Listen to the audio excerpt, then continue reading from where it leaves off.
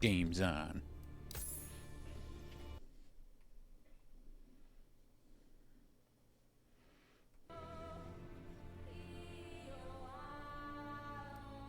Spellblade. Ready to go. Posted a stream on the YouTube for the first time in almost a year. I did something. Also, last night after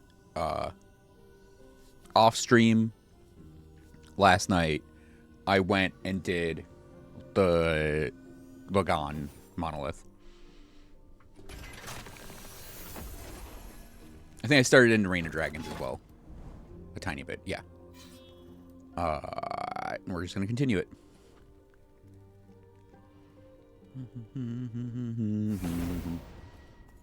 I have my fingers on the wrong buttons.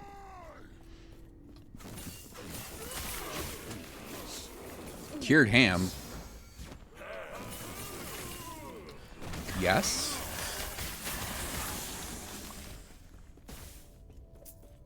Do I... Cured ham... Okay, okay. Okay. I'm with you so far.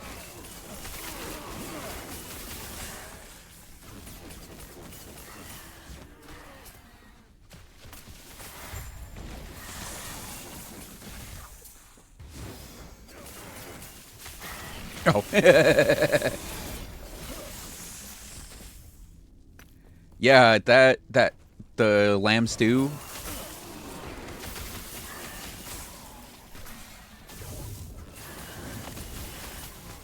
Man, you know, I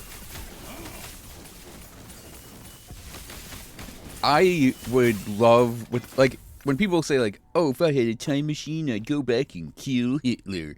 I'm like, that's pedestrian, man. I would go grab someone, just a random person, maybe even a wealthy person from like the 1700s, and bring them to the future and be like, "Hey, check this shit out." And, like, show them, I don't know, Al Pastor tacos or something. Just something that's, like, a spice blend of everything. A cell phone. No, listen. I wouldn't want them to, like, die. It's not like I'd show them, what, one of Maxor's Elden Ring videos.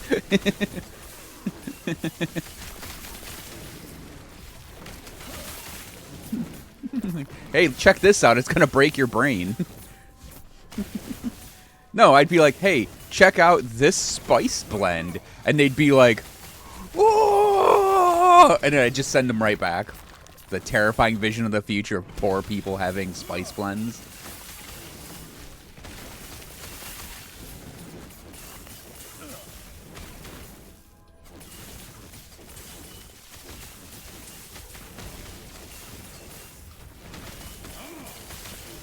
See, I think that depends on the person. Because if you went and grabbed, like, Ben Franklin or something, he'd probably be really down with the modern world.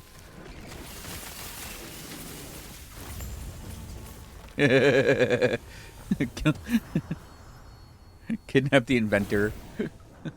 LED headlights. Hey, Yukari, and hey, Loris.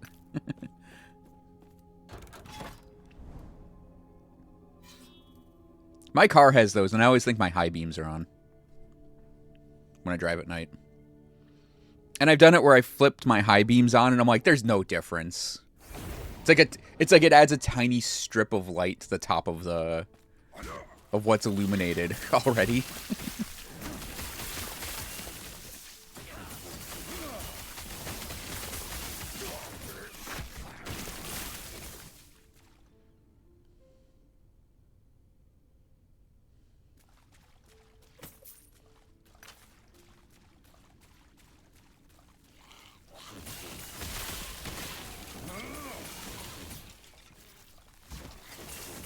Show Ben Franklin OnlyFans. He'd never want to leave. What? I'm good. How are you, Yukari?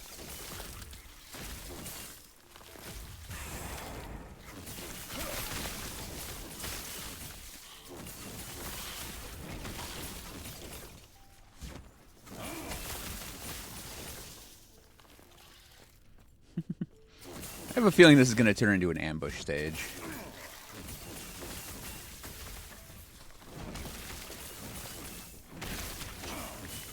Hey, look at that.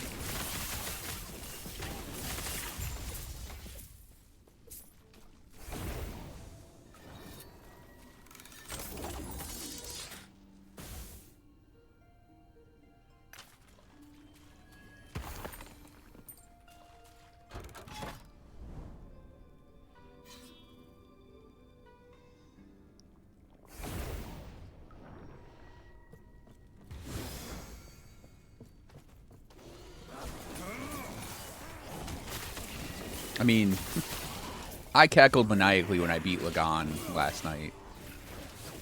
Because it was not even 10 minutes. It's barely even 5 minutes, actually, I think.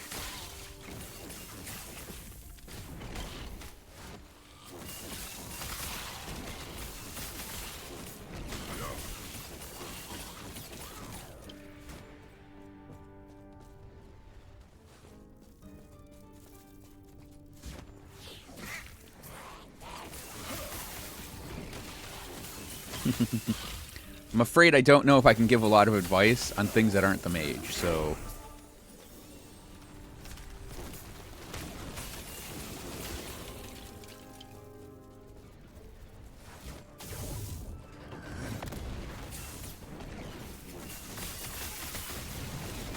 The turret one?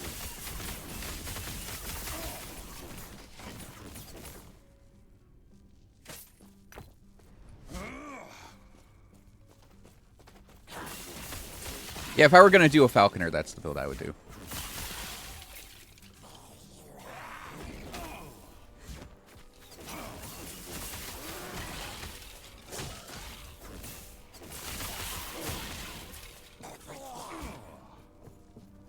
Reflective. Gross. I went back for that.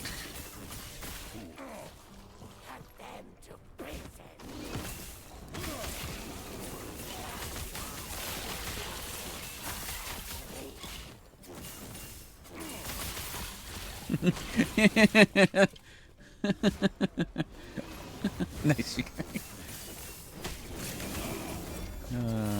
Twitch.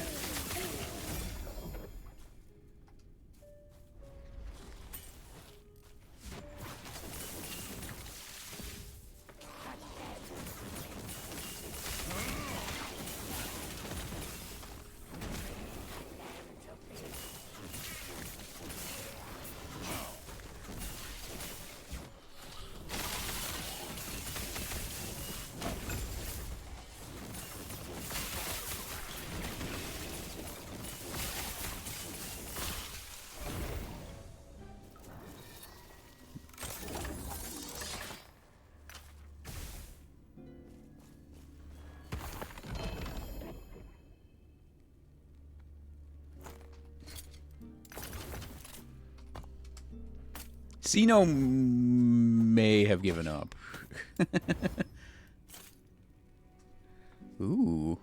Yeah, I saw the fire damage and I was like, I'm going to pick that up.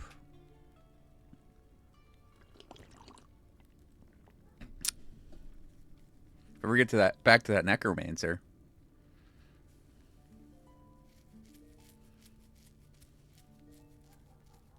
That's neat.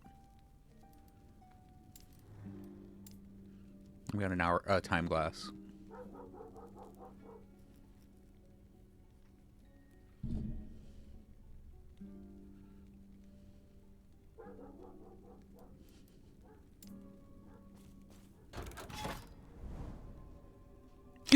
Is that so, neighborhood dog? It really has a cadence now where it sounds like it's almost saying stuff. Because its barks aren't like... Its barks have different tones and lengths.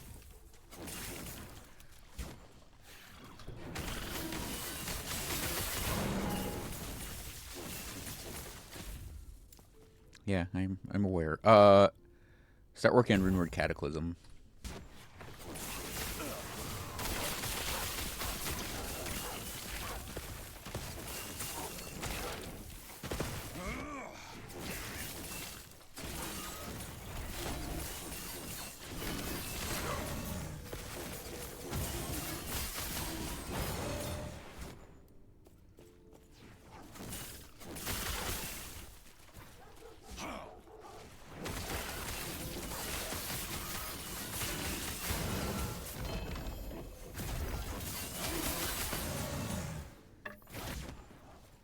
I had a Cinder Song drop last night too. It had LP on it even. Like the most classic weapon I think I can think of for like mages, really sorcerers. I don't know why I think of it like that. I'm like, this is little sorcerer's first real weapon.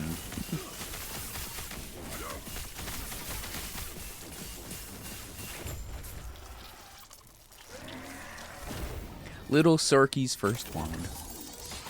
Kills faster than Spellblade? Yes. The Rune Master generates more ward than the Spellblade, and is thus tankier technically than the Spellblade.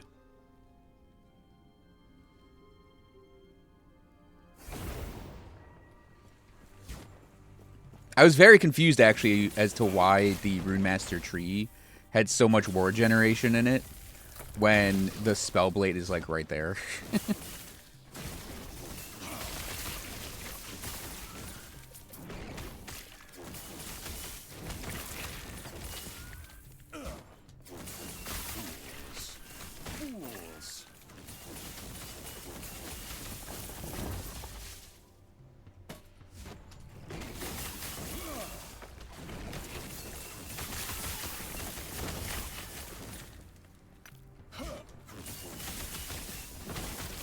Yeah, I could probably technically run this guy as a Rune Master, like almost the exact same setup, tweaked a tiny bit for getting Runic Invocation in there, and it would probably kill faster and be tankier.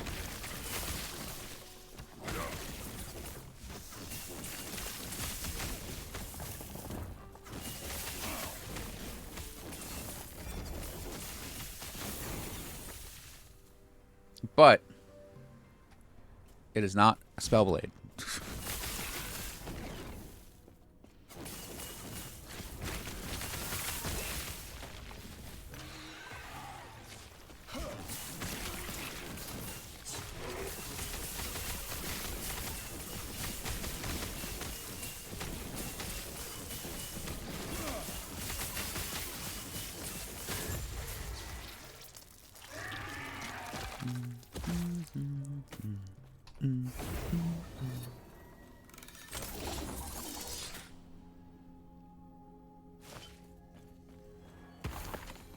Like, I do honestly think that a portion of what the Rune Master does with its passives should seriously be considered for Spellblade in certain aspects.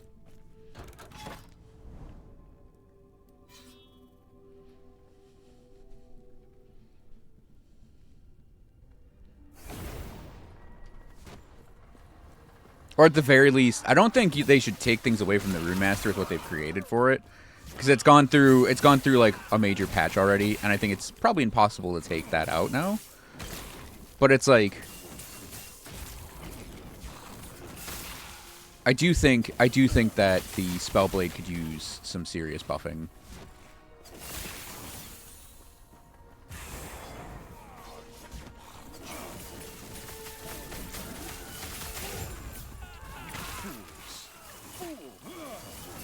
I mean, no one's gonna listen to me though. I'm not like a what's that guy, Action RPG or Perry the Pig? Not that big in the last Epoch scene.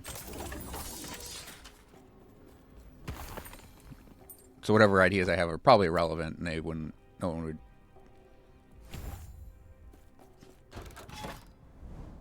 would pay attention. All right, let's get here. I do have them. It's just.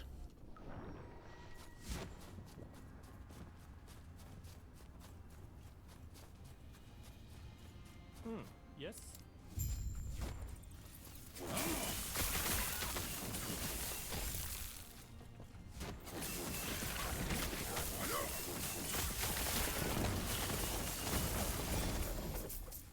Yeah, because, I mean, I'll try to smatter out the things I have in my brain. OP and the rest would be like forgotten. See, that's where you're wrong, because Spellblades would be OP and everyone else would be forgotten. No, it's not about making it OP. It's about having interesting things happen. So, just a real quick thing that's on the top of my brain. This node right here, Stormblade, is you get up to. Seriously? Excuse me. I'm pointing things out on the internet. Monsters. You get this like flat melee damage, melee lightning damage, and you get a 25% spark, 25% chance to apply a spark charge with a lightning melee attack. That should still do that, but it should also basically do what my offhand catalyst is doing, in that it should charge up the spark charges that the Spellblade applies. And I feel that way about every one of those like on-hit effects that the mage has access to. If you wanted to make the Spellblade, like find a unique role for it and a thing it could do that's really fun and interesting. And I say that because this build is like the most interesting Spellblade to me. The on-hit Spellblade type of thing. I think it's called now. It says Spark Charge Spellblade.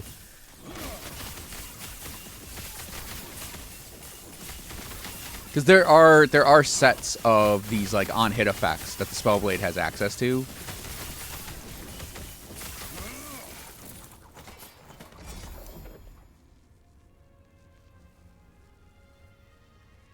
That's my new helmet.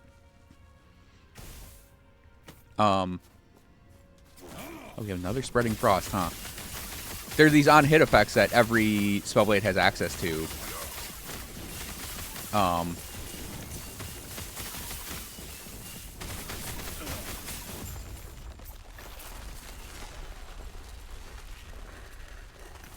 And they should all be, like, insanely boosted by what the Spellblade is. Kill it, kill it. Get it before the thing, get it before the thing, get it before the thing. Damn.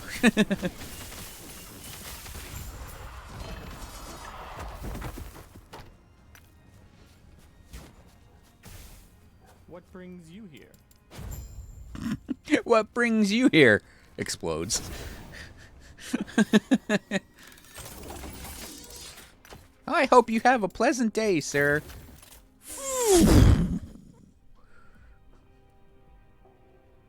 Oh, we have to wait a while before we can wear that. But yeah, like, we'll put it with the other things that I went and got off the shop that I can't use yet.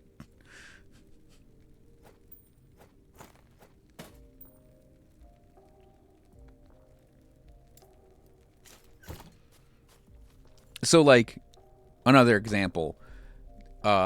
Defender of Welbren. It's attached to this Arcane Warden thing, which is attached to Warden's Echo. So, if we're hit, if we had this ability, when we gain Ward... Oh, no, it's when we gain Ward, not when we're hit. When we gain Ward, we can create an Elemental Burst, which is fine. But it's just a fire ability. It's just Fire Burst. Like, if that were a unique Elemental Burst, that'd be way cooler, for one. But, because it's Fire Burst, that's in that category of, like, Spark Charge things. And I think that the Spellblade should take those and make all of them better. So, like, Stormblade here should have a third line that says something similar to this, where you get increased Spark Charge explosion area, maybe more damage, just add more flat damage on. Maybe melee lightning applies to Spark Charges.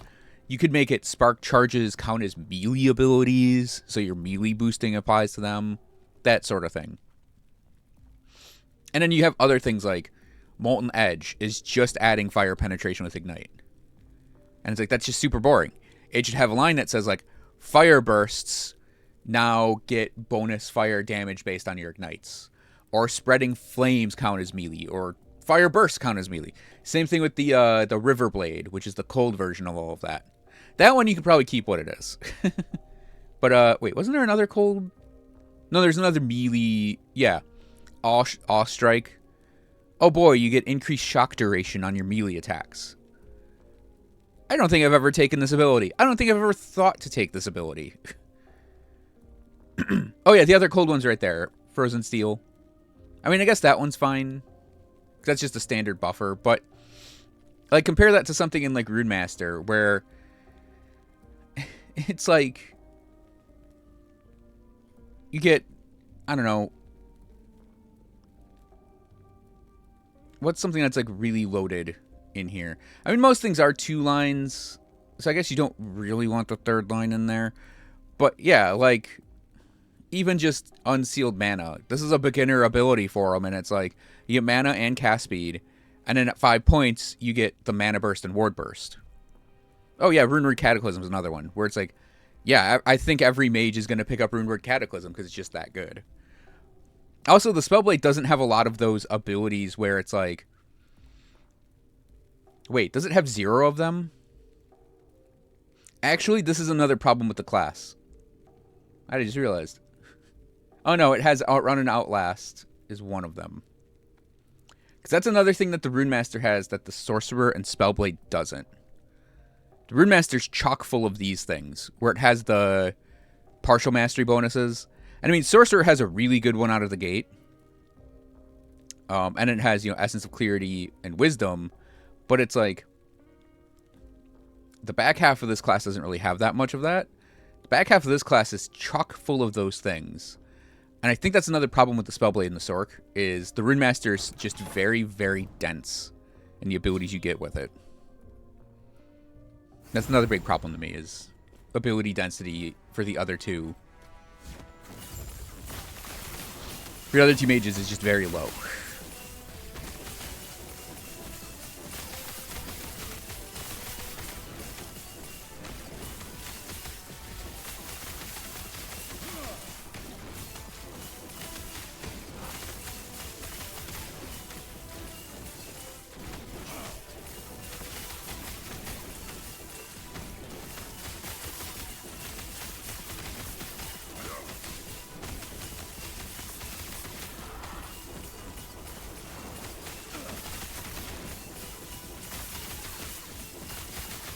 Are you supposed to be dead? Fucking die.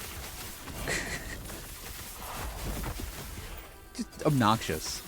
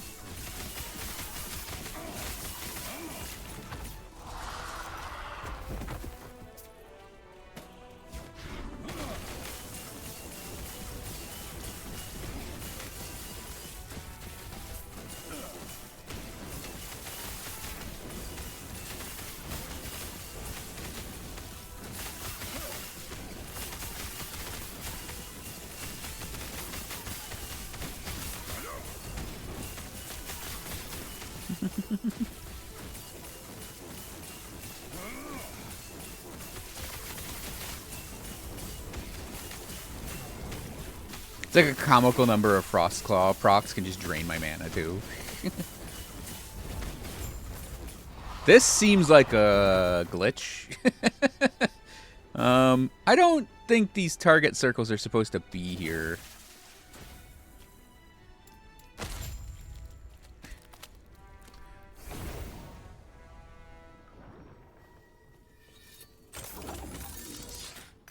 My brain was like, don't stand in the circle. And I'm like, so many circles.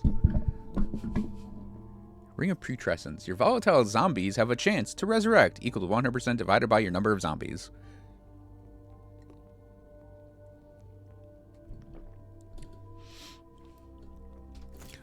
That's another thing. That's another thing. Spellblade items,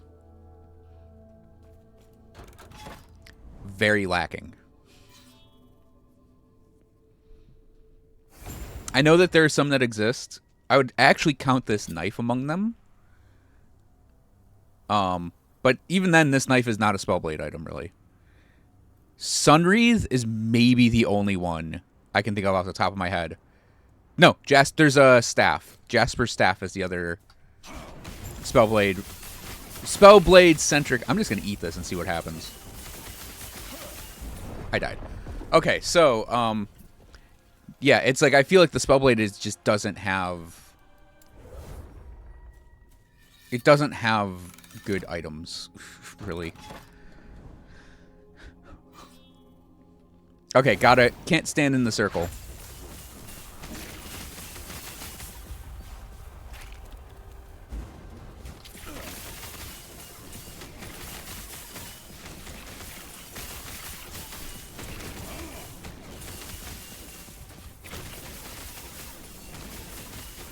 Or at the very least, interesting items.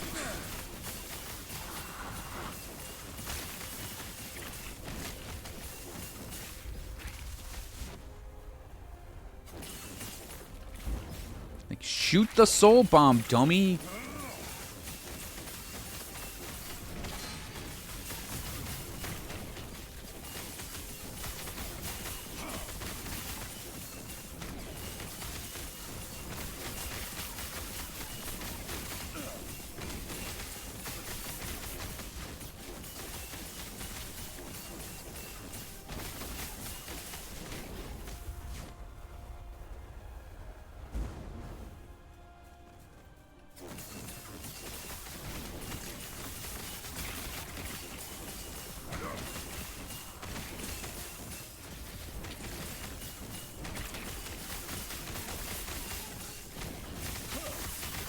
I'm definitely going to keep it around in case I do a Necro again.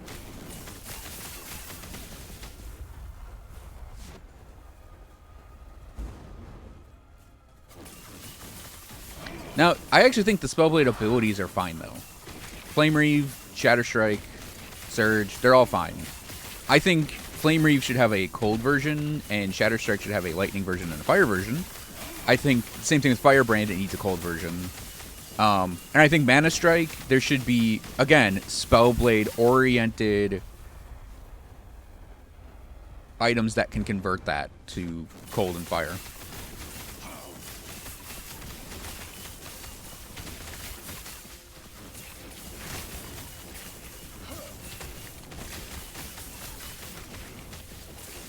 We got the circles again.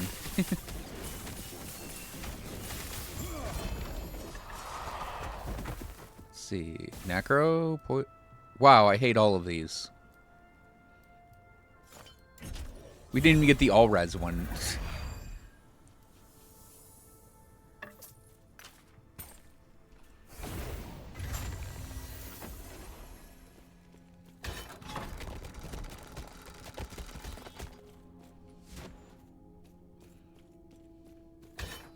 But I've been saying that since like the start of the game, that like the mage really should have had, really should have had all of its abilities.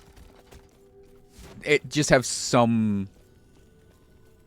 Can we just go to all three of these, or we have to walk to them? Okay, we can just go to them. Okay, cool.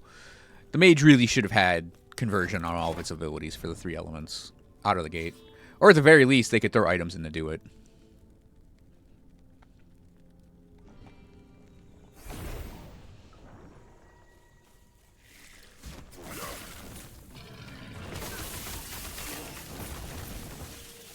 Yeah, I ran through a Smoldering Lithrak's death balls, and I lived.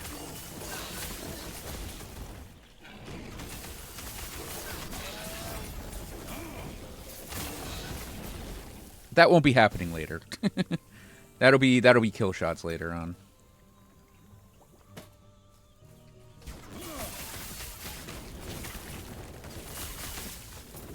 But anyway, yeah, I also feel that like the Spellblade should probably have more things that can proc war generation, honestly. I know it does it on its own. But again, the Rune Master does it just as good, if not better.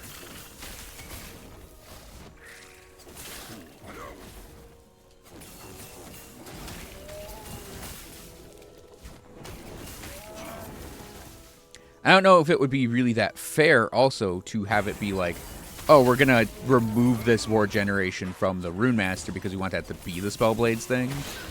Because, I mean... Oh, that was an ambush. I didn't even notice.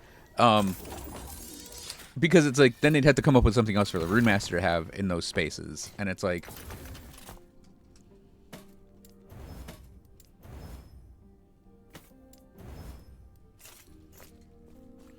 Yes.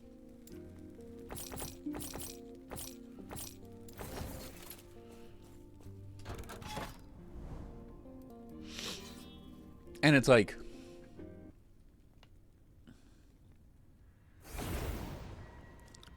Yeah, like I just don't feel like it would be fair to have the Rune Master lose its defensive options just to make the Spellblade, what, be the one that does that?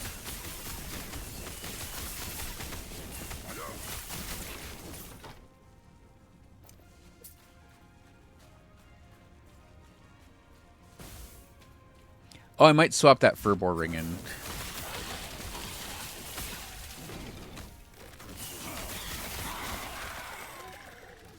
That'll reduce the cost of our Flame Reaves.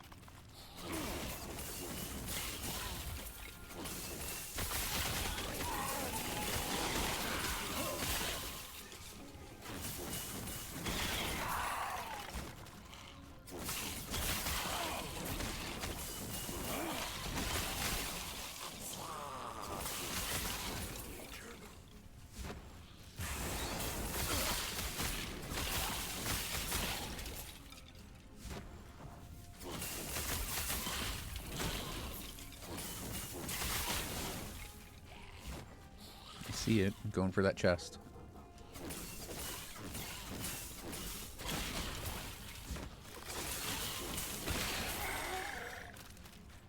Another Lost Thieves.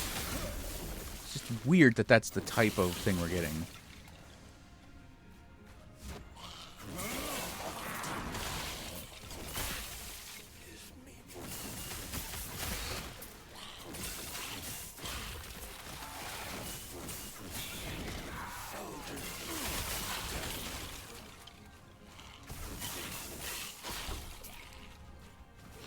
Now, if you really wanted to, like, maybe jack up and possibly maybe break the Spellblade, you could put nodes in their skills that are like, oh, Flame Reave counts as a spell now.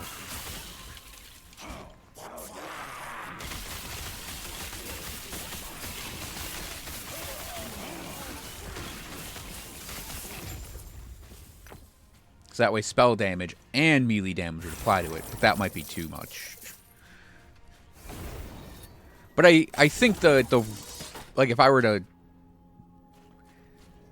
give advice on the role for the class, it would be as the on-hit effect booster guy. We have your melee elemental abilities, and then they produce spell effects.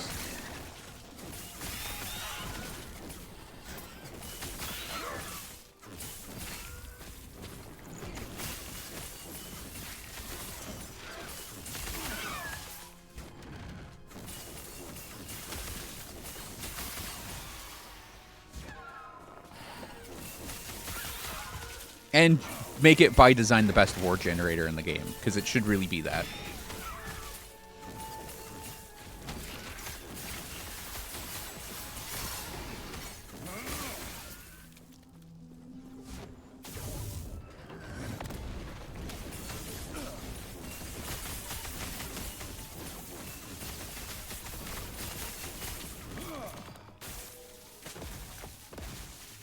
Actually, this is an example of something I would do, and keeping that in mind. 4 ward on melee hit should just be Arcane Warden. It should be 40. Just take Arcane Warden's max, dump it right here, make Warden's Echo the base, make Defender of Welwyn the middle piece, and then come up with a new third piece for that ability. That would be like another little thing you could do as an example of a little thing you could do.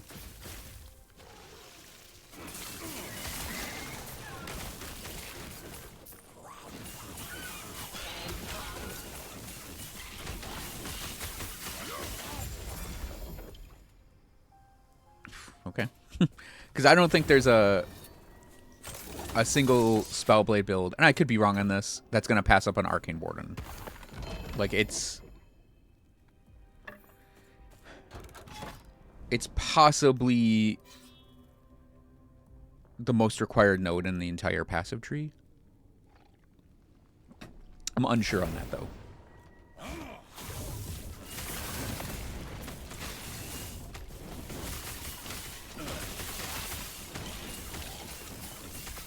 Forgot to grab that Furbor ring again.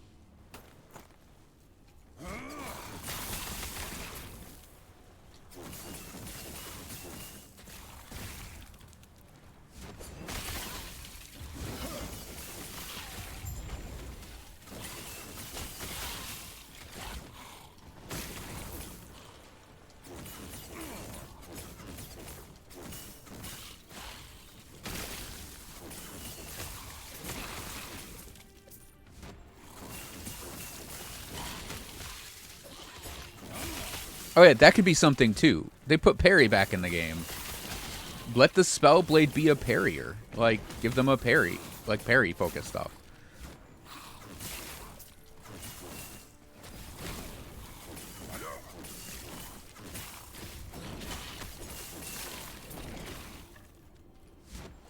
Also, the Fire Aura nodes are useless and kind of suck, so those also need at most a rework. No, at least a rework. At most a replacement.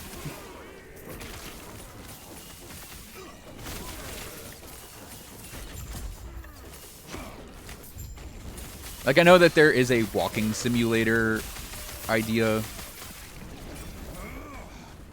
But yeah.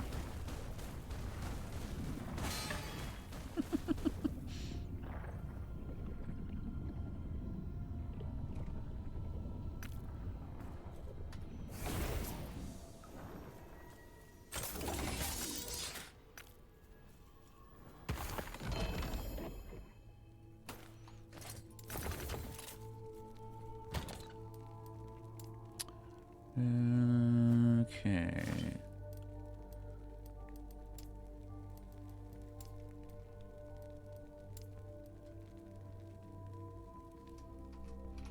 I'm gonna start organizing the uniques sometime soon.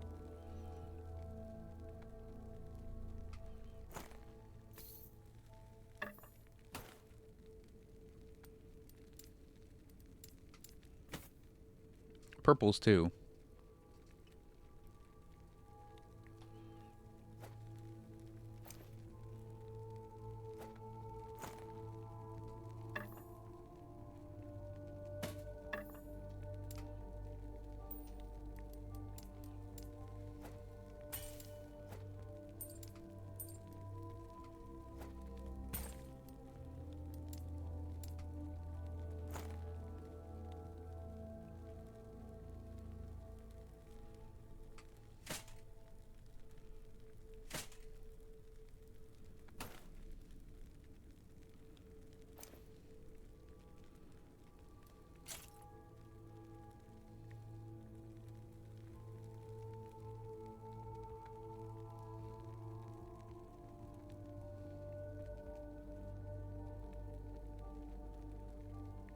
Oh, that's not an experimental. It's not an experimental either. That's not an experimental either. That is. That actually would be really good on, like, a Broodmaster. Or a Sork.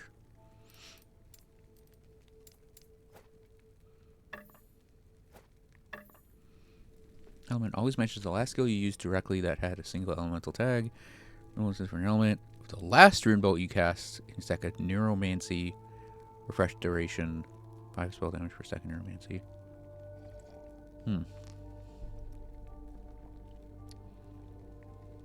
Interesting.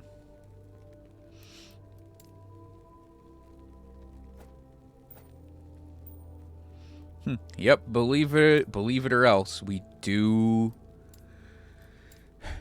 swap out.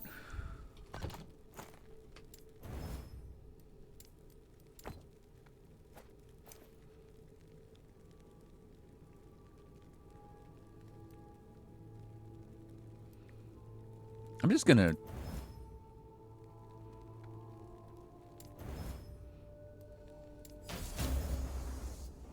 I'm just gonna do that.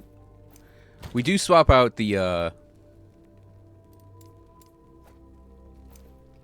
ring. So now we have that.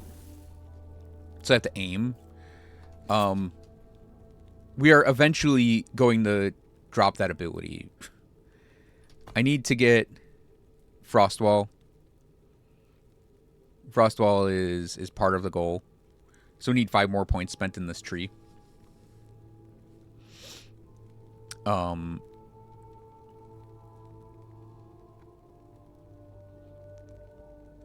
am probably just going to do 3 points in this, and then, like...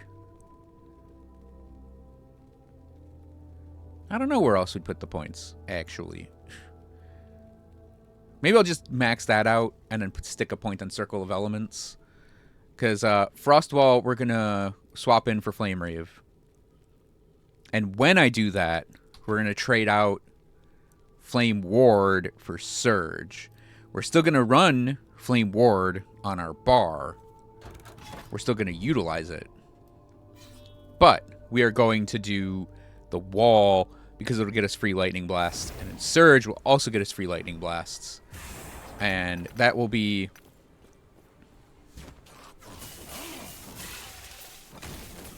a big part of how this character is going to work.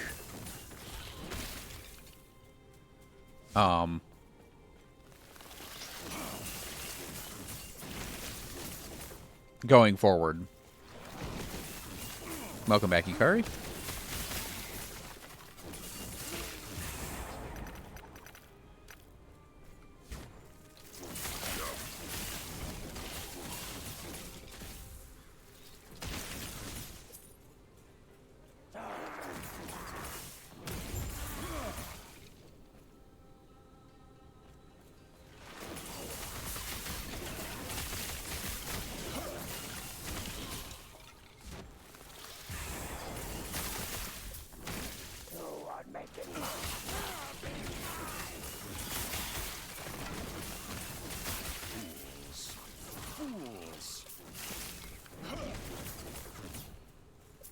Yeah, I was blabbering on about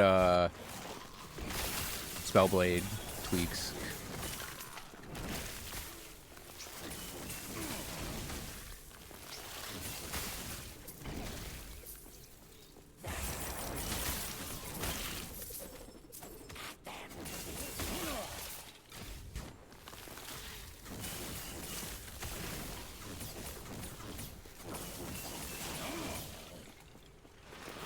No.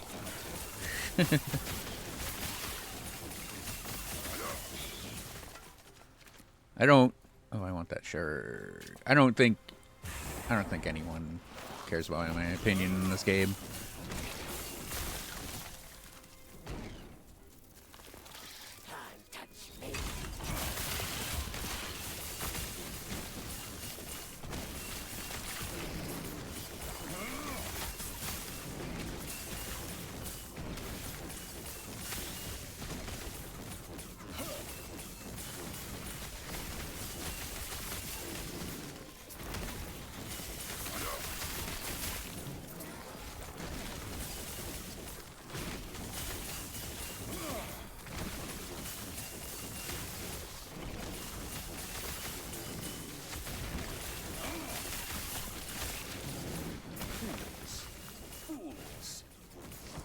It was unfinished. I wouldn't say that. I feel like this is a finished action RPG. I just feel like they, like you said, they kind of do like almost a flavor of the month thing with what they're doing.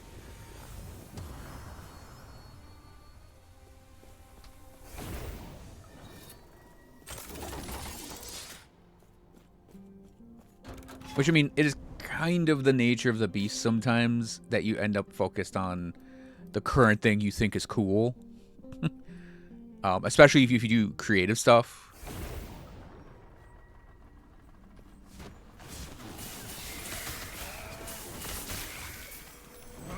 Oh yeah, that is true. There is still a game that they need to put in the game.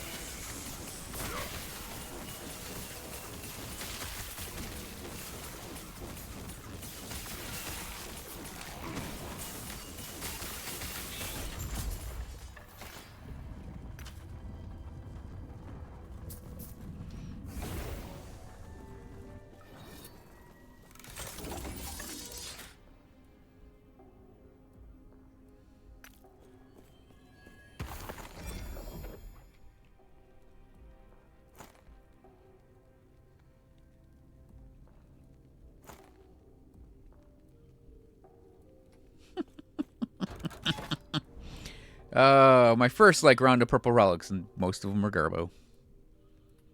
Yeah, like we need to fight Apophis. We need to fight the real Oribus.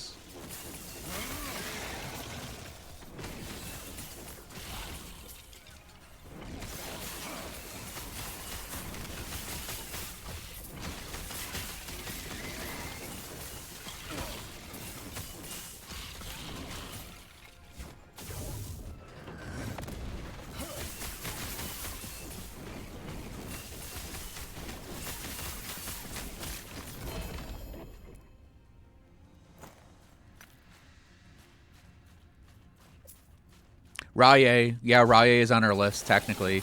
Because I think if we want to complete the blessings on the spear, we need to go get him. Right? He's the fire blessing. So yeah, I think Raye is on our hit list. He's also kind of being out of pocket right now in the story.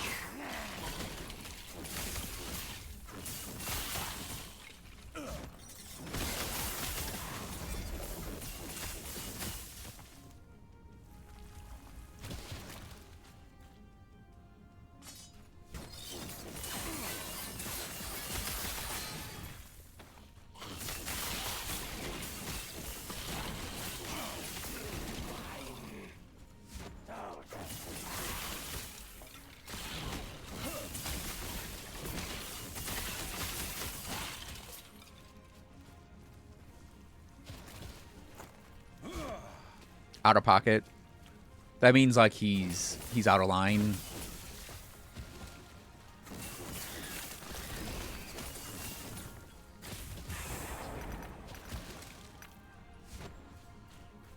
He's gone against all the other gods, throwing out the balance.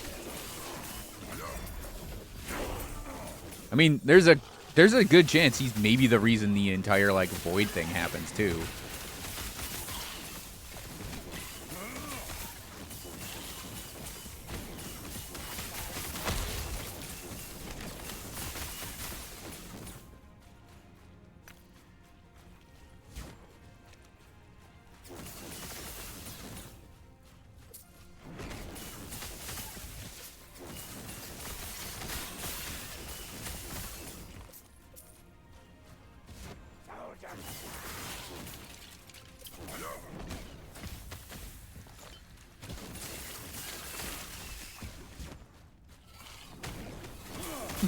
Again, I walked up to a spire and went to click it like it would do something.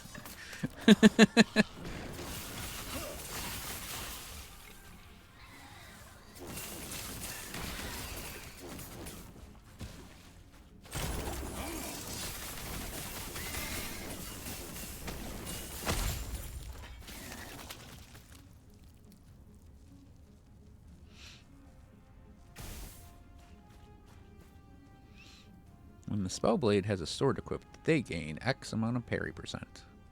There, I put a parry note into the passive tree for the Spellblade. Well, it'd be sword or... We'd want sword or dagger, right?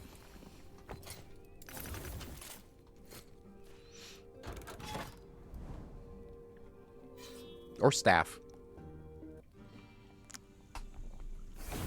Oh, there's one. The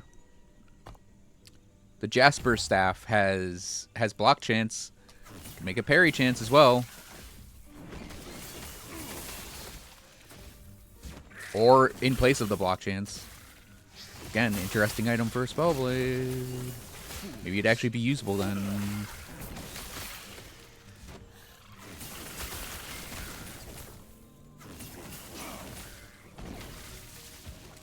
I do really want to replace my relic, actually. Even though it gives +1 to all skills, the damage to health, or damage to mana before health is actually, like, concerning me a little bit. And I kind of want to go back to a Stormcarved Testament. I think I ran by a Spire just now. Nope. Okay.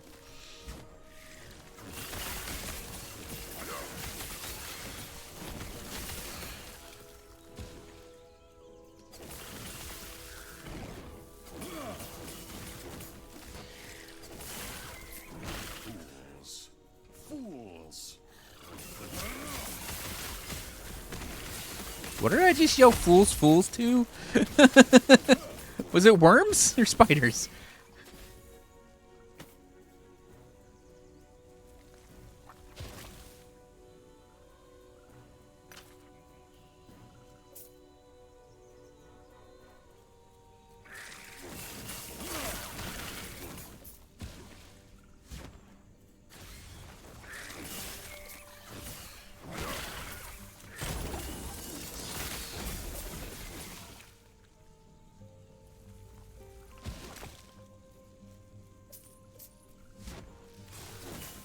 Oh, I did think of a third Spellblade item.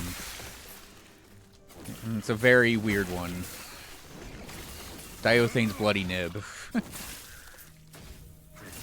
Where your bleed... The stacks of bleed you have give you cold penetration. And then it's like your abilities bleed yourself.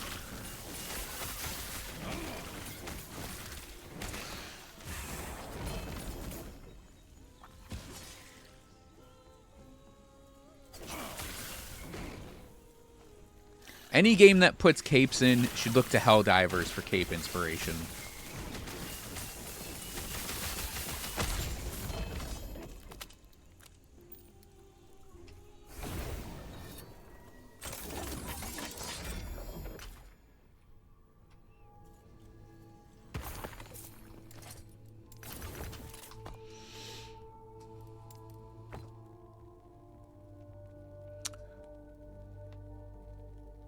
Actually,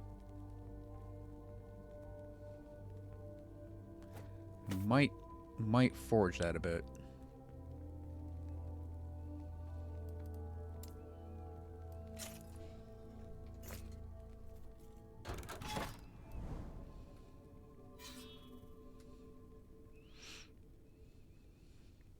Oh, look, coffee.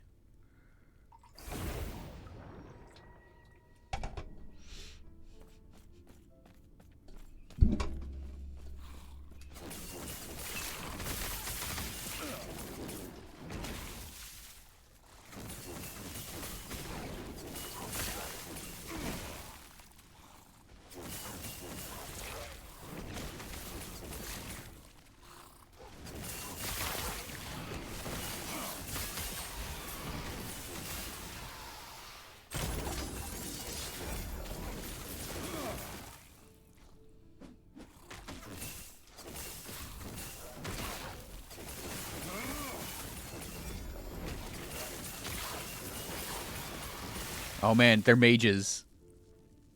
Oh, come on.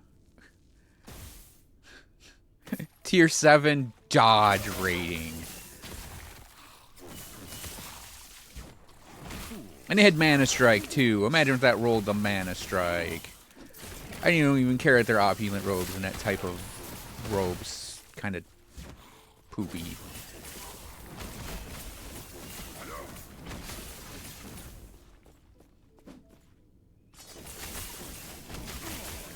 Just roll a Falconer. Well, I can't give a Falconer mage's robes. Yukari, all my stuff is coming up Falconer.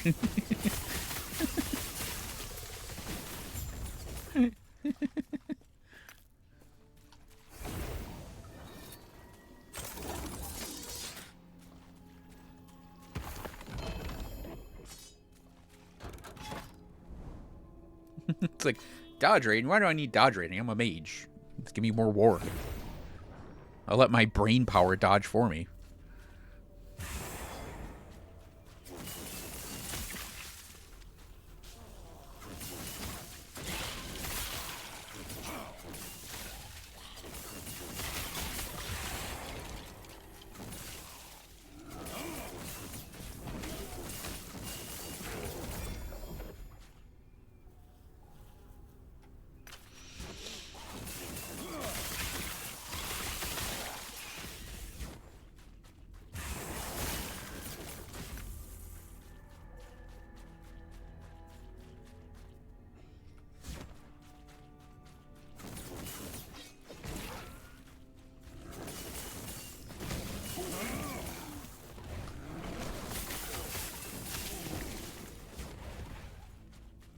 on, where are these fuckers? Oh yeah? Did you get anything good on them?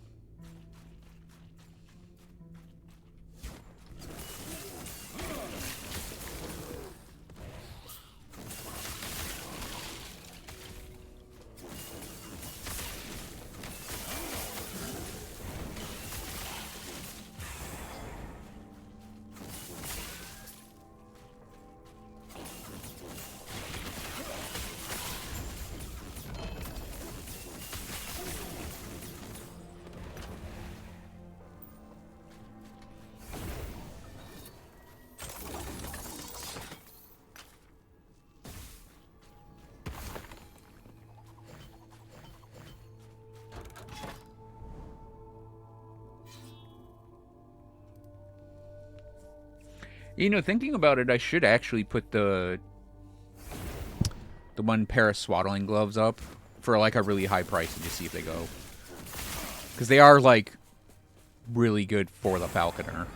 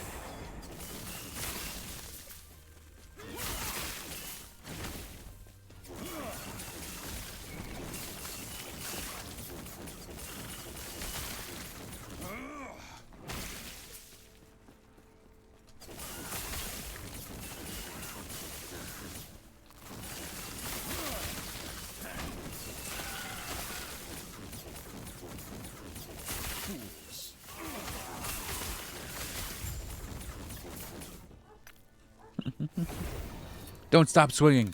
Don't stop swinging. Oh, nice.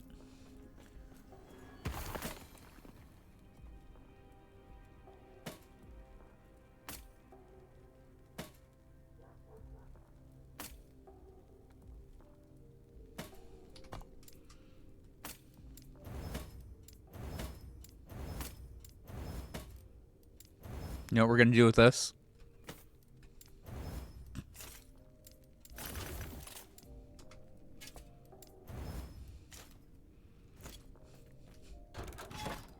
I'd rather have the shards. Specifically the Mana Strike one.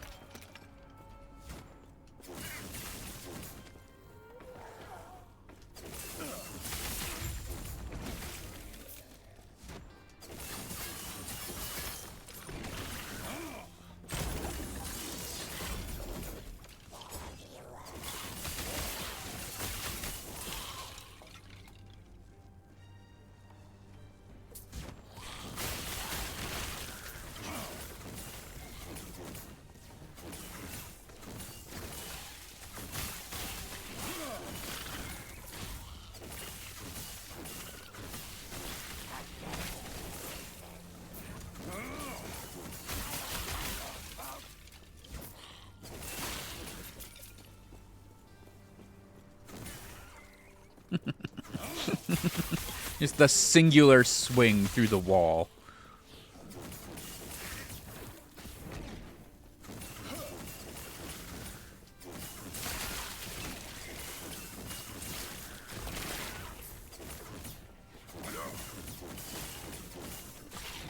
So I like teleporting strikes.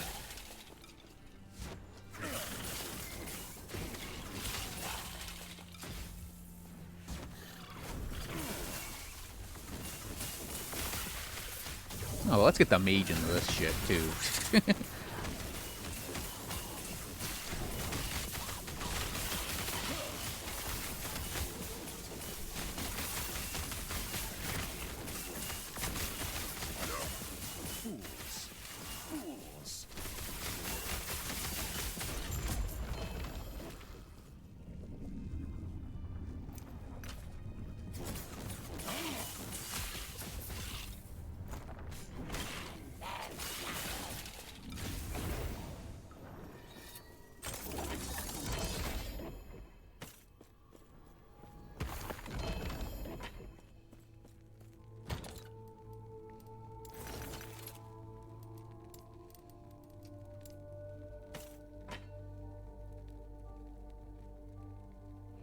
Yeah, I think I've had to rain dance before.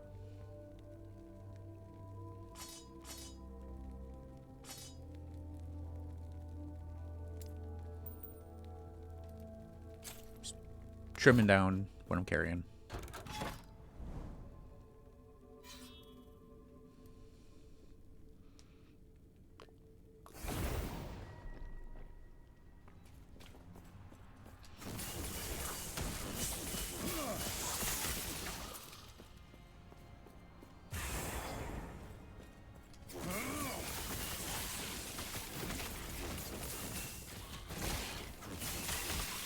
I don't know why in my brain I thought that this stage was rotated like 45 degrees.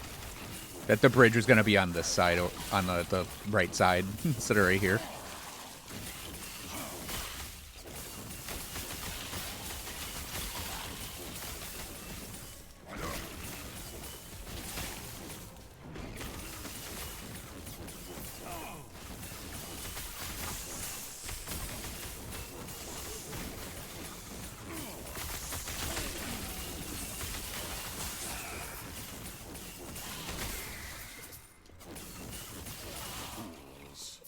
Fools!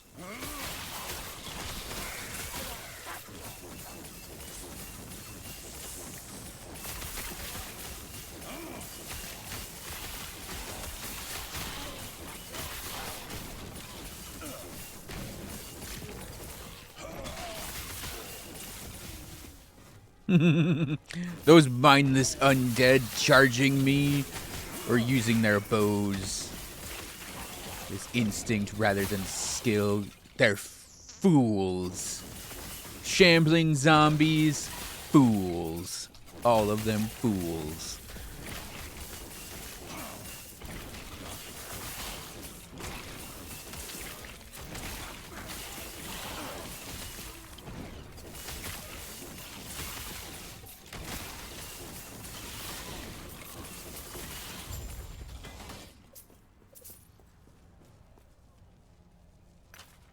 I can't believe how foolish these mindless zombies are.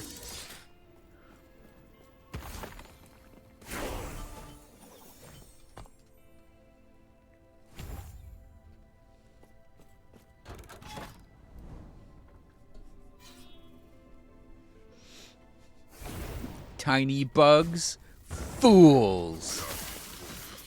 Bears, fools. Desert scorpions, fools. Everyone, fools.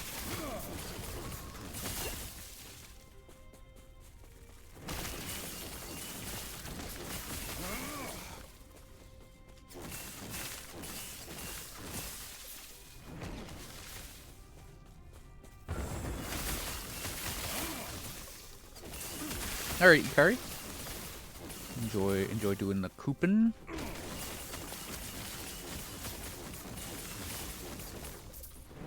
Fools! Fools!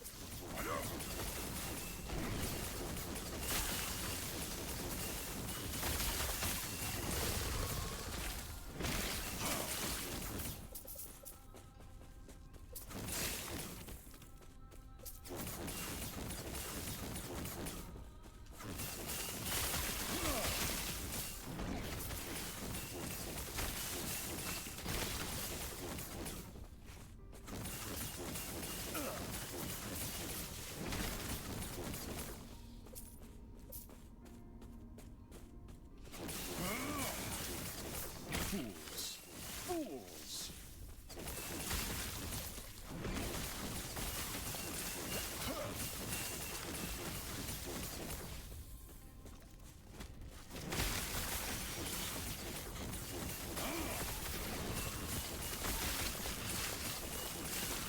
Fools! Fools!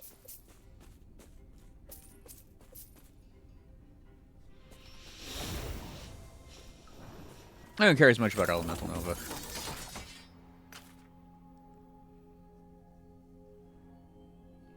There is a,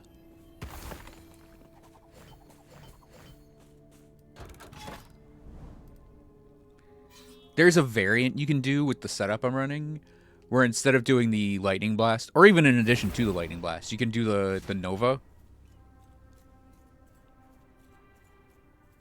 on your bar.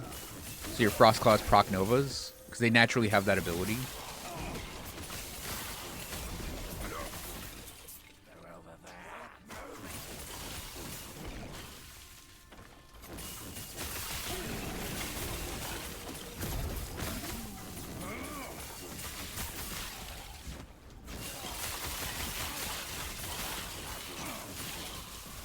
Yeah, so this was roughly where I was when I was like, I'm done with Rune Master, I'm going back to Spellblade.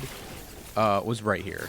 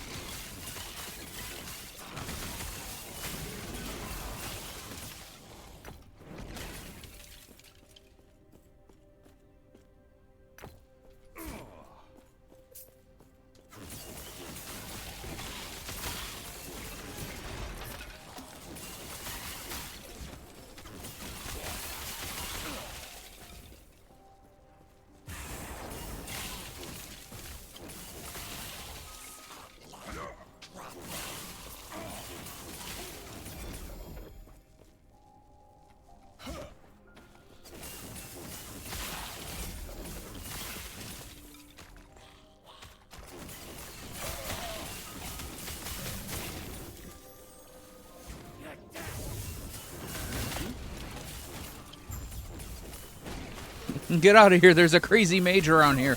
You might destroy everything with. Wait, this guy running Flame Reave?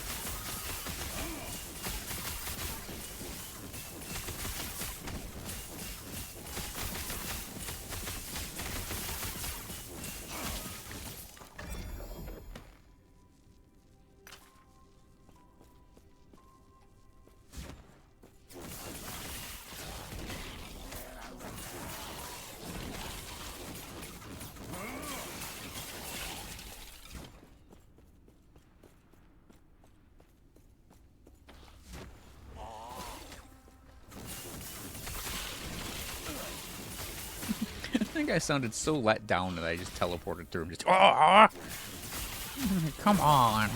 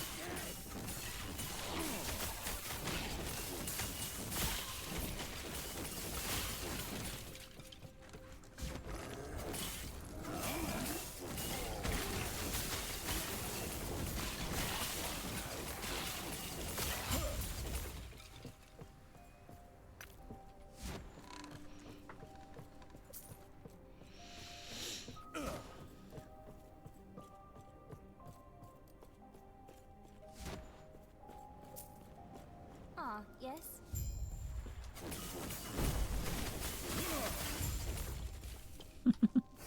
Such a letdown of a fight. It's like when it's like in the first Monolith when it's like kill the Imperial Commander and it's like a normal skeleton. It's like, man, at least make him big.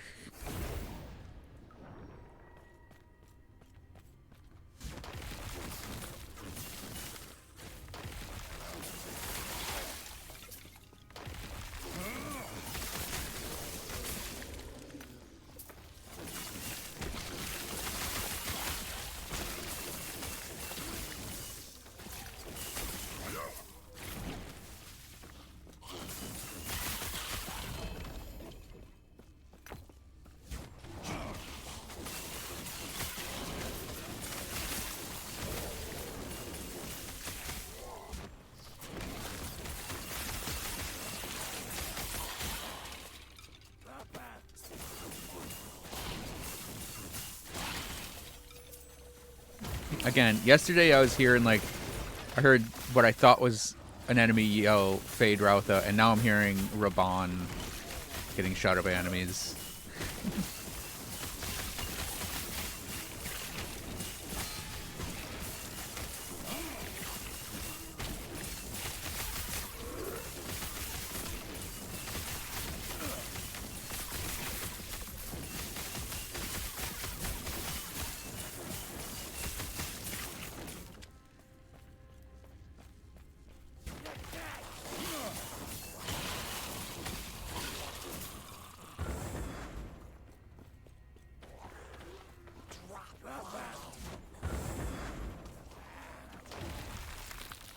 Taking advantage of the Haste Shrine.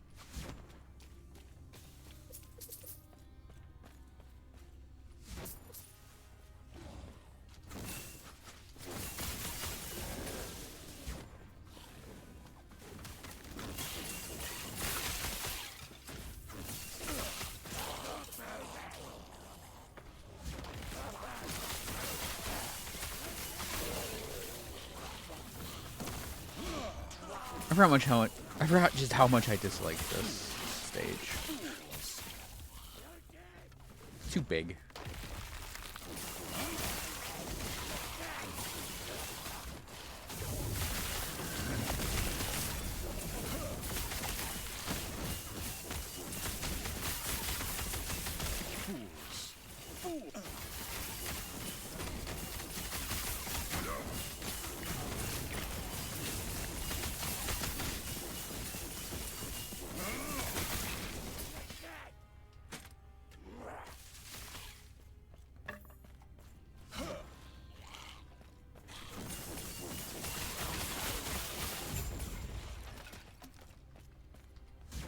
Yeah, we had to do that whole run again.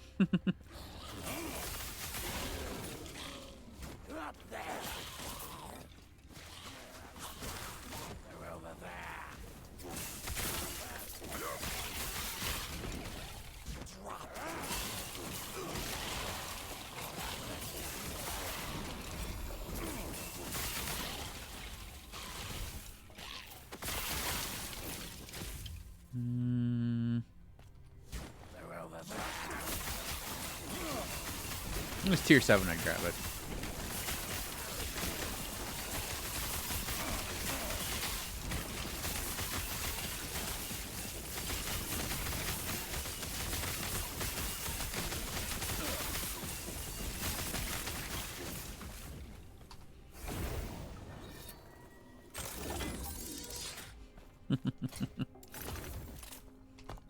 Yeah, that was kind of the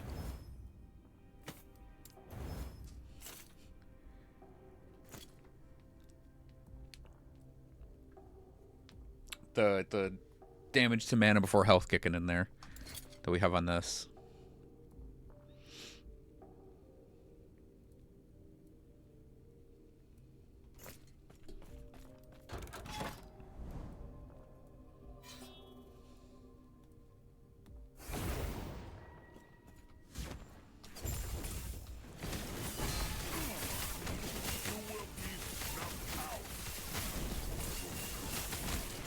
But these nerds still have their same voices.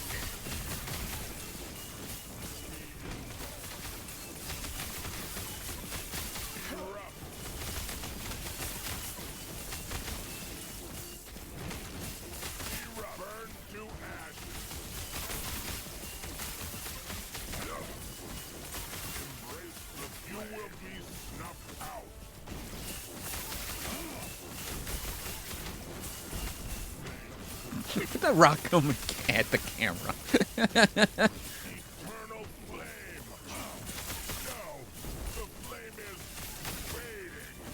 Now, the flame is fading. The flame is fading. Strongest burn the brightest.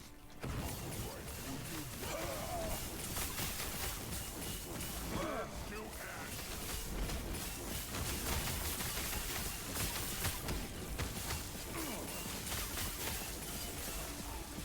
Embrace the flame.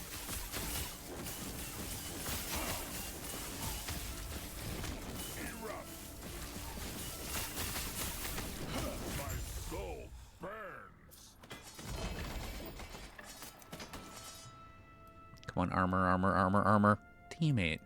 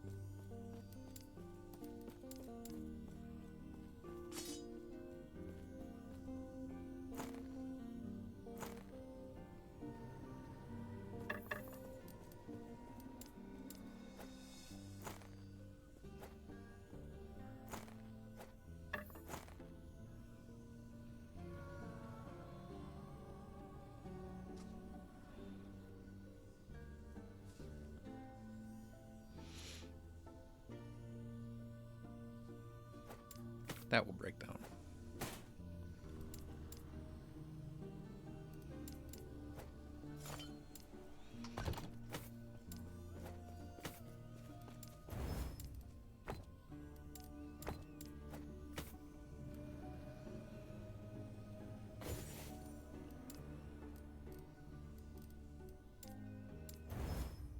Oh.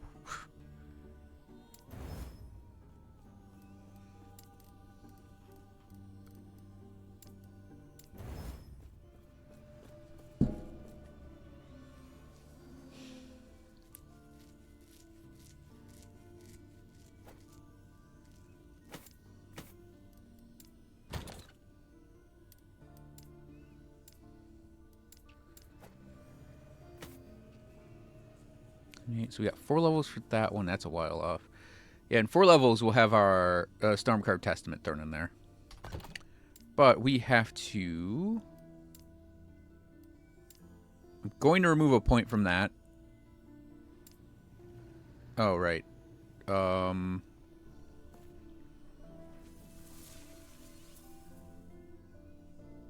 probably didn't need to remove that point.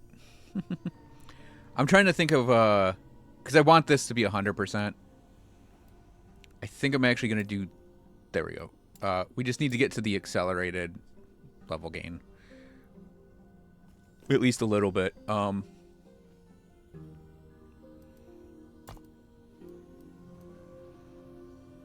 there's something I wanted to buy, but I don't remember what it was. Oh, no, I remember. There are 2 things I'm looking at. Picking up. I want to see if they're relatively affordable. You there. Ambulance! Utility belts.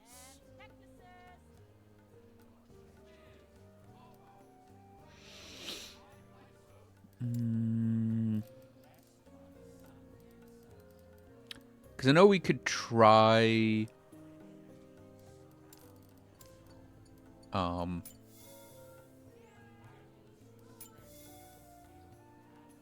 So these are listed as like 50K, damn.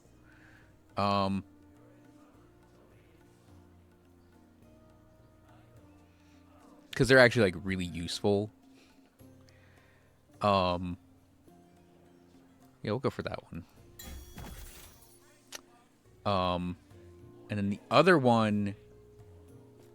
Ambulance! I might have to wait until Exalteds are available. He's an impenetrable one.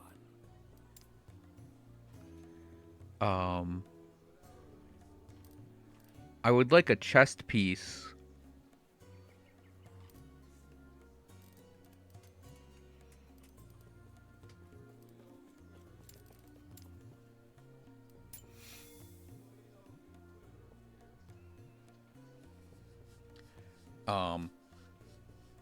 Yeah, we like one of these as I don't care about the Exalted line being the charge.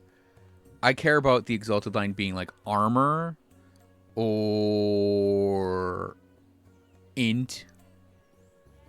So we probably have to wait for Exalteds to get a really okay one of these. Because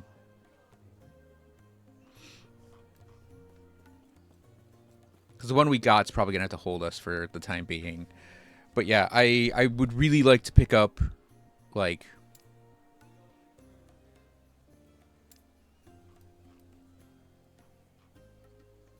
something like this would be perfect. Obviously, we can't get that now. But yeah, that type, the mana spent gained as ward, the ward decay threshold, the higher armor,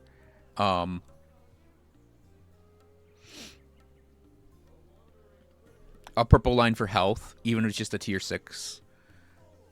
That's what I'd go for.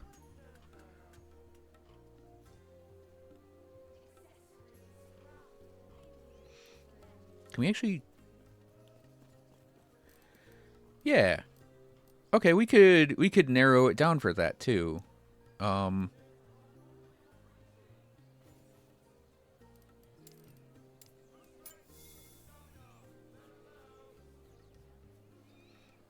Yeah, we need rank 7. We're rank 5. But yeah. Yeah, like I think this is going to be our armor. The armor we're looking for is either Mystic Plate or the Volcar Regalia. I mean,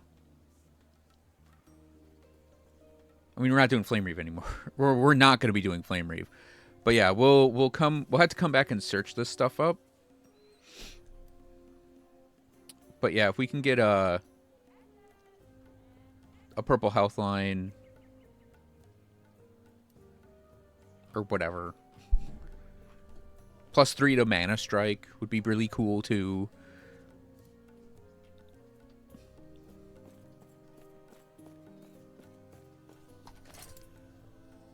Oh, I can't use that yet. Oh, right. Isn't it the... It might be the unique that drops off that first thing. So, yeah, we... Man. Here, we're going to line these up in the order that we can equip them.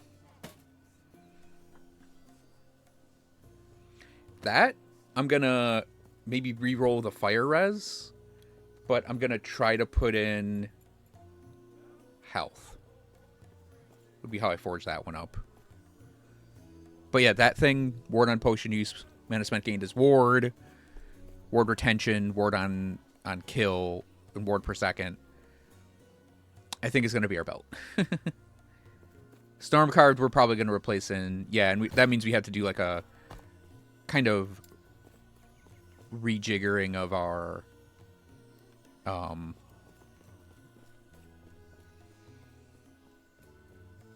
skills.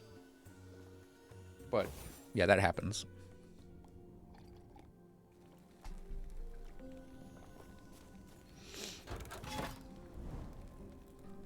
Okay, the reason we do that, the reason I want the charges, is because very soon we're going to swap this out for something else. Probably Surge.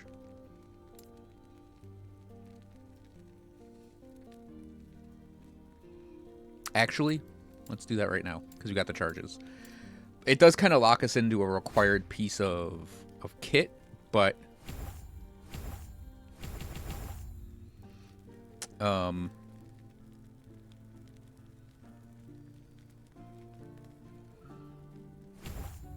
No, wait.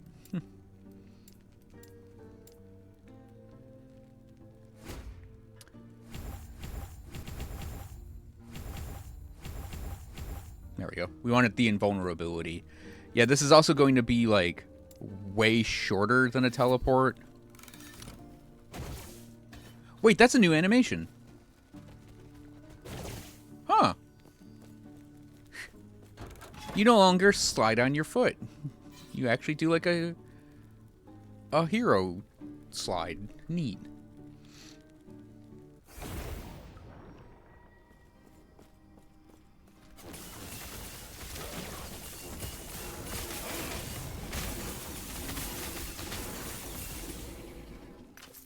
Now, not everyone needs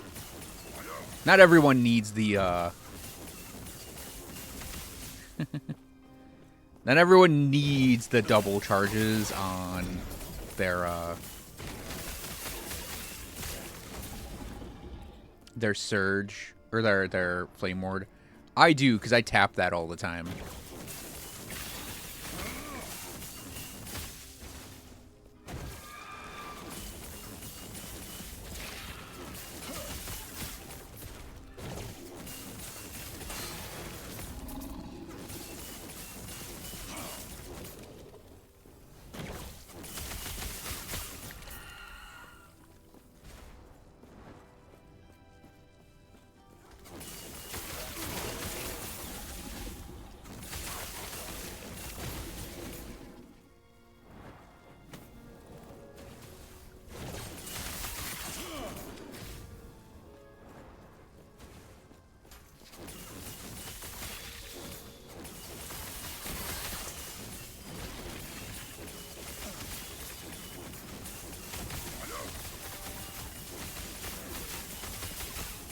I wonder when they changed the animation for Surge. Like, it's not a big animation change, but it's notable enough.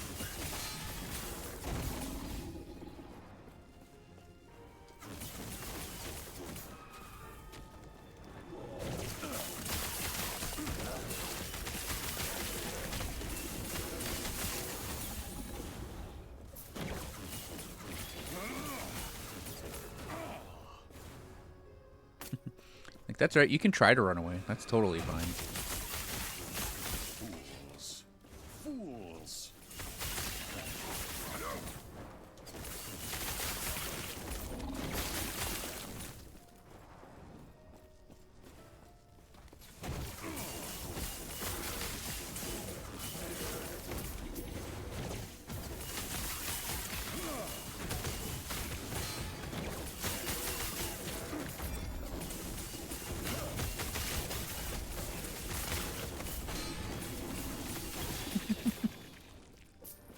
Yeah, okay.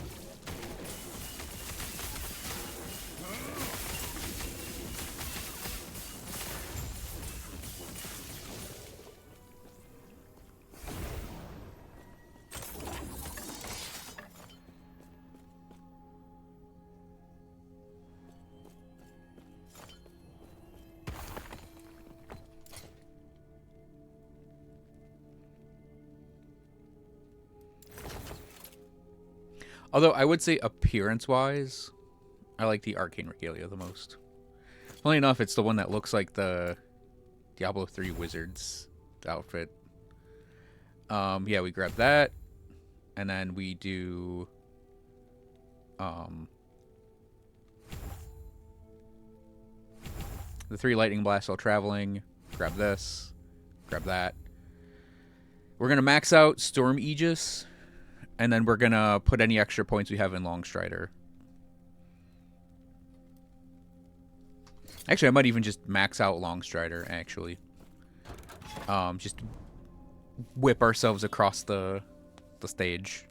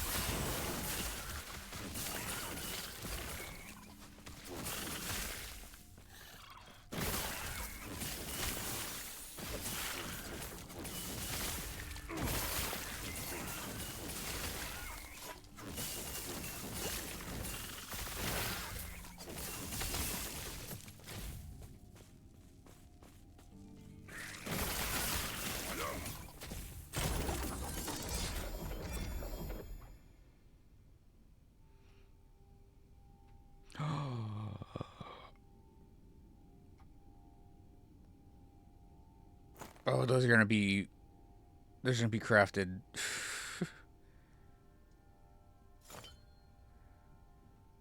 Oh, it's such a...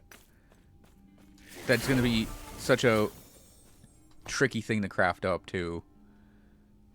Alright, Runeward Cataclysm.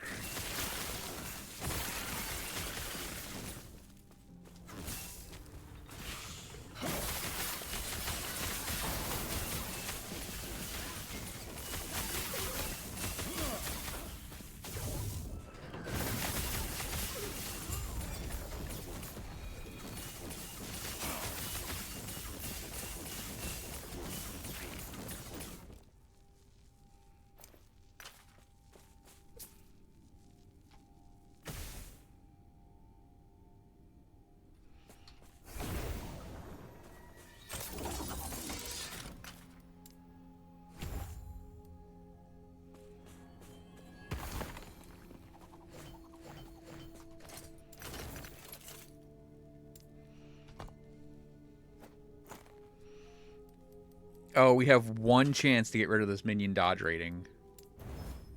Okay, Dex is workable. Dex is workable. See if we can roll movement speed. You motherfucker. There it is. Okay. Now, I would prefer int. Oh, we had to wait. I'd prefer int, but... Yeah, I think that...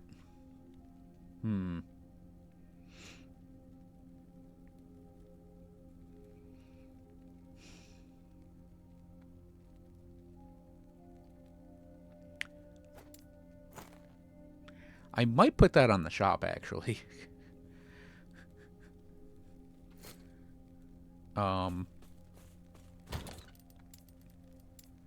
76, right? 78. Yeah. I might save that as a shop thing.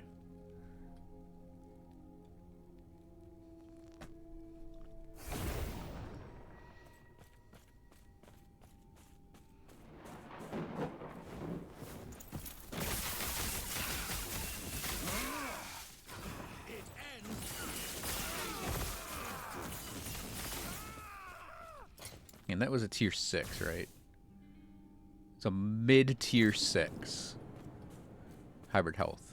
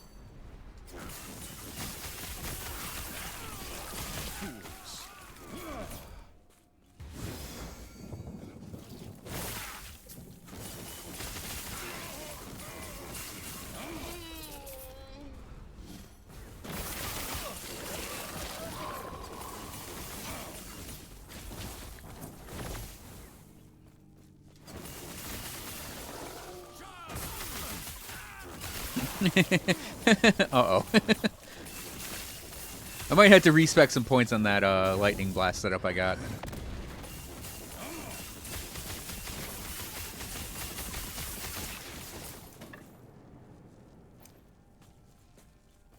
They're mine.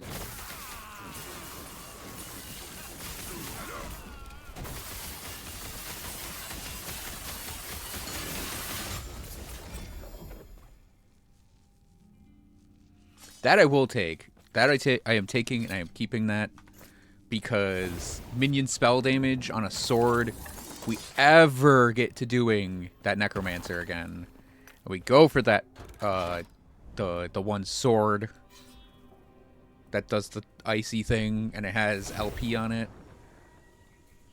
That's potential sword for that.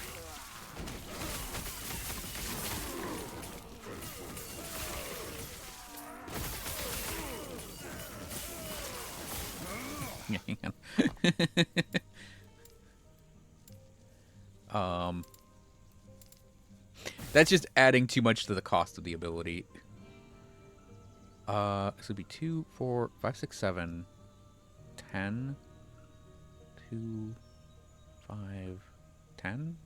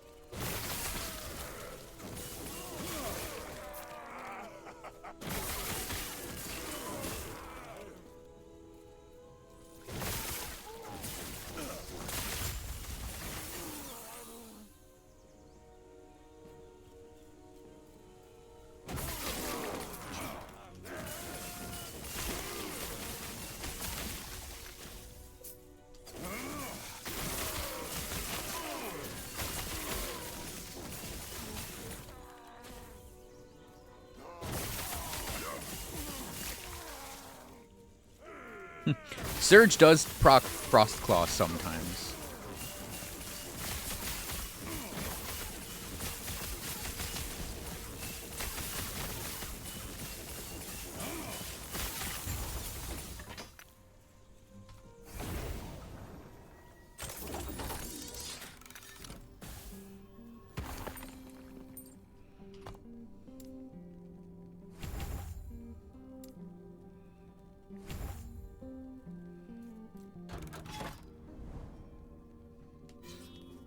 I find it quite funny when it does too.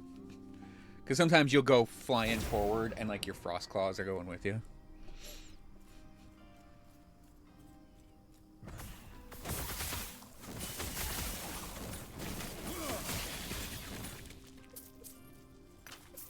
You also may note that since we made this change, I'm using Flame Reave a bit less. Because we're probably replacing Flame Reave in a few levels.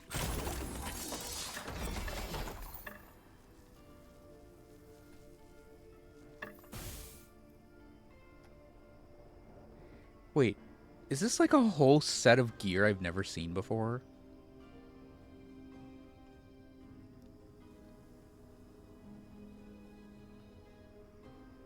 It's like space-themed gear. Okay.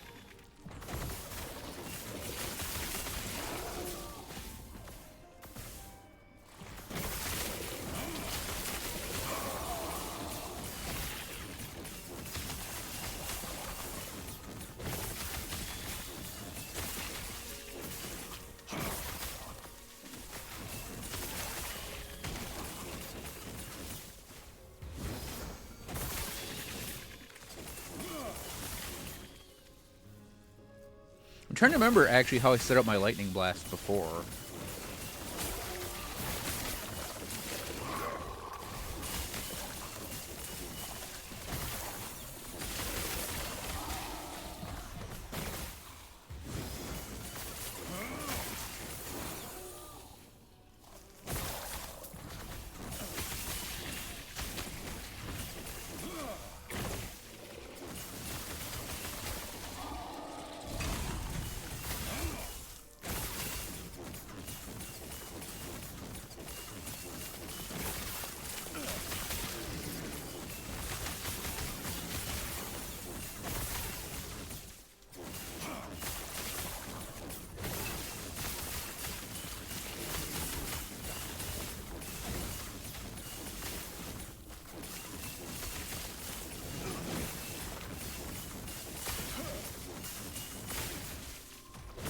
I don't think I did them as spark charge like applying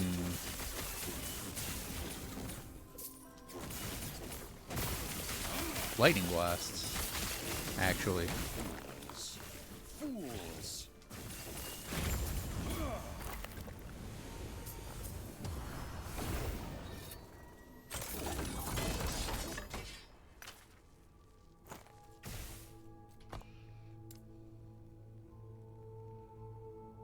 Oh, right, Mana Strike. I'm like, Mana Strike?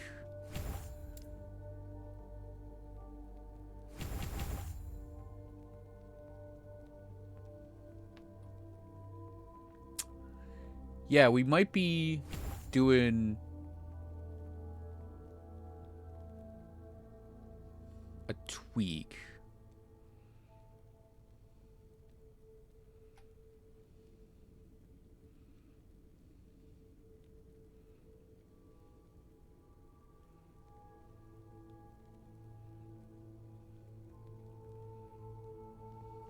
See, because I think maybe what I had running...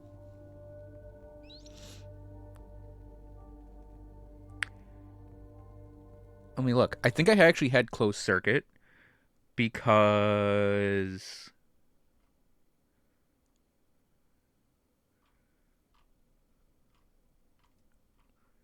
Oh, no, I know what I see what I was doing. I see what I was doing.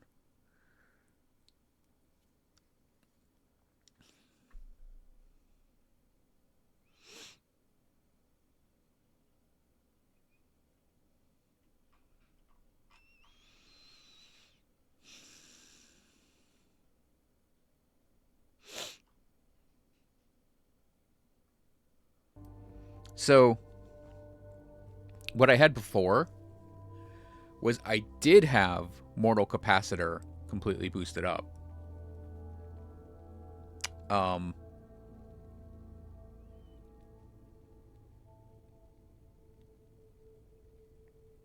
Oh, yeah, right, because we don't need this. Huh. I guess I just had this as a force of habit. Because we aren't directly casting it. So we don't need the double casting. So we just free up a crap ton of points. And we max out Mortal Capacitor. We can max out Storm Razor. And we can get Closed Circuit. And the reason we go for Closed Circuit, and I actually didn't have a point on Convergence. Which we might take that point out regardless. Because I'll grab these two, check a look what pops up, then start working north, I guess. Because we want it to spread out and hit as many things as possible for the spark charges.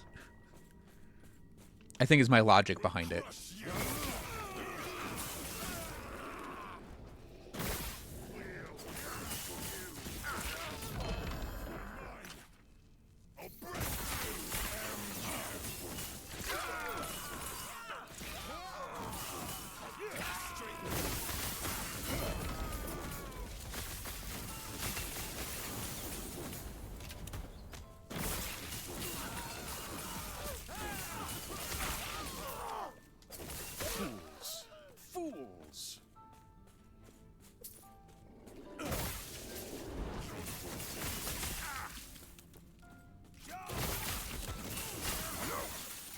And there is a reason, by the way, to run the closed circuit with the way we do this character.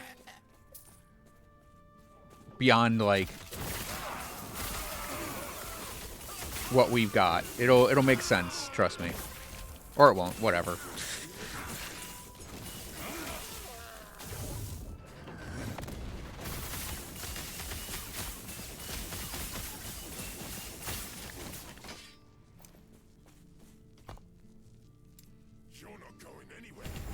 You're not going anywhere.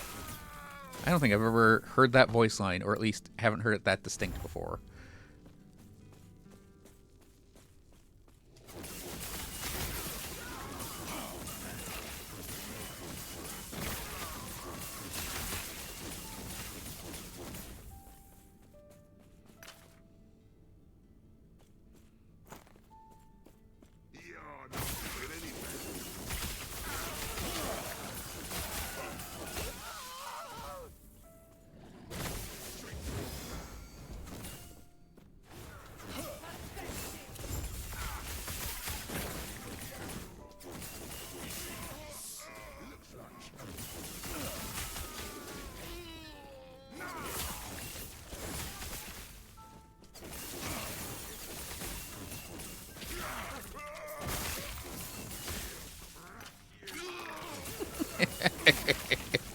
Oh, there they go.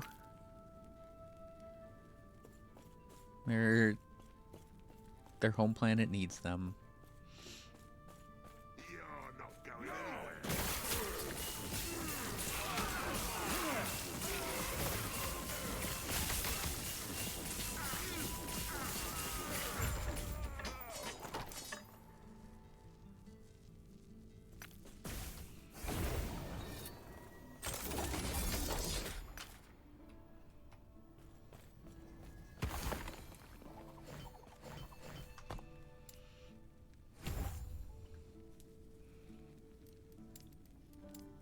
I'm just gonna remove that point for now. Yeah, we're gonna do 2 on arcing power, and then 1 on closed circuit, and then 1 on Stormrazor in that order. Provided I remember that, because yeah, we do want to have it link back to us, and hopefully we'll get all that together. And then we need to get just 2 more levels here. So a level, what is that, a third?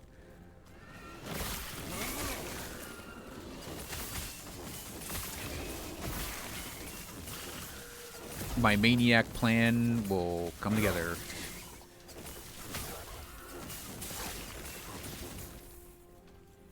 Or it won't, and I'll ruin a character.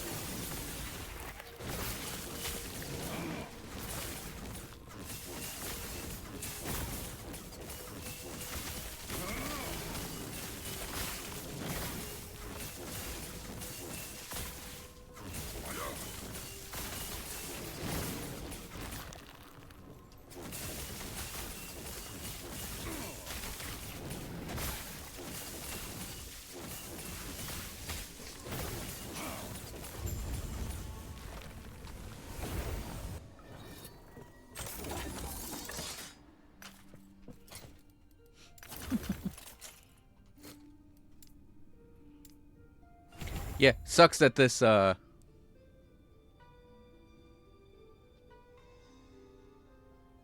this is a useless node actually for us, but it's a requirement to get to the next thing. Purple helmets. Yeah,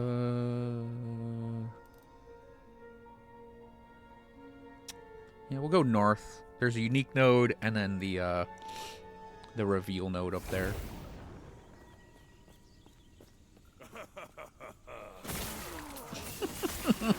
Imagine standing in a garden just laughing to yourself over a joke you heard earlier, and then a mage just goes flying through you bodily.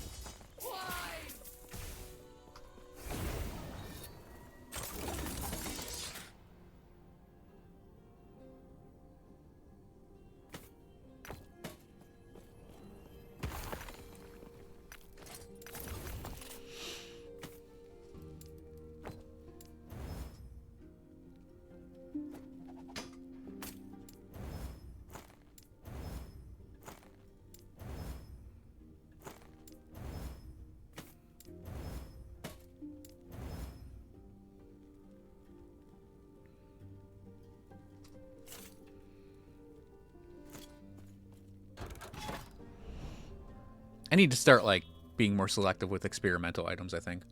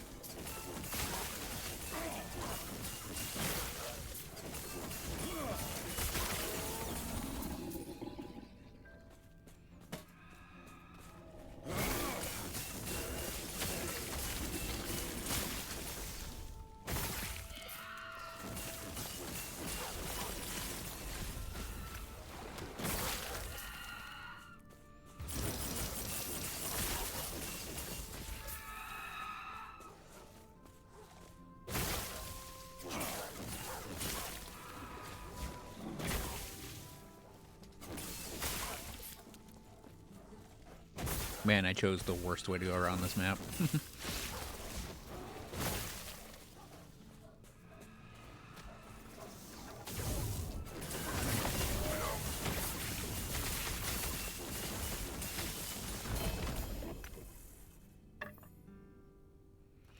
It's funny that that is actually my first legit ladle drop.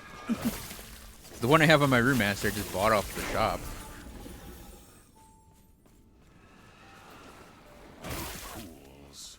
Fools.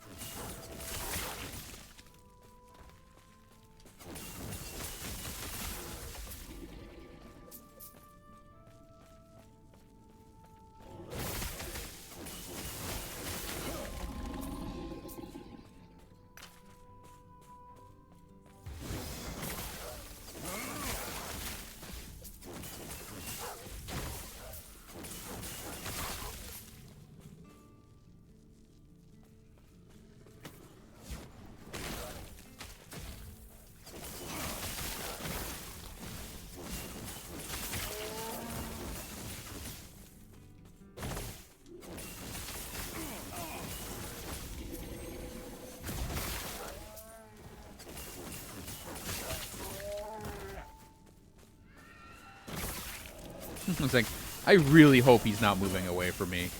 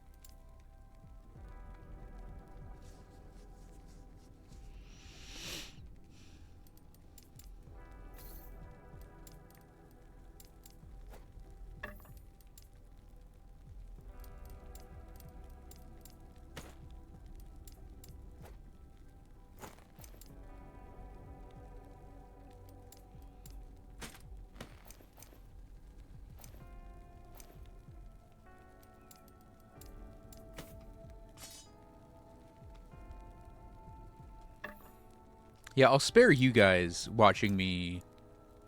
Oh, yeah, I want to put these on the shop, too. 'Cause they might be okay for a Falconer, but...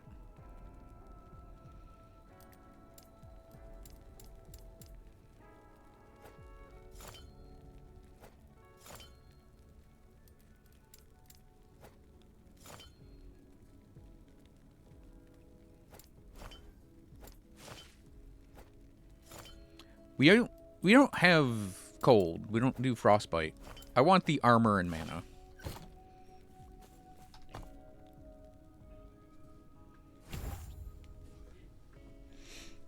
Yeah, next level, I guess I'm just going to tick a point in Circle of Elements for now. After that, we need to get 8 points on Outrun Outlast. And then...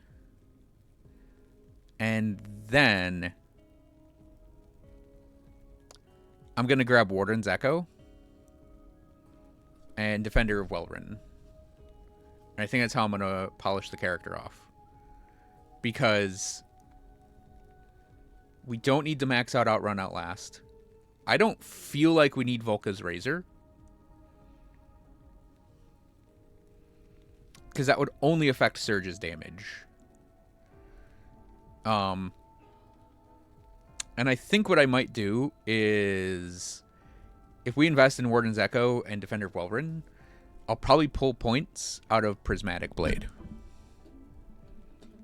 Also, by the way, I really dislike that this is damage for elemental melee attacks and not just melee damage like these are. Because that means that, as far as I can tell, that does not apply to things like Frostclaw's node here for Glamdring. Oh, right. What are we doing here? Our last point for Frostclaw. Where can it go? All right, let's do Retaliation. Retaliation Warden cast. And then, yep, we'll grab the Conduit, or Closed Circuit. We have 2 points left for this. I'm probably going to ding 1 Storm Razor, 1 Chain Lightning.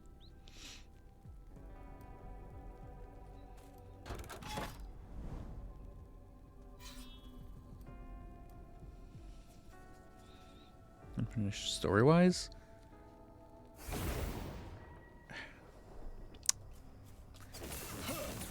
I mean, kinda.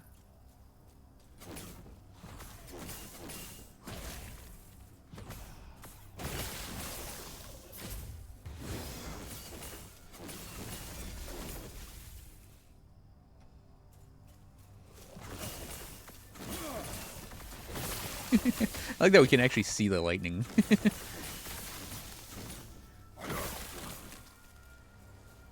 Whoop. That's called the edge of the stage that I just ran for.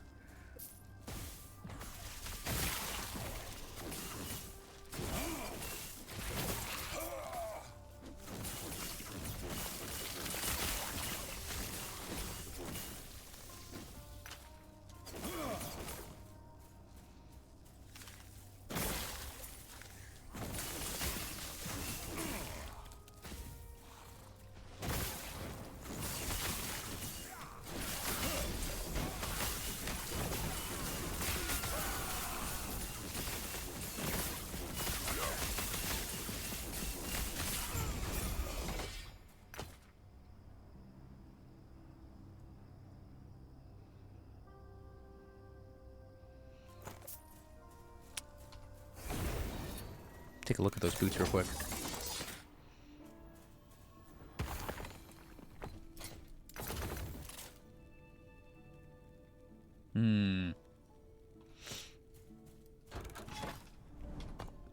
Those might be a shop boot.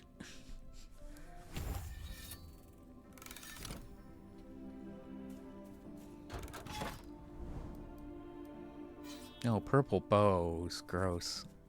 Yeah, I think we're going to do this, make our way over to the purple helmet node I saw earlier. And then that'll be...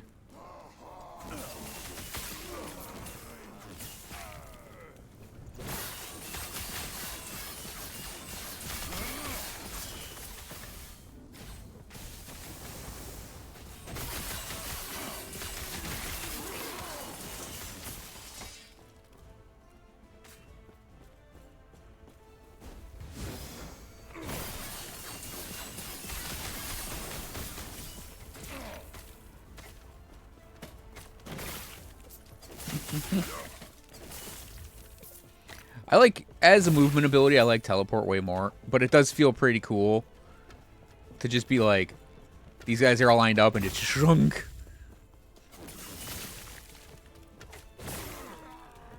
Just lining up surges to just rip through a line of enemies just feels cool. I like the pose now for it, because you got this like forward dash attack instead of the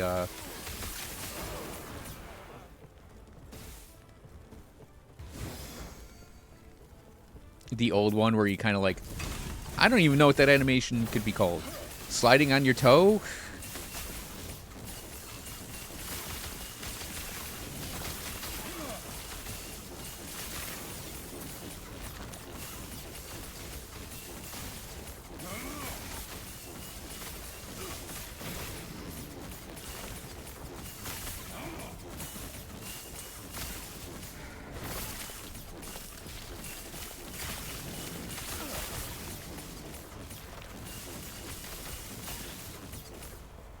Because the exiled mages still do the old surge animation.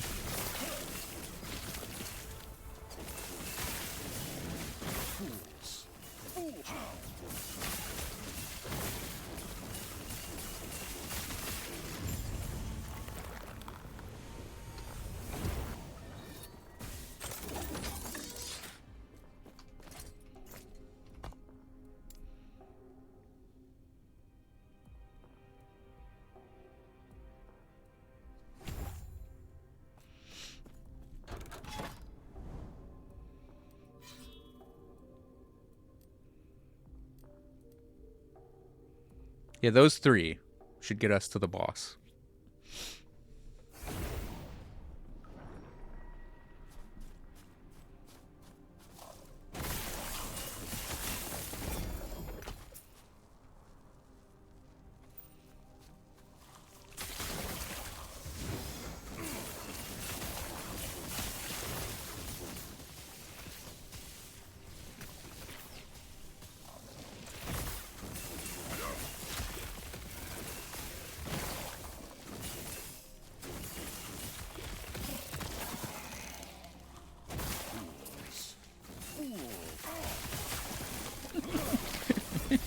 The mage has been borderline stoic this entire time. Sees bugs and kills them and is like, fools. Fools.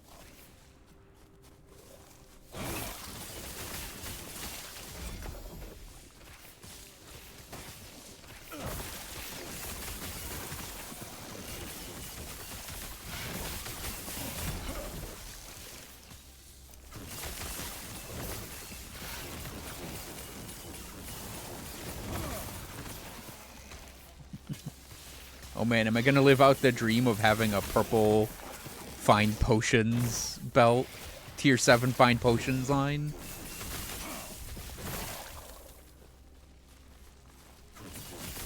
Actually, Lars, there is a fun thing that maybe your rogue could do.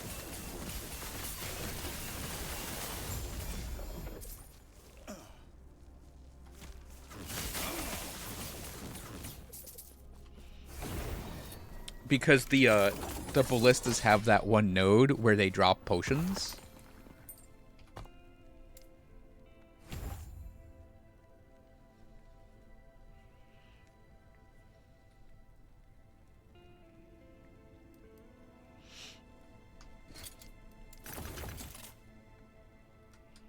No, nope, tier 6. It's a higher end tier 6 though.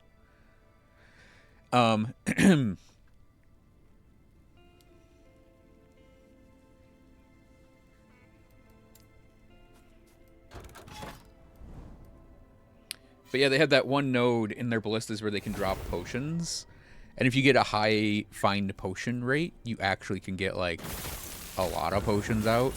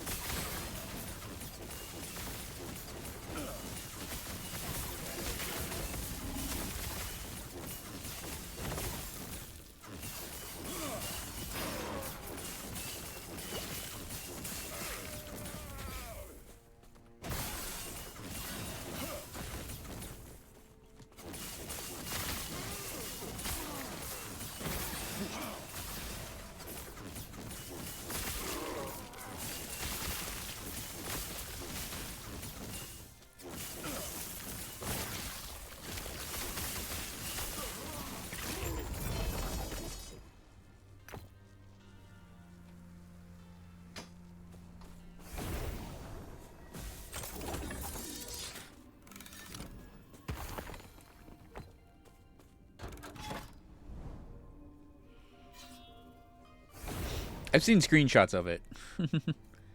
When your ballistas drop tons and tons and tons of potions, and it kind of like fills the screen with potions.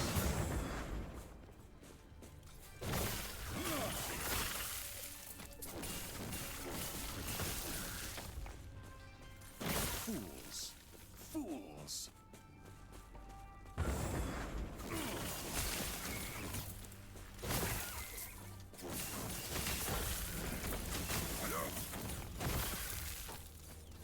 We're almost there.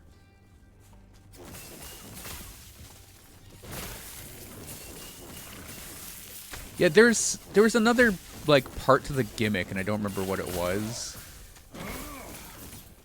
It might have been something like Acid Flask has something potion related, like you drink a potion and it buffs it in some way. And I think the idea is you make a character that's just like constantly like having potions dropped, and then you constantly drink the potions.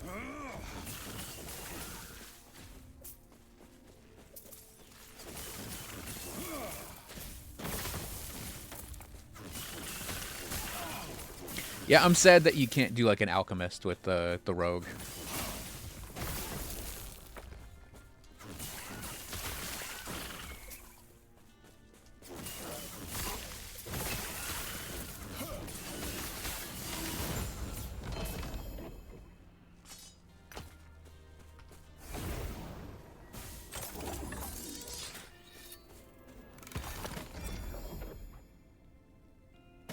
Cool. Mediocre. Cool.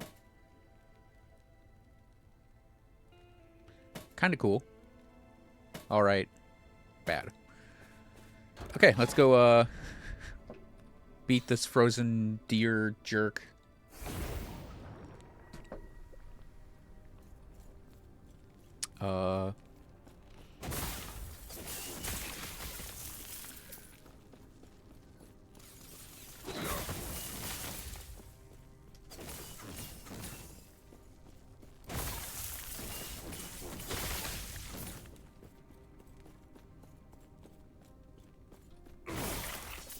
Wait a minute, man. Can we surge through shit now? Can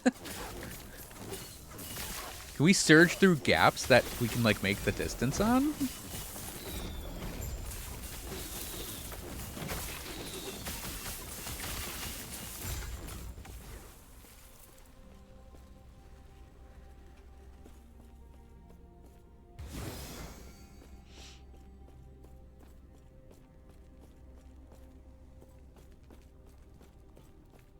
Can we go like, oh, yeah, because, hang on, we went,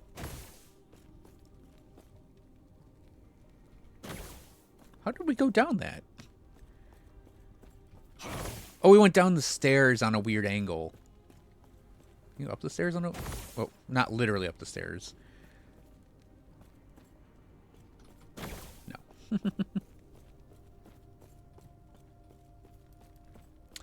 I'm fairly certain teleport can make that little hop down the stairs.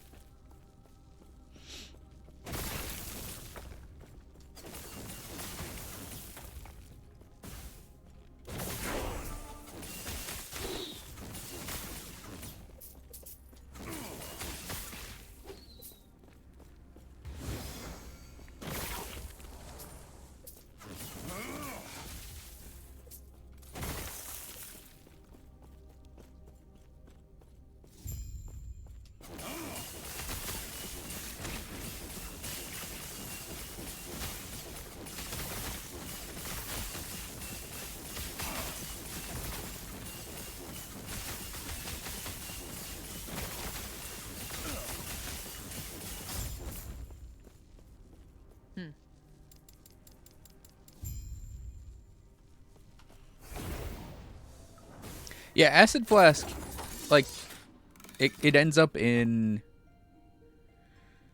and this is sad, it ends up more in builds related to, like,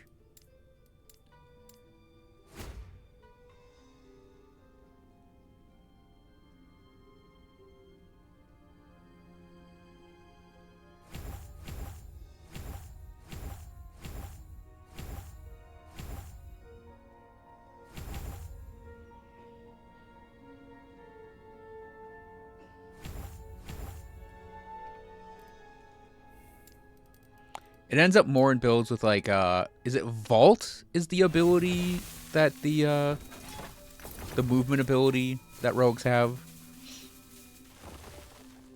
Where you set things up where you're, like, you Acid Flask when you leave in the middle and you arrive, right?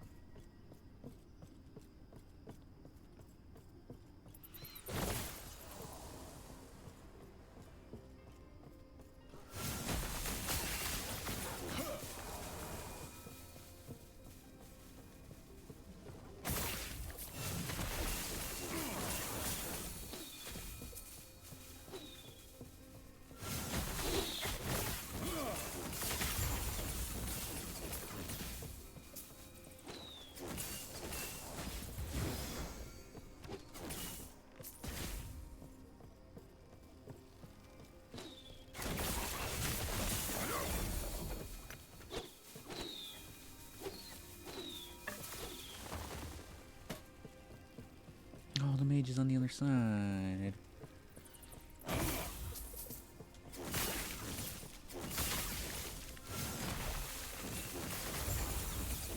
Oh, that dude just like blew up.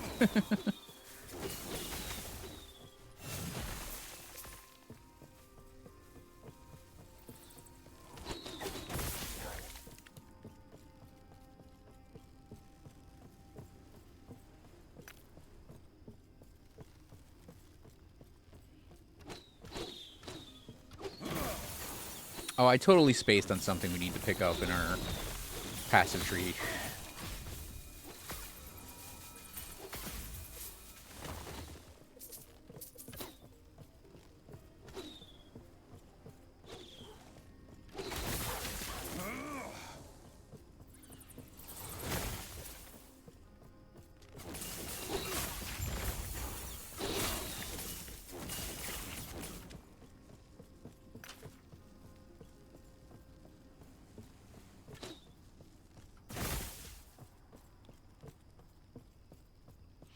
I don't want to take the time to go get that crit shrine.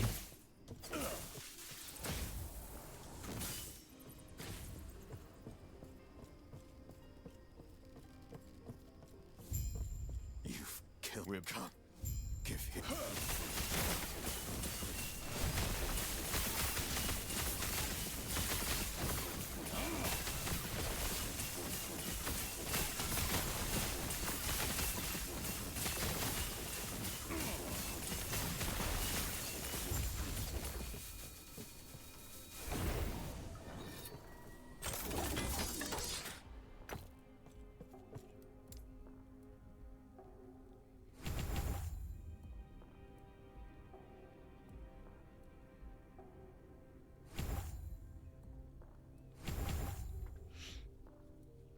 Oh yeah, so our frost wall setup we're going for is the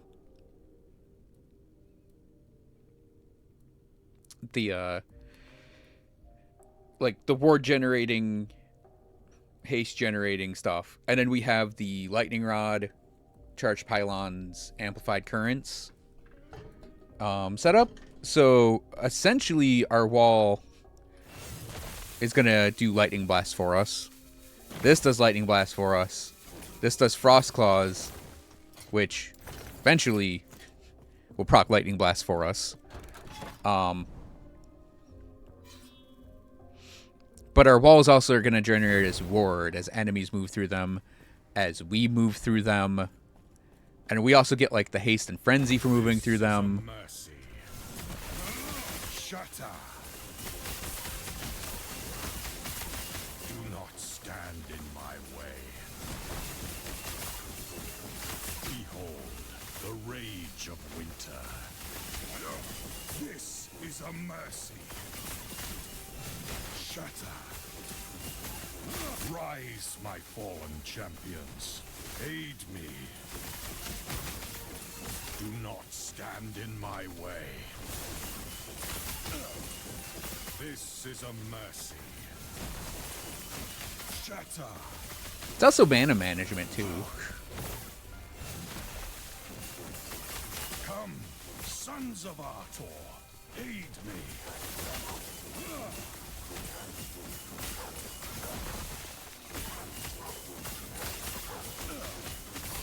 But this is also why we do the lightning blast chain to us. This is a mercy. Shatter. Do not stand in my way.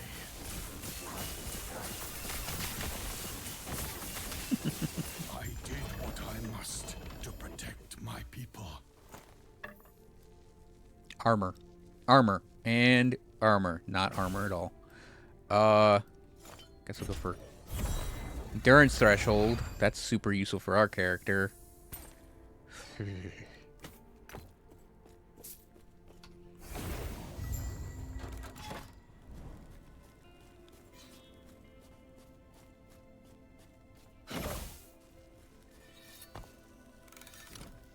One more monolith.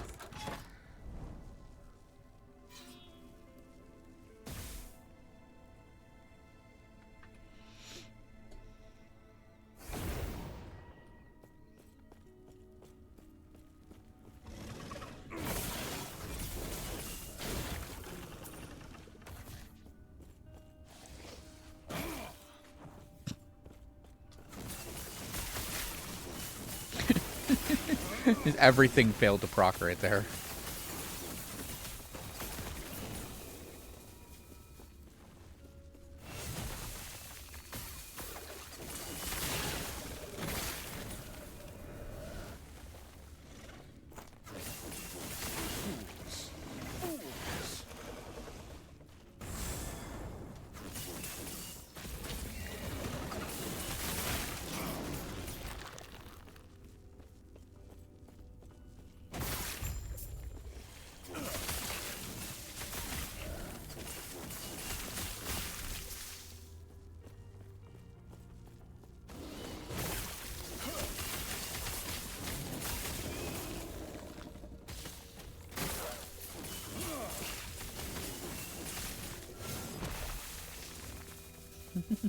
Oh, we touched the wall. Okay, that counts.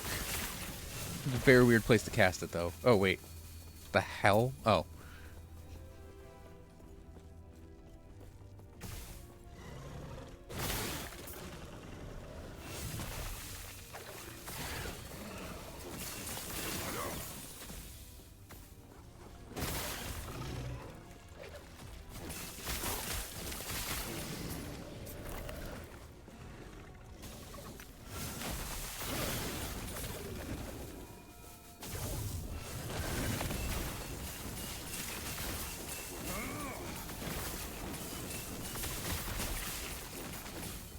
I am not a man of many pockets.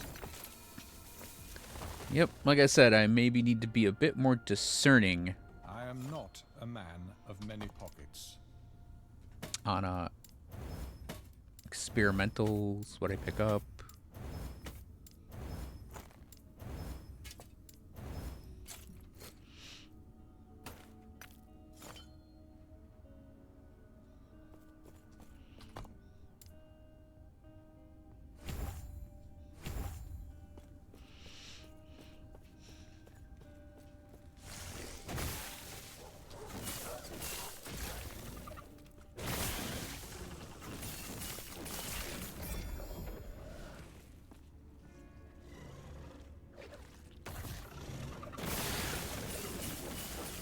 Actually, I think I want to grab that helmet.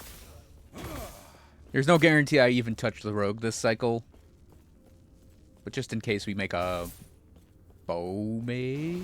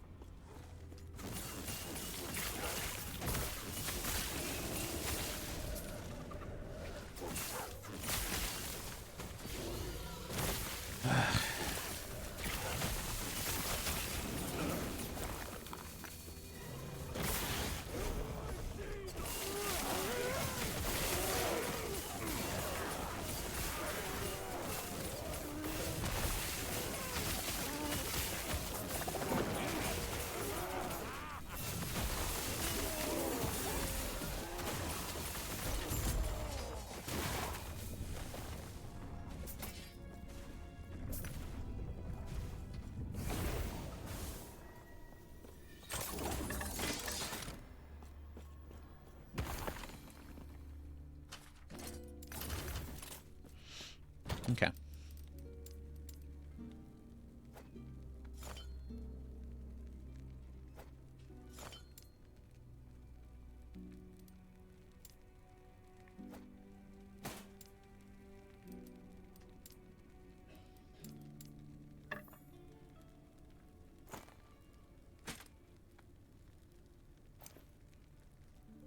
Oh, it's a two-hander. That's sad. I was like, I saw that and I was like, oh, cool. Attack speed on...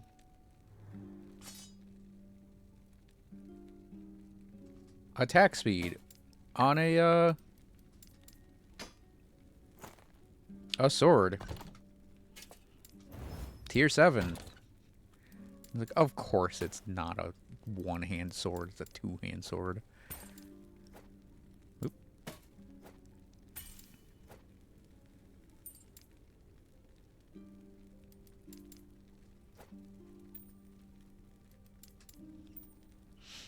Okay.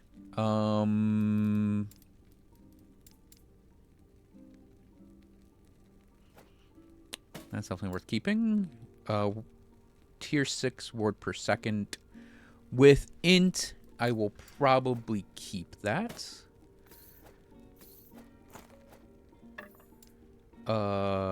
Tier 6 health. I will probably keep that. I'm going to break that one down.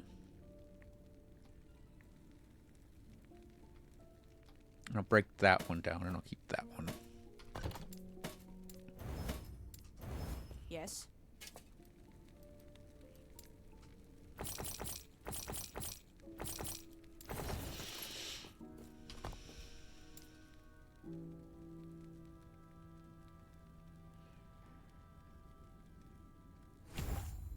I'll risk the mana cost increase. We can always pull that point out because we...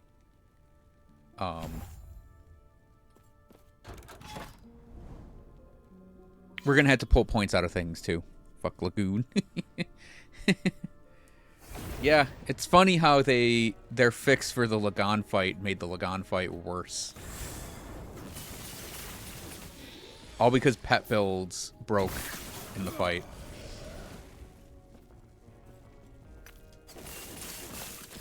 Fools. Fools.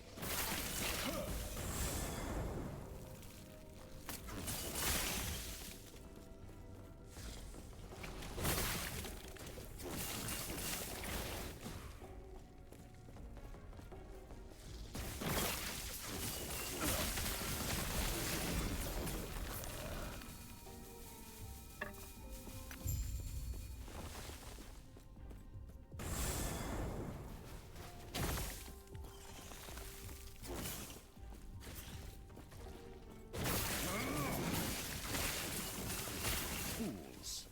Fools.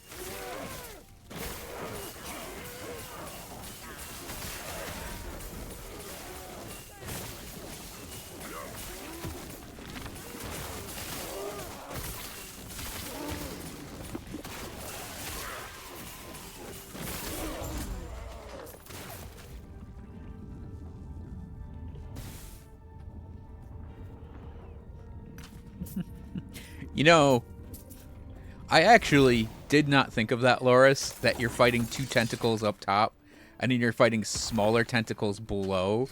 It's literally all tentacles, yet the lower tentacles aren't damaging him. Like...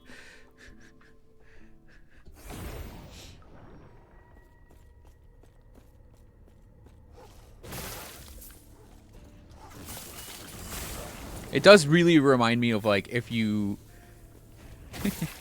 if you did a bad version, and I know it's crazy that you could do a bad version of it. It's like if you did a bad version of the Belial fight from Diablo 3.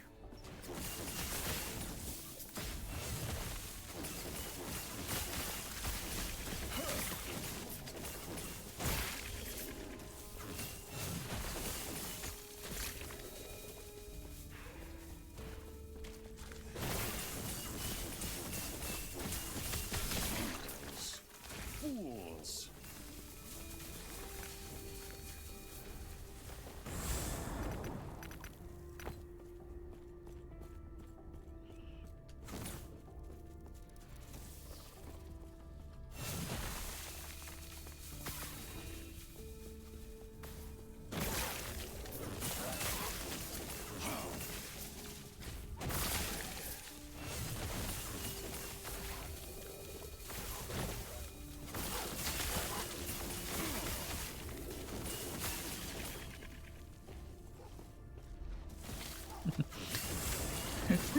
It's a spoon!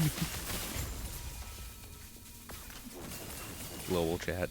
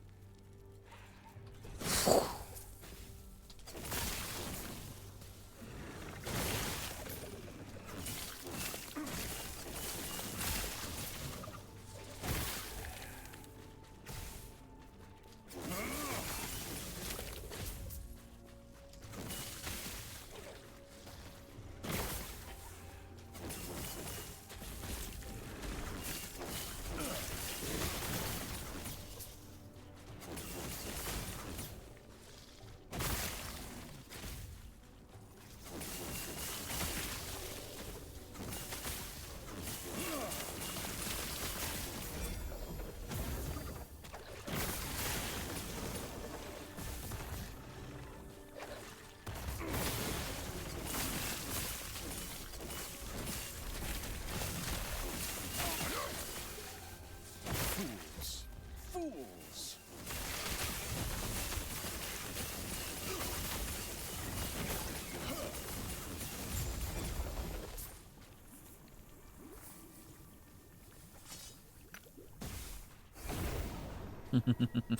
He's gonna start piling up purple crystal swords.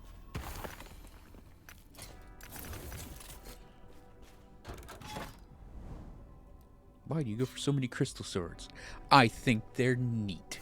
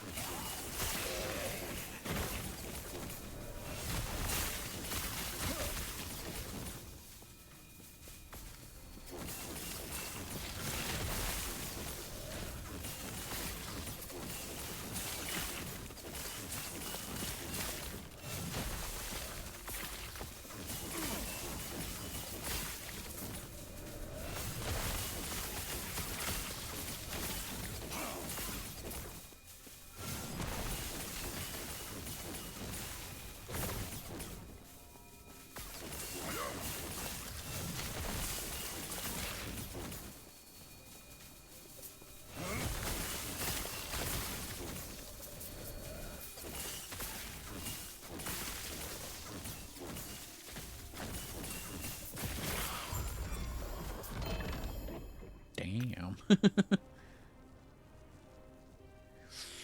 We'll hold on to it at least.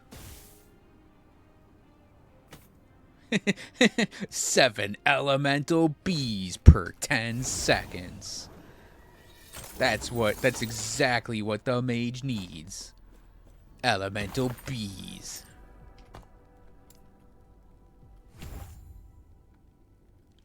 Yeah, and then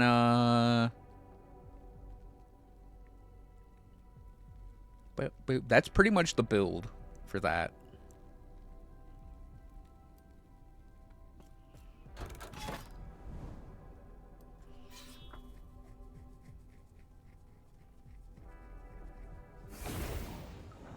Because we're going to have to move one, like I said. Yeah, when we get to 78, we're very close to. And we trade out our relic, we're going to have to redo some points in all of our abilities. But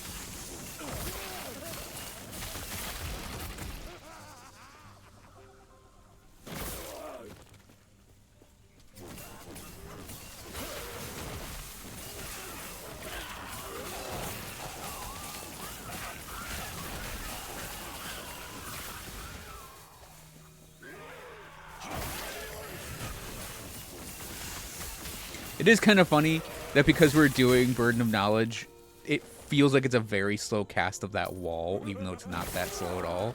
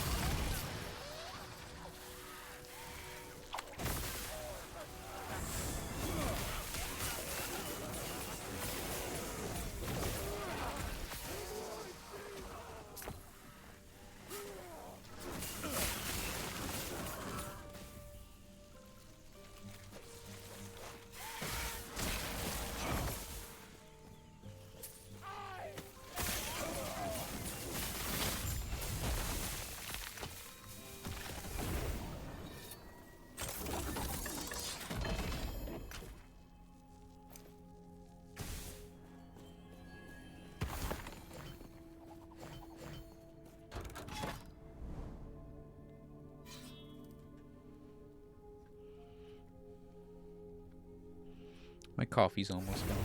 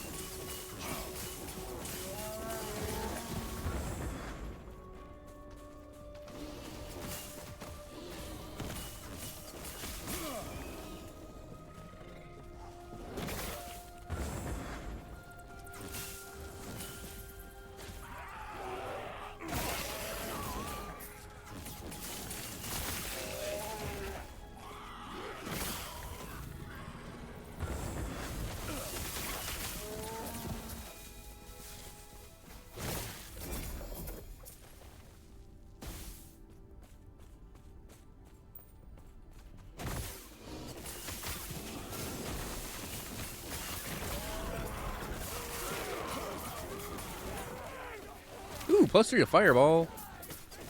It's a start to a Sorcerer, maybe? I don't know.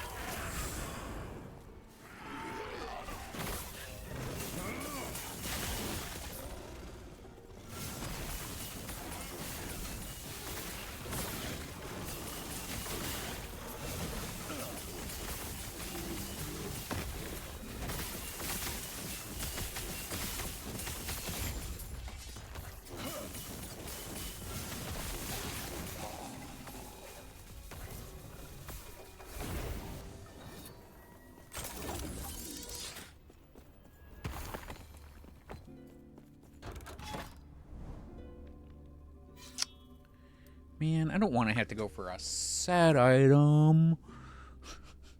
It just feels like a waste.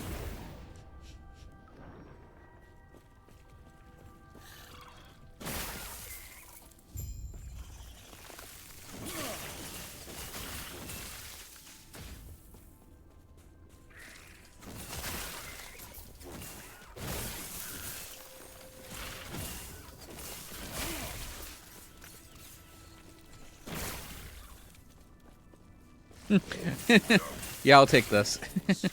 I was gonna complain on that really, like, yeah, I think I even sighed over it. The really long one that was just taking forever to get through to get to the gate. Yeah, I'll take this.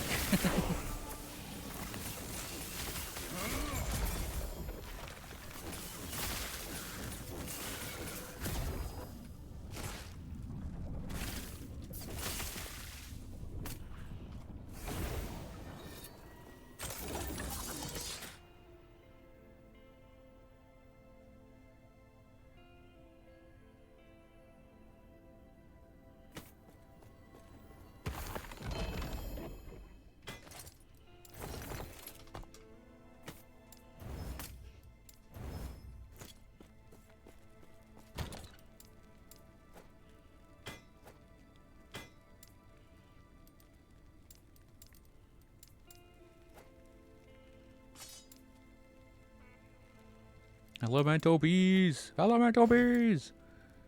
Maybe the weirdest thing that you could pick up as a mage is elemental bees. Sell his 2 hats off. Yeah, too soon. Congratulations, Loris.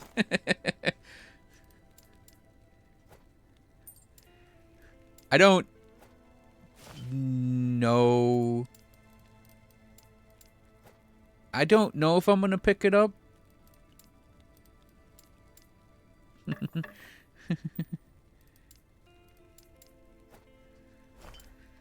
Yes. Oh, let's get the stack of these out of there.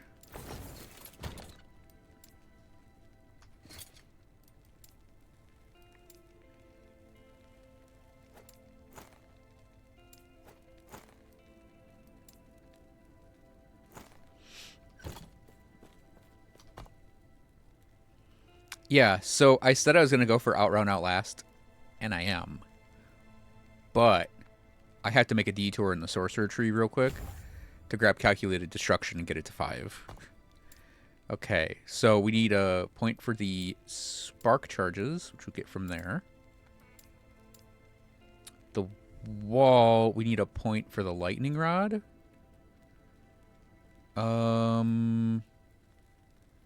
We're halfway to a level, so we'll just let that be that point. Surge, got that. We need a point for that. You know, I can't really pull points out of anywhere for that ability. For Frostclaw, we're going to remove a point from that, from Shiver Shell, to put in Rending Cascade, because I would prefer to have the base crit chance. And here, yeah, we'll remove a point from that, because I know we need to put a point back on Mortal Capacitor. So yeah, we have our points. Grabbing up the Stormcarved Testament, because it adds spell lightning damage for us, for our totems, lightning penetration for us and our totems.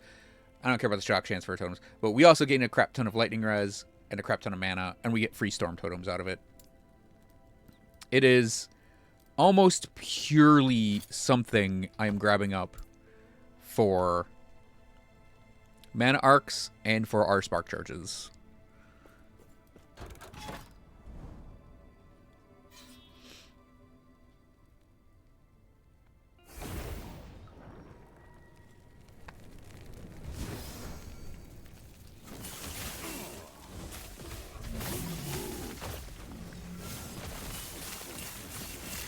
Well, I guess our profuse number of lightning blast procs also kind of get buffed by that, so there's that too.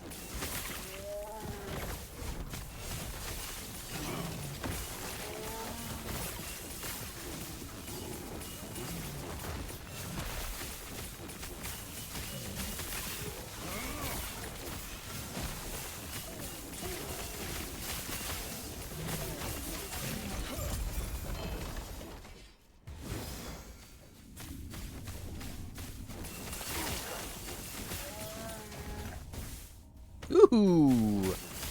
You gotta love it. You love to see it. Gotta love it. Random Exsanguinous, thank you very much.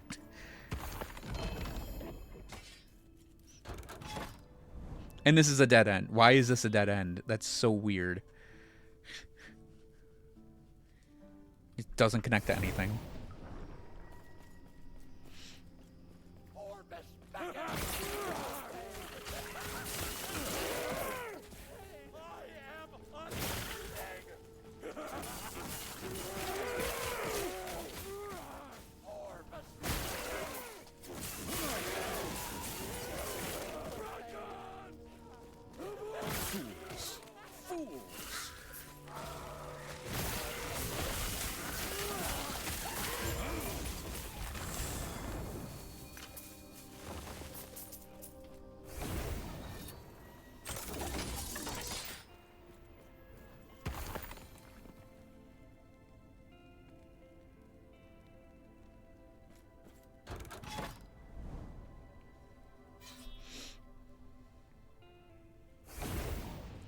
What vocation are you looking forward to, Loris, for DD2?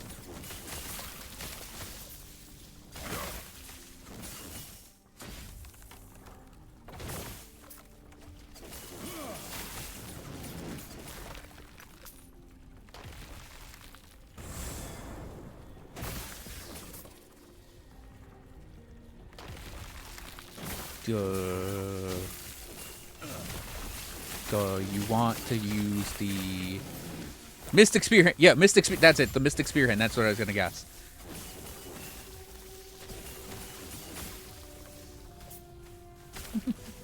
The one where the devs played Elden Ring for a bit, and we're like, you know what we can do? Spellcaster with the Twin Blade.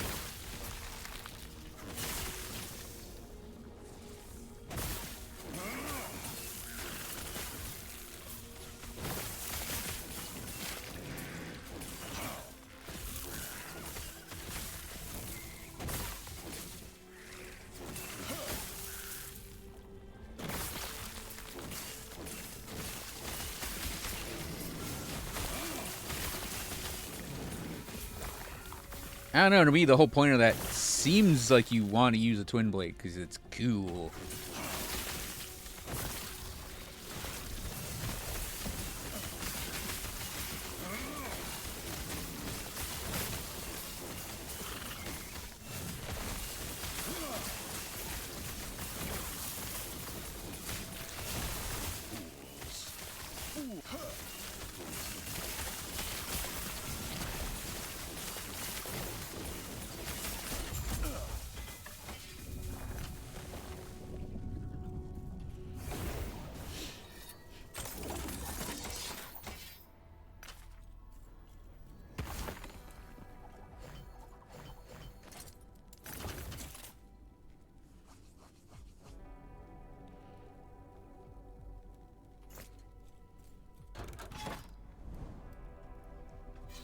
Experience books.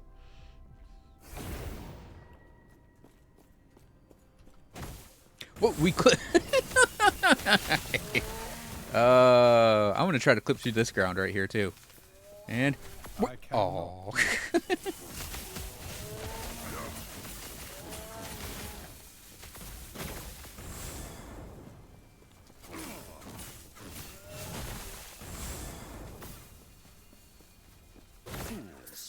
Fools.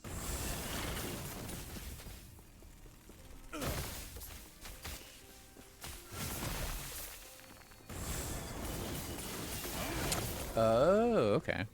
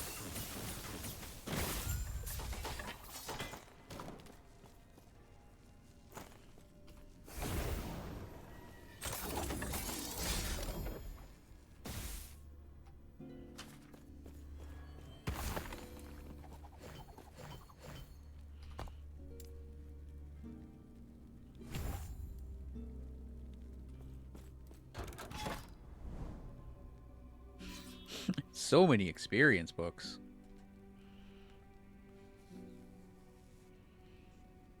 And we won't get to them.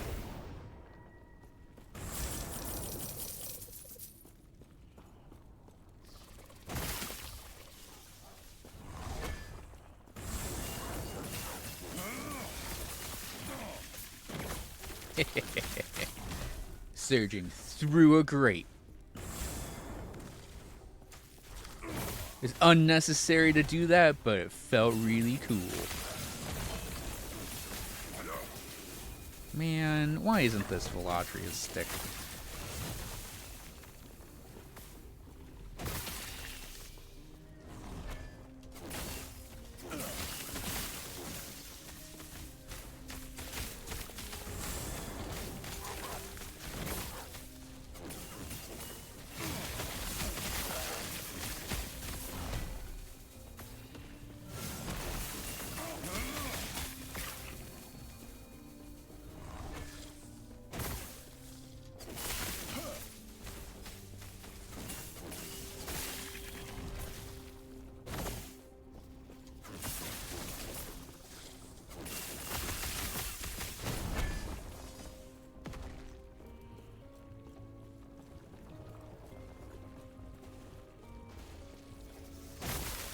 That is, by the way, the vocation I would be using the most. If they had a Mage Knight, because I know they used to have one, or at least used to, like the game doesn't exist anymore.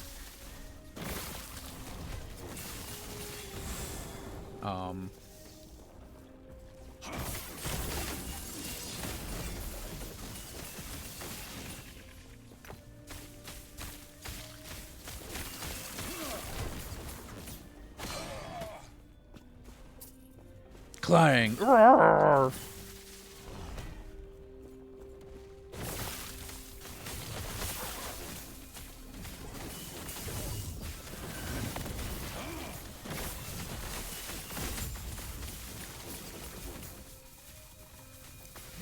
That mage blew up. He did not last long.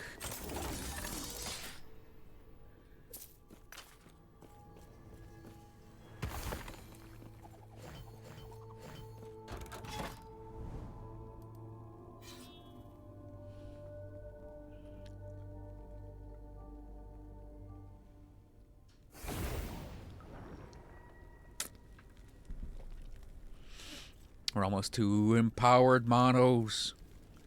We're almost there. Hoya!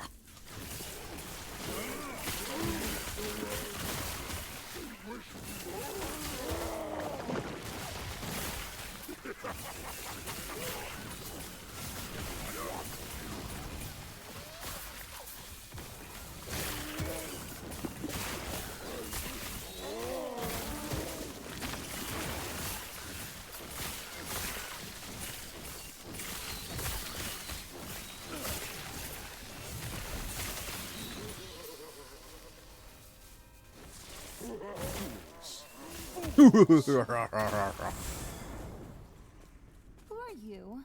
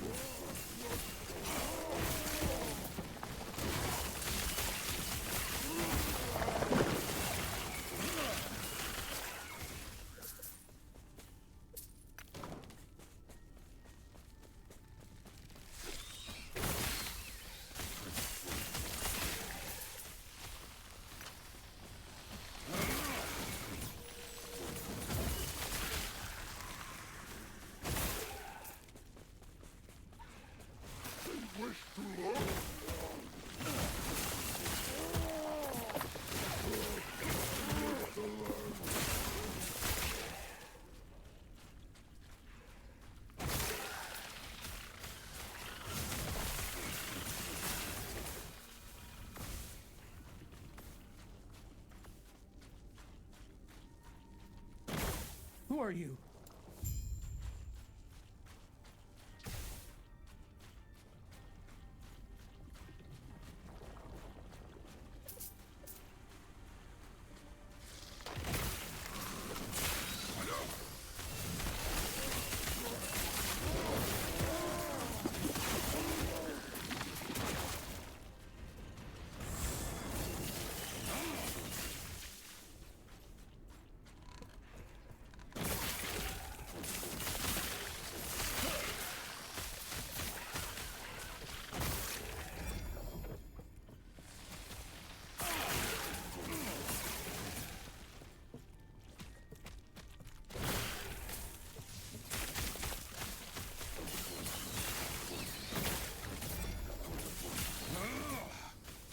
Ooh, Mana Forge and a Crystal one. I'll take it.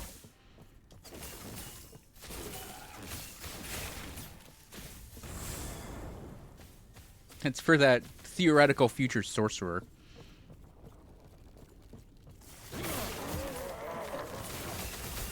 Yeah, see, that equipment loadout sounds exactly like the type of Mage Knight I'd want to have.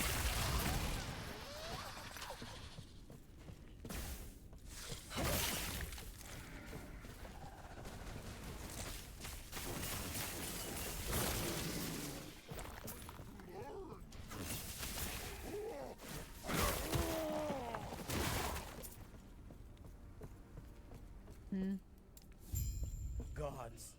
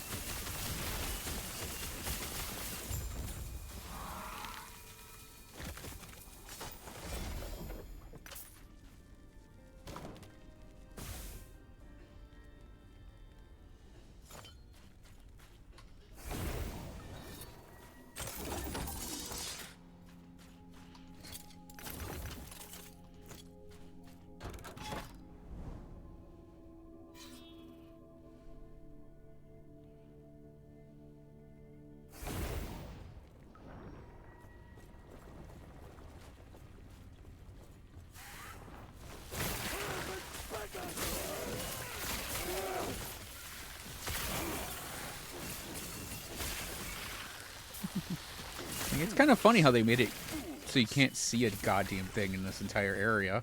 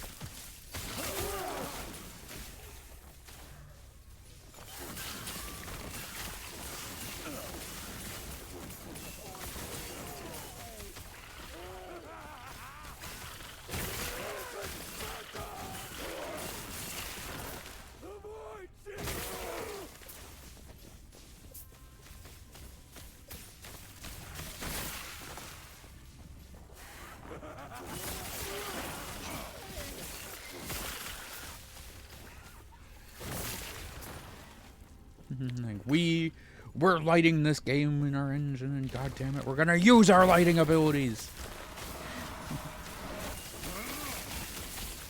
Like, we created a system for lighting this game that can do all sorts of dynamic lighting, and damn it, we're gonna use it to make it dark as fuck.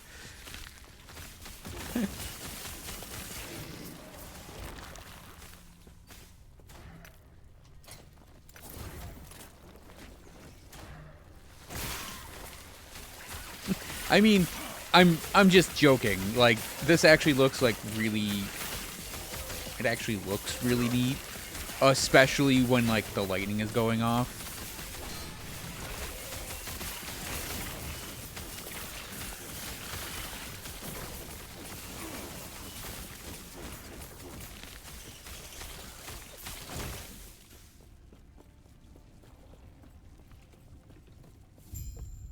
You there, help me.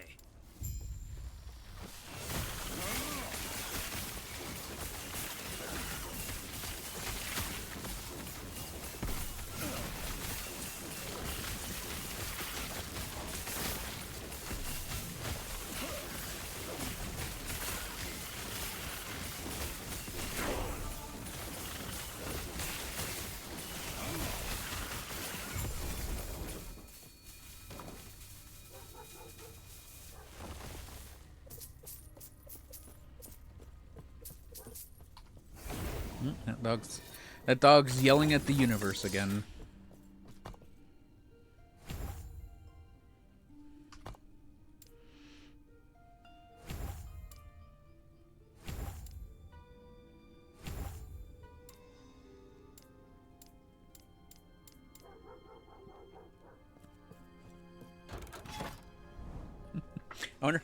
I do wonder if it's audible right now.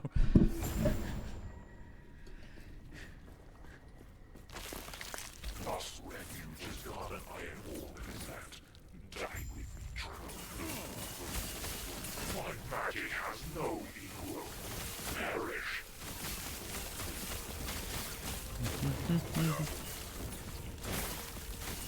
Oh, that does actually hurt. Damn it.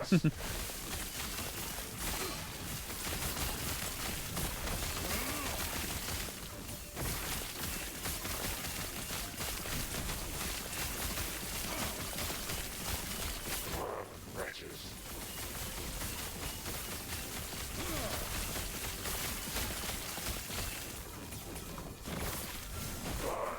Wretches. My magic has no equal. Perish.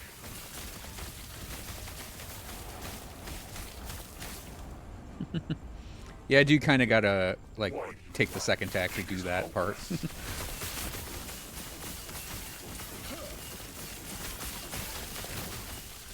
It's a shame the Rune Master's variant on that ability isn't that strong. Wretches. The void consumes all. Is this nightmare finally over?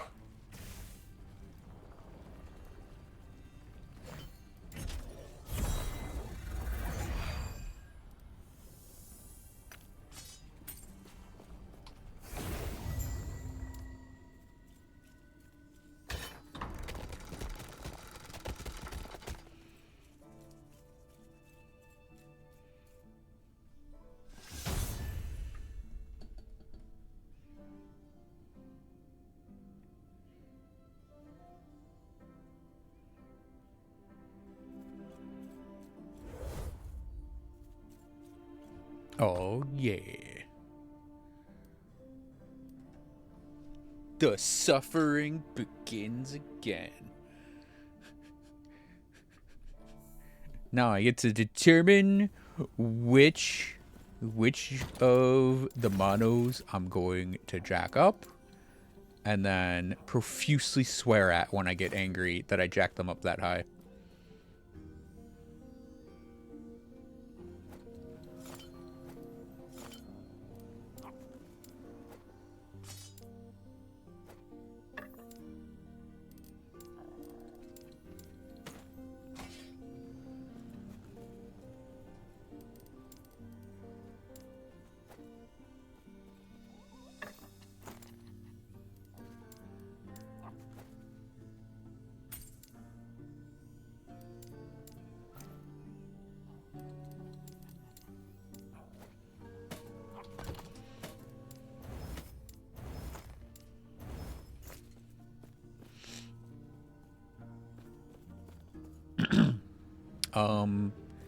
What was our next equip? It's 82? 82. And then 84. I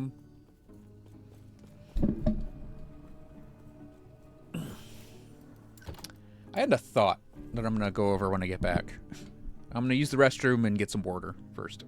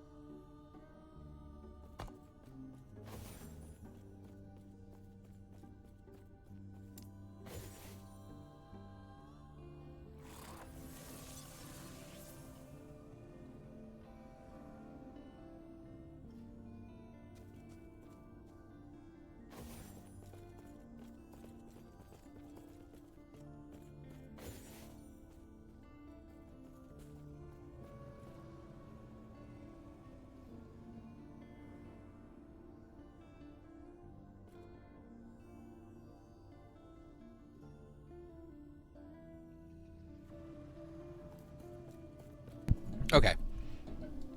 Figure I'd spare you guys from my cookie crunching there.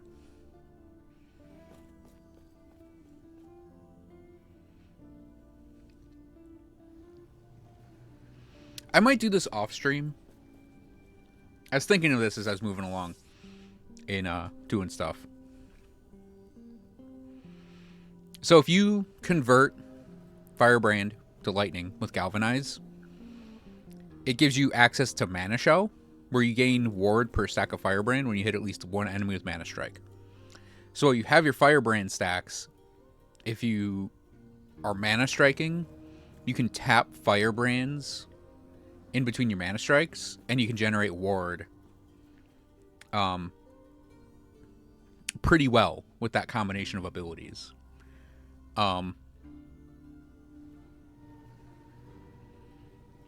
was kind of thinking that there might be a build for Firebrand that could finally utilize this triple strike thing that I've been eyeing for a very long time, where you sort of get this fork of Firebrands. Oh, excuse me. I'm not going to do it right now. Because we've been working for Frostwall. For a bit. And I...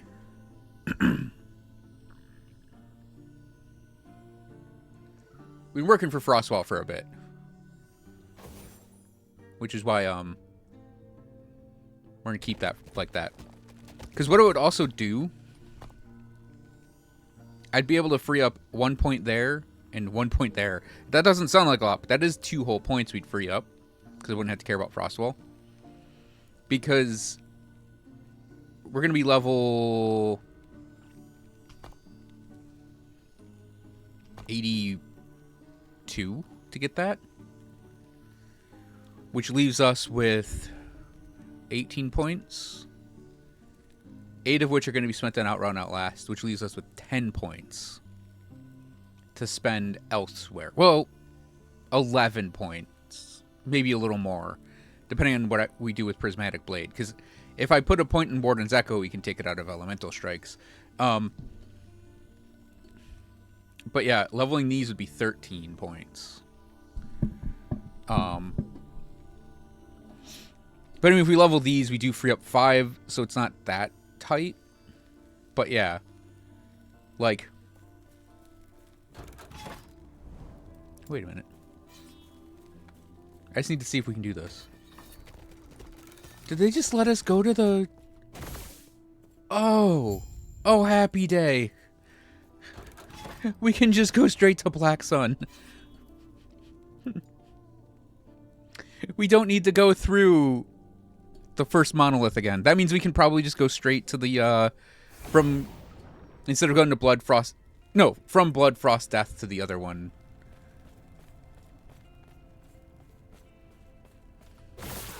All right, let's see how we do it in Powards. Fools. Fools. I mean, I think we'll be fine. It's just... But yeah, I'm kind of wondering if I can run Firebrand and Mana Strike together.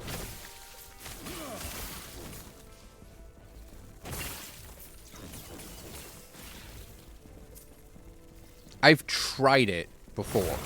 There was a setup you could do for... Effectively, it was lightning...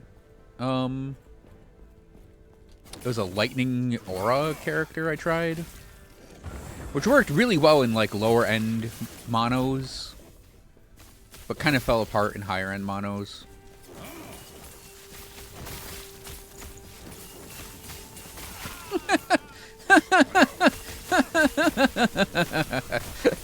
Nerd. He came in Ooh. He came in as I was surging and ate all of the lightning blasts on his way down. I enjoyed that quite a bit, actually. Suddenly, an enemy shows up with all of his health gone because he dove into a lightning bolt.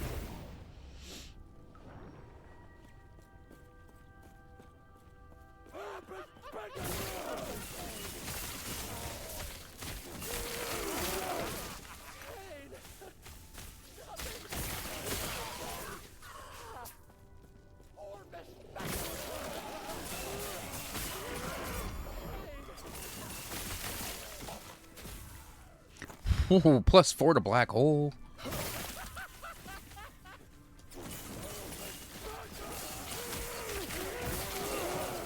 I don't know where I could use that, but, you know, there it is.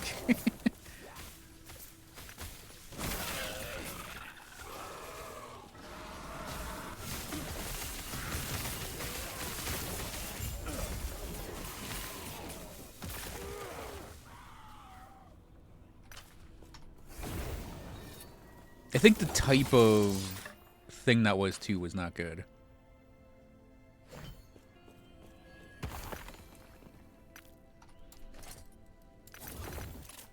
Oh, ward on kill.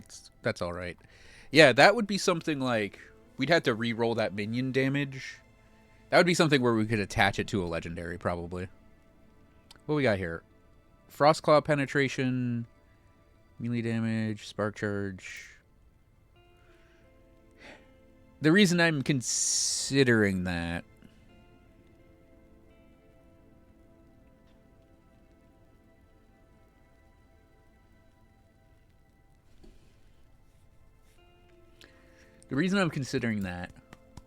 is area. Like, Frostclaw isn't an area ability right now. I don't think Lightning Blast is either. But no, we have 3 area abilities that could enhance. Bigger walls, gianter surges, larger mana strikes.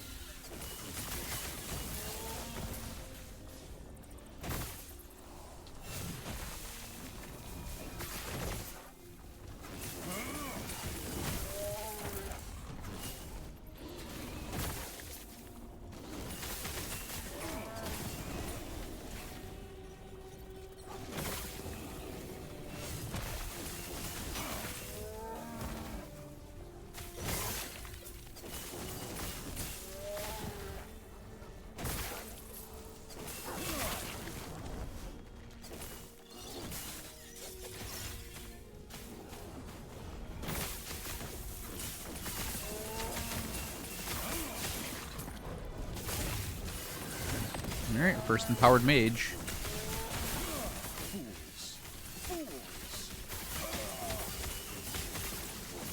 Nice. You can see there he did a surge actually in there with the old animation.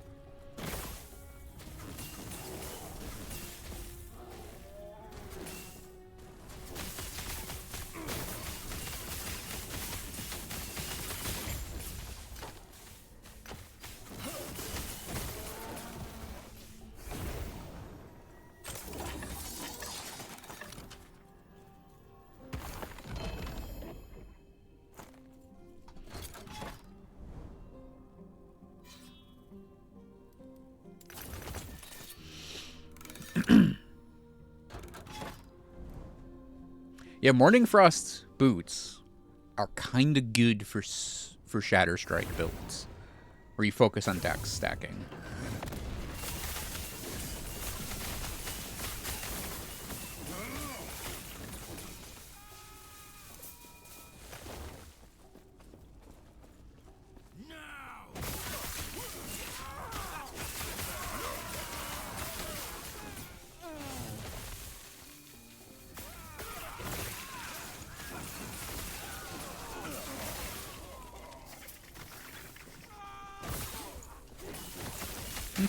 Ah,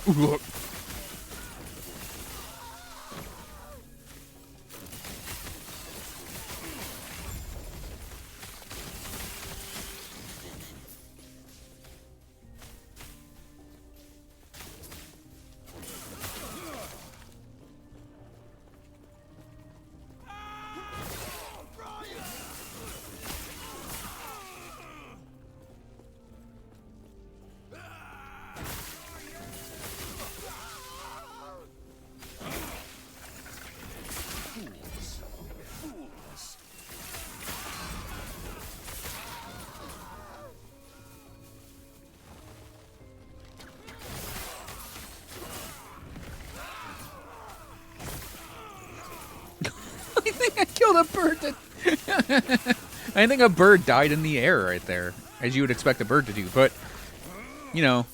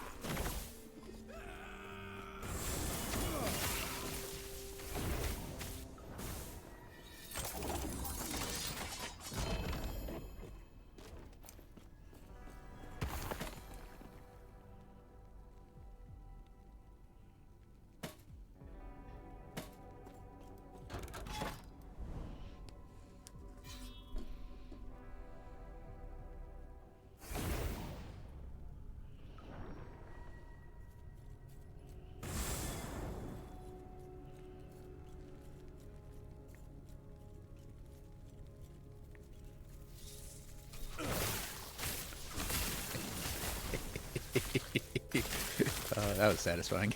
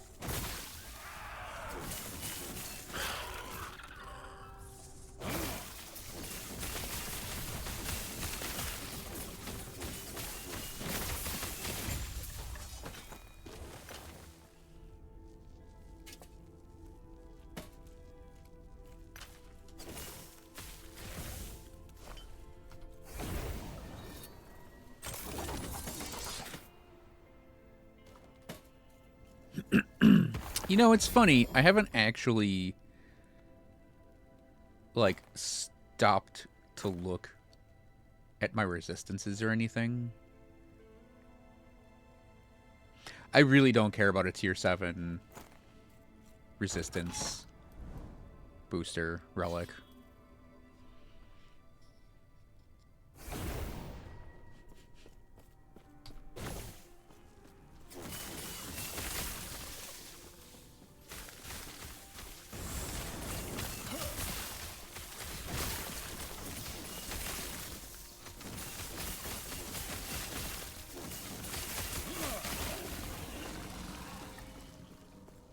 I just realized I could maybe do the Bone Clamor Barboot as a helmet.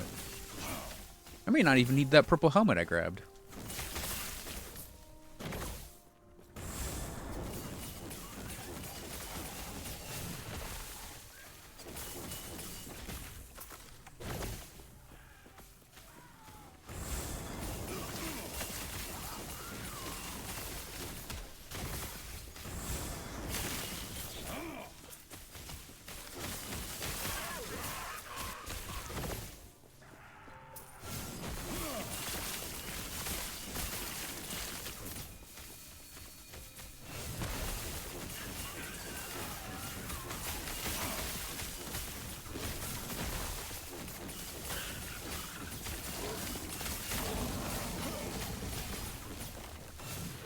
I got to look at my necrotic resistance.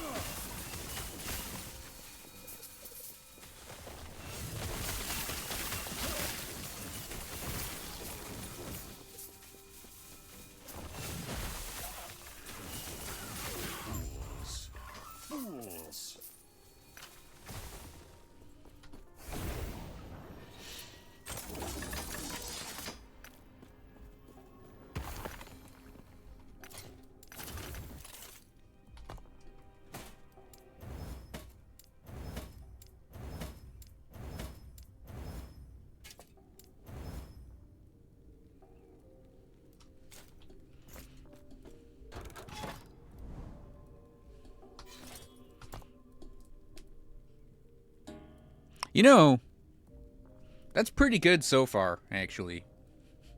For not really paying attention to what I'm doing. Oh, and actually, we could probably solve some of those real quick.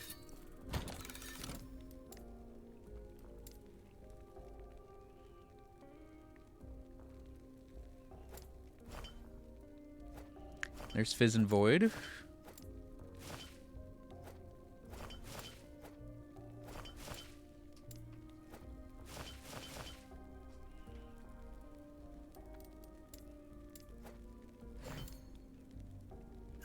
Yes. I'm actually going to flip that belt because I know I don't need it.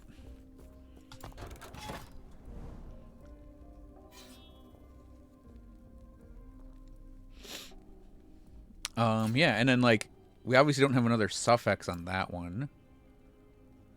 I have a Bone Climber. Let me see real quick.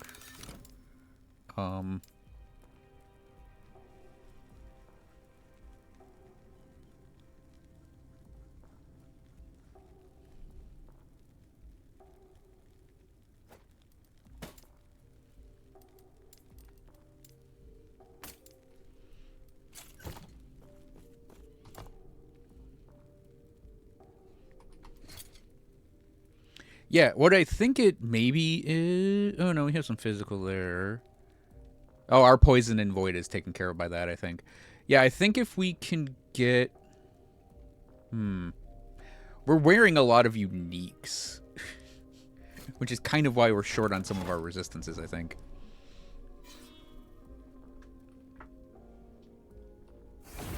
I'll figure it out.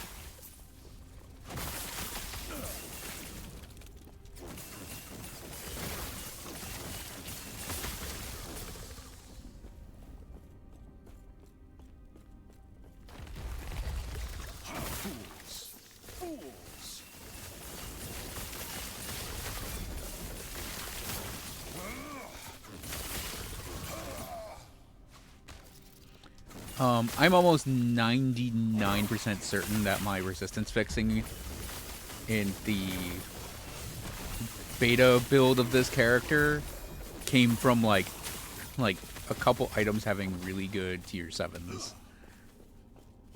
Very specifically, I think my Weaver gloves ended up with like a tier 7.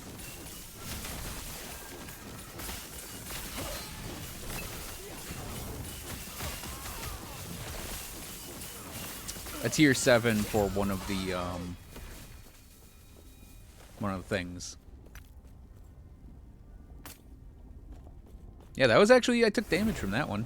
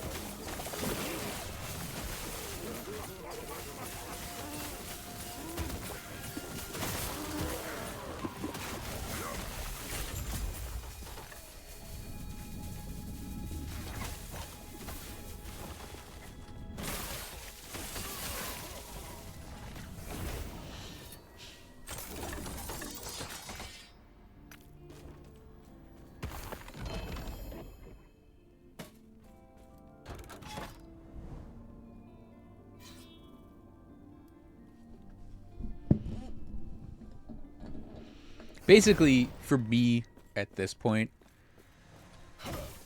I'm not too worried about resistances. I'll worry about them much more as we push corruption higher.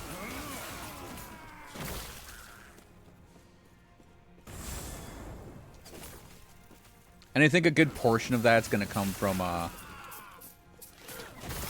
getting LP on things. Like, actually, the perfect example, this helmet, if we can get LP on it and maybe get some resistance fixing and even more int on it, that would be amazing.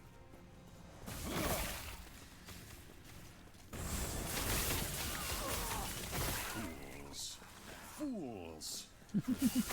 Those foolish spiders.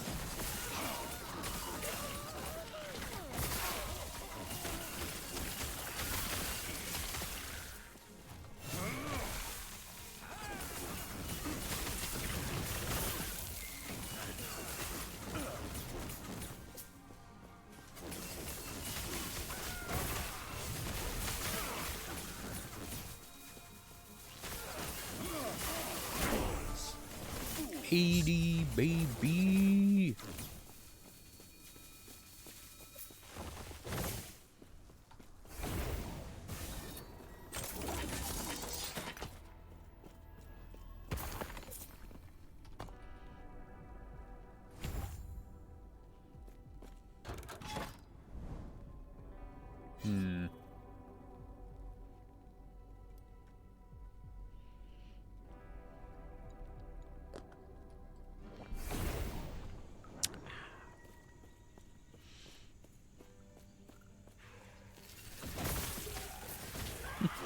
Wait, who's telling me to accept nothingness?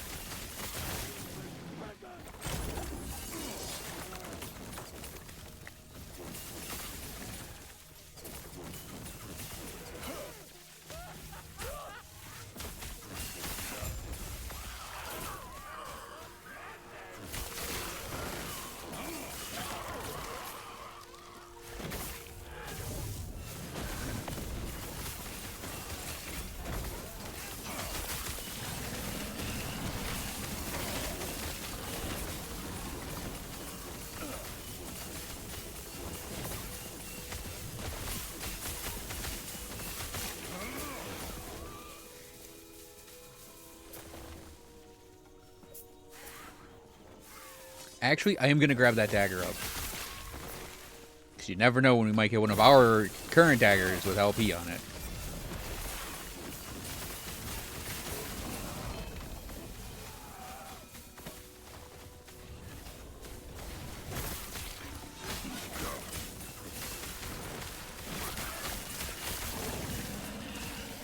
I'm saying that like I can't just buy one. Eventually. Man, you never know when they're going to be able to get one of those daggers to drop. Goes to a store and buys it.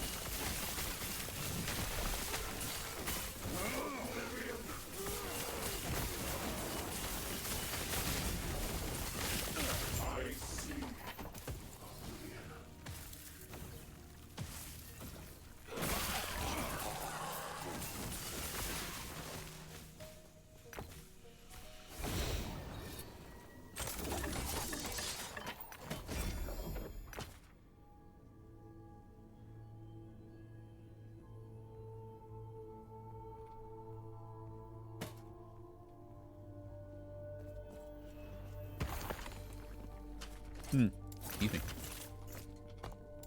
Tier 7 armor is kind of worth it. Whoa, no, no, no, no.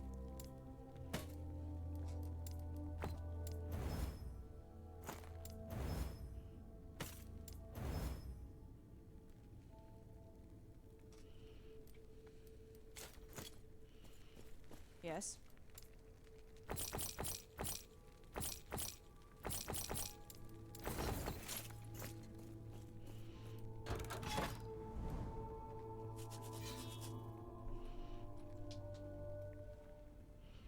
I forgot we haven't even done a dungeon yet. Any of the dungeons yet.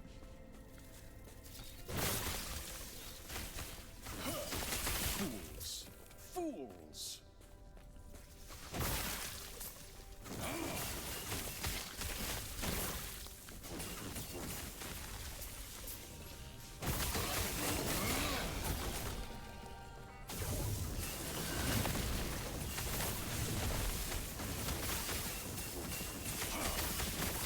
Yep, level 80, and we're in powers.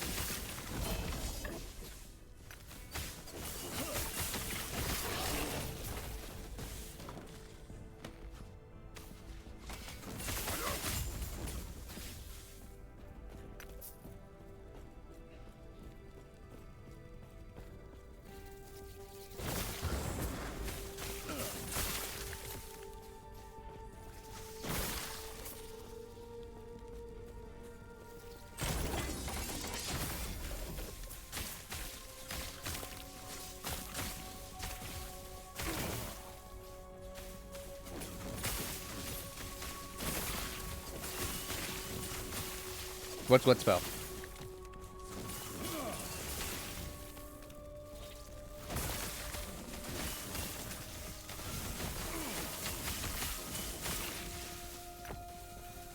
This? That's Frostwall converted to lightning. Oh, it's Surge. It's a movement ability. That's it. We sort of do this, like, power dive into things.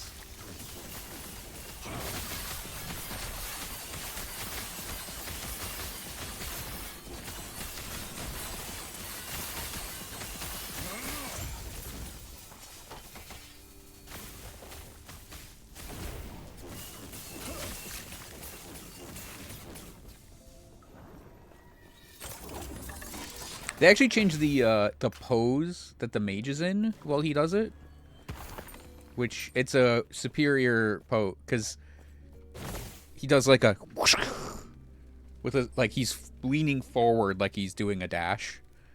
I like it a lot more than what it was before, where he kind of like T-posed at the enemy and went like toes first.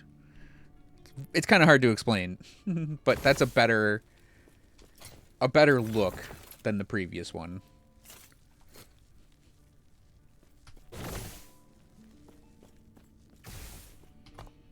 But yeah, what it does is we have spark charges when we hit, lightning blasts during, and it generates us a chunk of ward if we hit at least one enemy.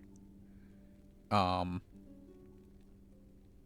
and we went for invulnerability while surging, so it's kind of emulating teleport a little bit. Yeah, and then I have Frostwall in there, because Frostwall with Lightning Rod up here, the pillars of it, the pylons of it, will cast Lightning Blast, and they'll do it for the duration. Additionally, we get Haste and Frenzy when we pass through. We get Ward when we pass through, and Mana when we pass through. We cleanse negative statuses when we pass through, and when enemies go through, they also generate us ward. So we got that. I'm actually considering taking that out of the build, though. I had an idea that I went over a little earlier to do Firebrand with it. So it's fun. So we have like a...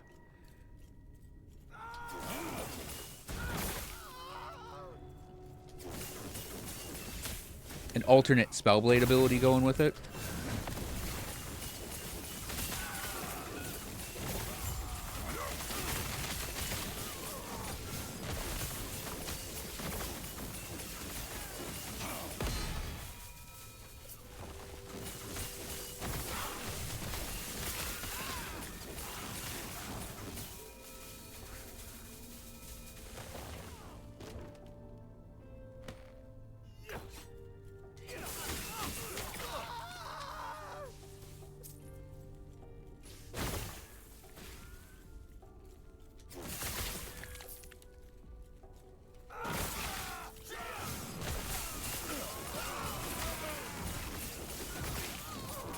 Bagan fight with my guy? Oh, it's really easy.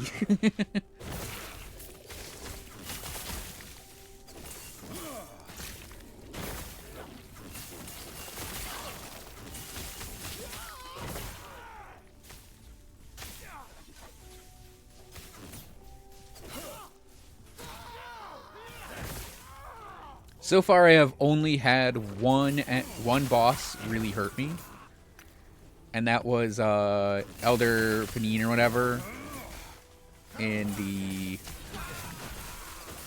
final monolith, and that was only his like circular triple hose, triple elemental thing.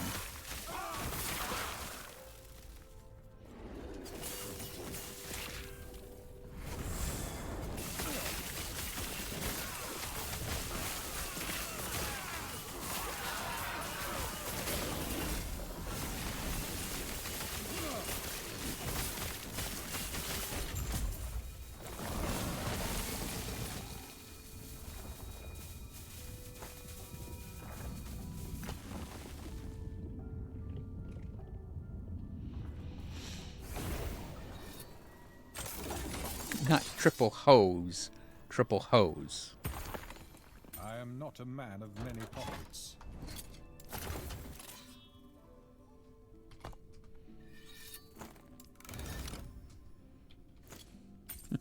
Hose as in spray, not as in bros before.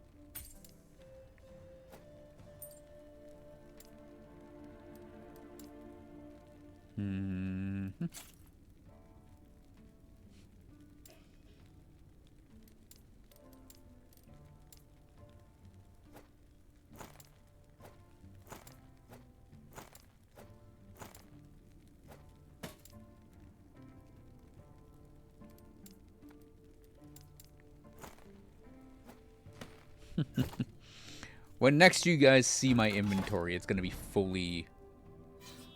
fully organized. Just wait. Just you guys wait.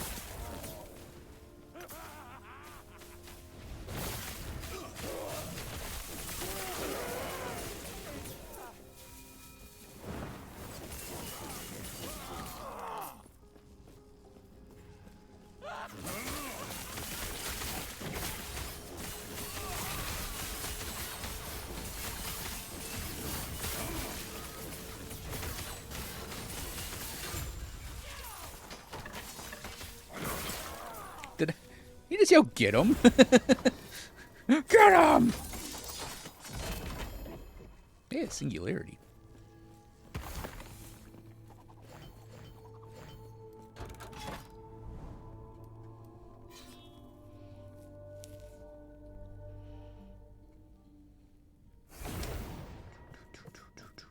I'll probably stop after Goth Raye.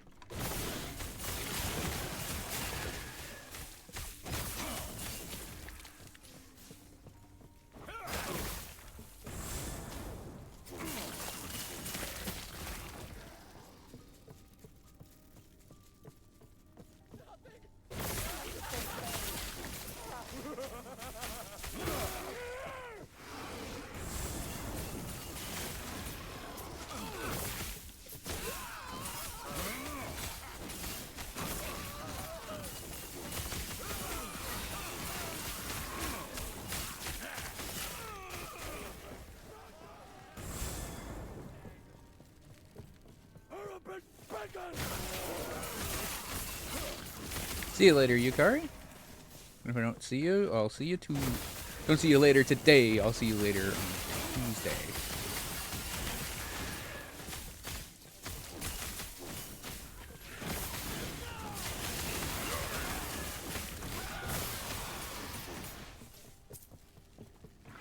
Ambushers, where are you?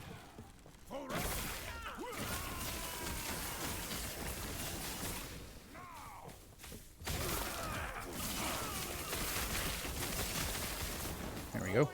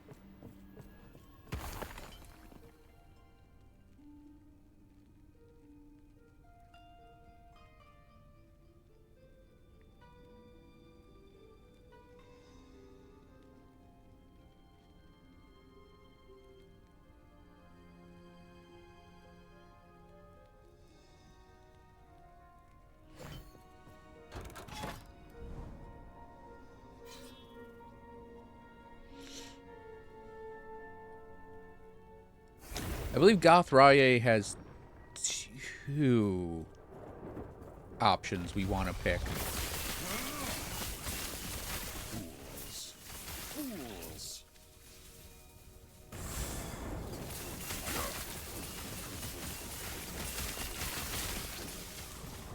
It's like there's a standard crit multi blessing that he'll give.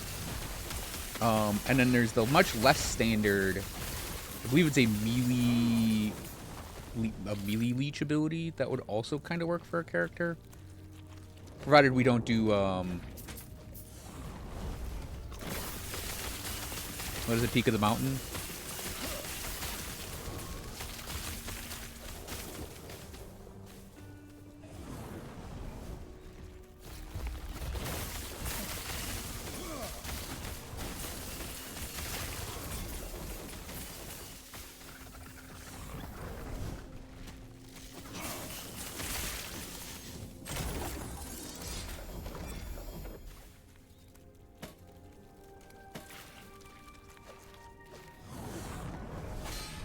Okay.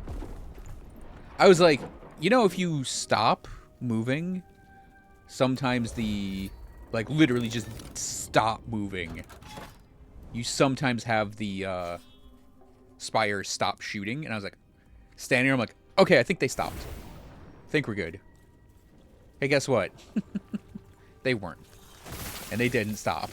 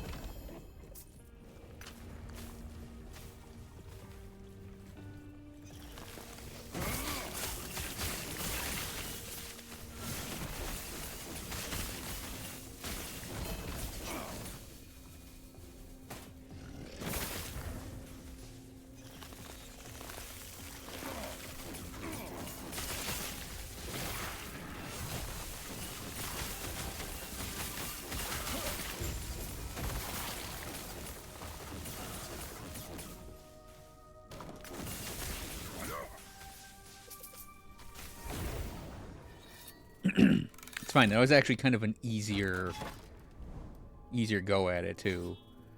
Yeah.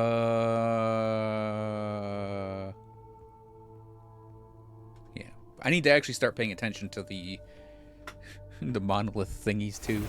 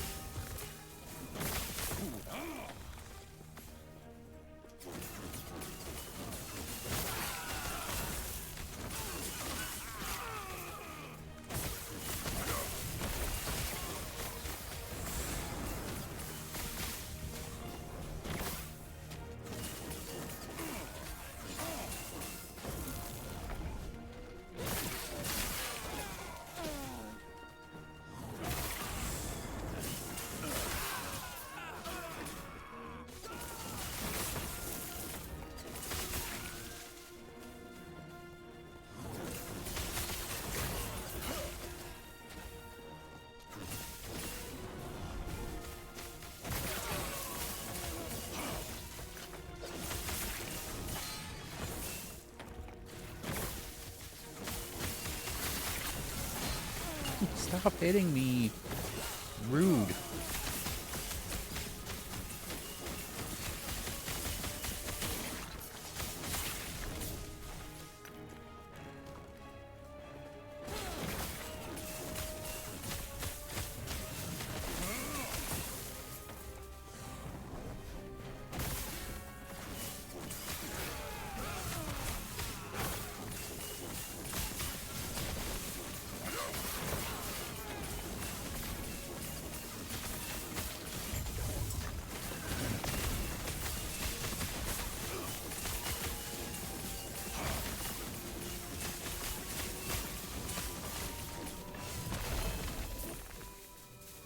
Hey, you oh, she's gone.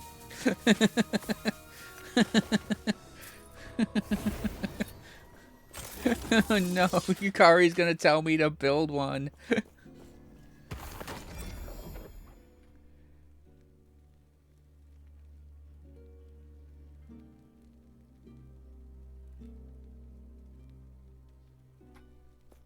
There is, by the way, one type of shield I care about picking up. That was just to look for tier 7s. The only shield in the game I actually really like is the Iron Glass shield. There's some pretty high natural block chance on it.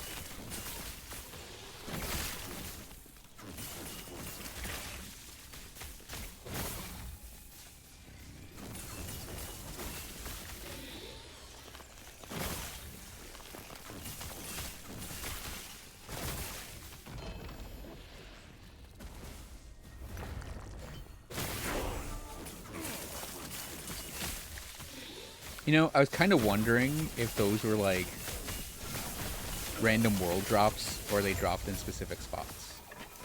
Because I found one on the shop, right? I was like, man, that's neat. Class-specific legendary or unique. Class-specific unique idols. Blah. And I was like, oh, that's interesting, yeah. I was like, yeah, maybe they dropped from something. I just never thought about it.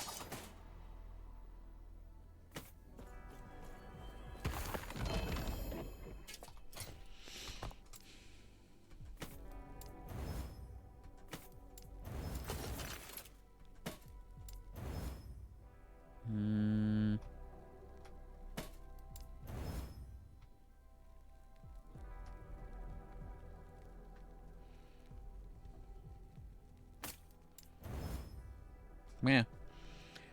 The Falcon Fists give you, effectively, Falcon Punch, right? So your Cinder Strike gets melee damage per level of Falconry while unarmed. Cinder Strike gets area per level of Falconry unarmed. While unarmed, your Falcon's hit grants Cinder Strike additional melee damage and % increased area for 6 seconds. +2 to Cinder Strike and Falcony. +1 to 4 for Cinder Strike and Falcony. And then you have increased melee attack speed and increased fire damage for you and your minions. It's a pretty neat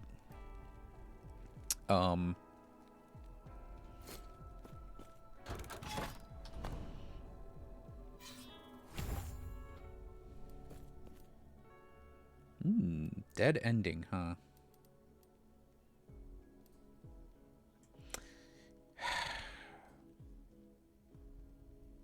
Yeah, we need to do like one more. But I don't want to give Gothbird Glancing Blow and make my life hell for hitting him.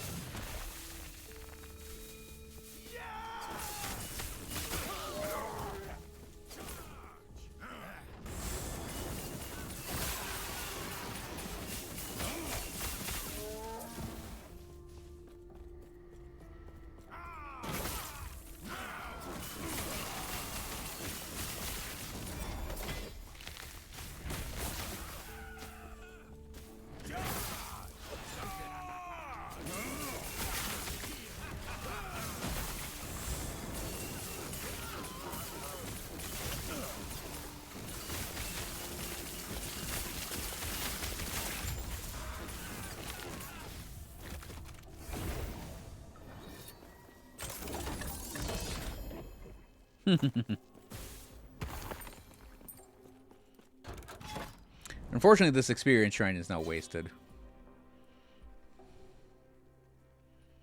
'Cause he has like 3 dudes in the front.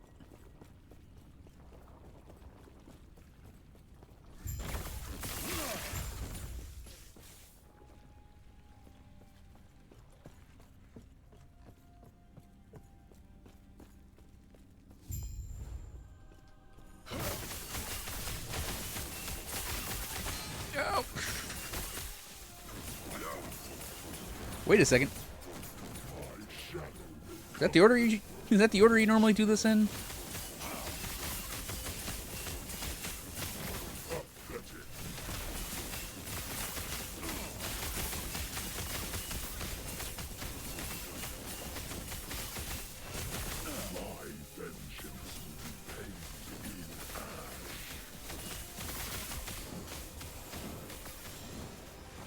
This hate, this despair, oblivion burns within me. Ow. This world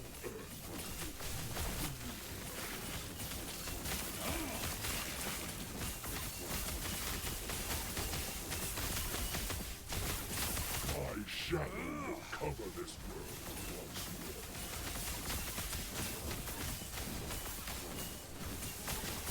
Pathetic. Oof.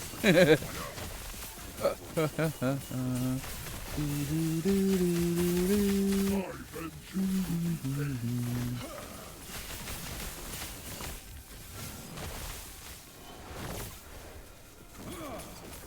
This hate, this despair, oblivion burns within me.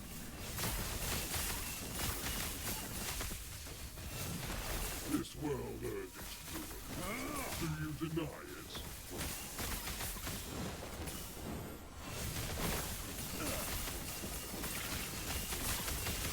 My shadow will cover this world once more. Pathetic. Do you think my defeat changes anything? Got his gloves. This world is all Health. dead. Ignite. Word on kill. Void Rush. Damn. Damn.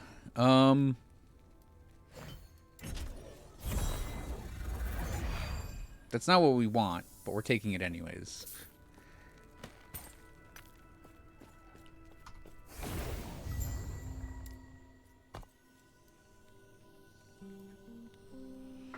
Because it's good enough.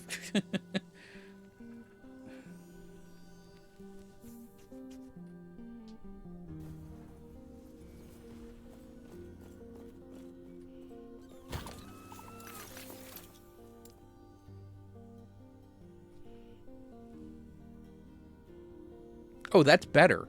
Like, that's a better one of those.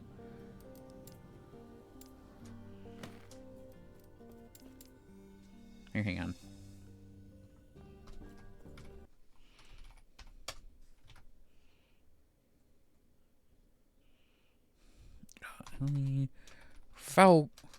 Falco. Poor.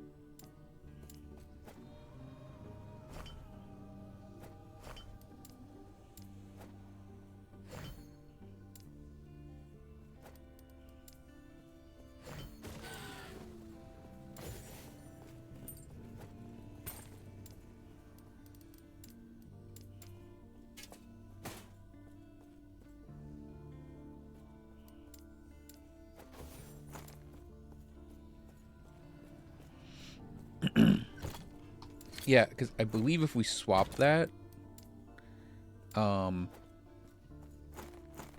have to go back and tick the points in the skills. That,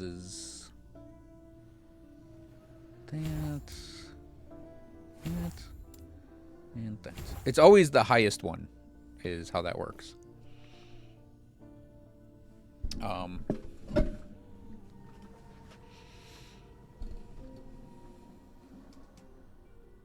What's that in chat? Is there a spell fire damage? Yes. Fire damage, fire damage. Melee fire damage, melee fire damage. Yeah, it's just...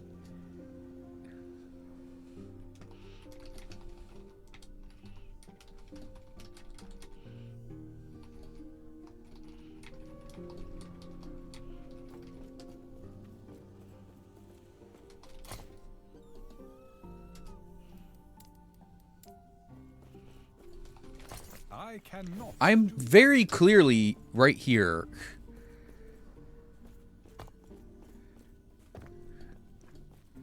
Very clearly had my cursor in that box.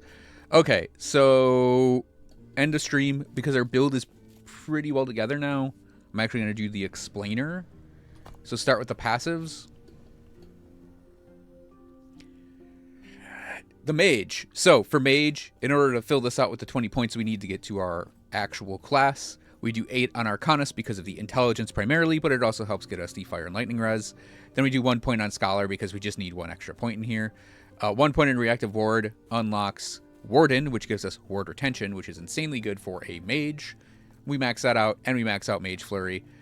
Typically, you do the order up until Mage Flurry, or at least I did the order up until Mage Flurry. Then I did Warden. And that gives you like a good starter set of things out of this this tree. Spellblade, the way we leveled it is we did Elemental Affinity and Arcane Warden and alternated those until we got to Arcane Shielding and then maxed that immediately. We then went back and filled out Elemental Affinity and Arcane Warden, and then you need 1 more point to get to Essence Duel, and I just stuck that on Elemental Strikes.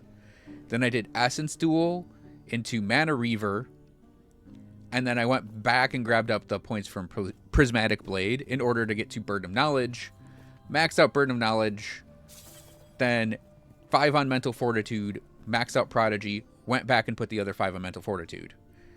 Then we went over to Rune Master and we maxed out Sphere Protection for the health and the damage reduction, and Runeward Cataclysm for the increased crit, but also when we have Runeward Cataclysm, low health enemies take extra damage. We needed 1 more point to unlock Frostwall, and I just stuck that in a Circle of Elements. Sorcerer, we're going to tick 1 more point into Calculated Destruction, because the spell crit per int is actually important for the way we play the Spellblade. Tweak, I'm going to do off stream and report back on Wednesday. I am actually going to tick out 2 of the points from this tree, and I'm going to replace Frostwall with a different ability and try it out. For rounding out the class, I want to get the 8-point bonus from Outrun and Outlast, so Surge is on a lower cooldown. And I actually really would like to try Warden's Echo with Defender of Welrin, because this is whenever you gain Ward, you basically explode, and we constantly gain Ward. And then this just ups the damage and gives us more Ward Retention, and Ward Retention is amazing for this class, just for the mage in general. And I think I actually maybe need 2 points out of here to get these fully completed while also getting the 8 on that. But yeah, I feel like I'm going pretty good so far with this this setup for the Spellblade, but I want to play around while I can. Okay, so our main attack is Mana Strike, and it's our main attack because we're kind of I think the term now is on hit Spellblade. I'm still going to use the term Spark Charge Spellblade, and Mana Strike, as we swing with it, we apply Spark Charges. I like running the teleporting strikes with Star Guide. You don't necessarily have to run that, but I like having that ranged option. We're not using Mana Strike really as a mana recovery ability. It is sort of a mana mitigation ability for our other stuff we run, but for the most part, this is what we've been swinging with the entire time. So with this ability, we apply Spark Charges, but we also have our Mana Arcs, which are reporting. Oh, these might report 0 damage per second because we're in a town. Yeah, our mana arcs are those bolts of lightning that arc off of us to targets.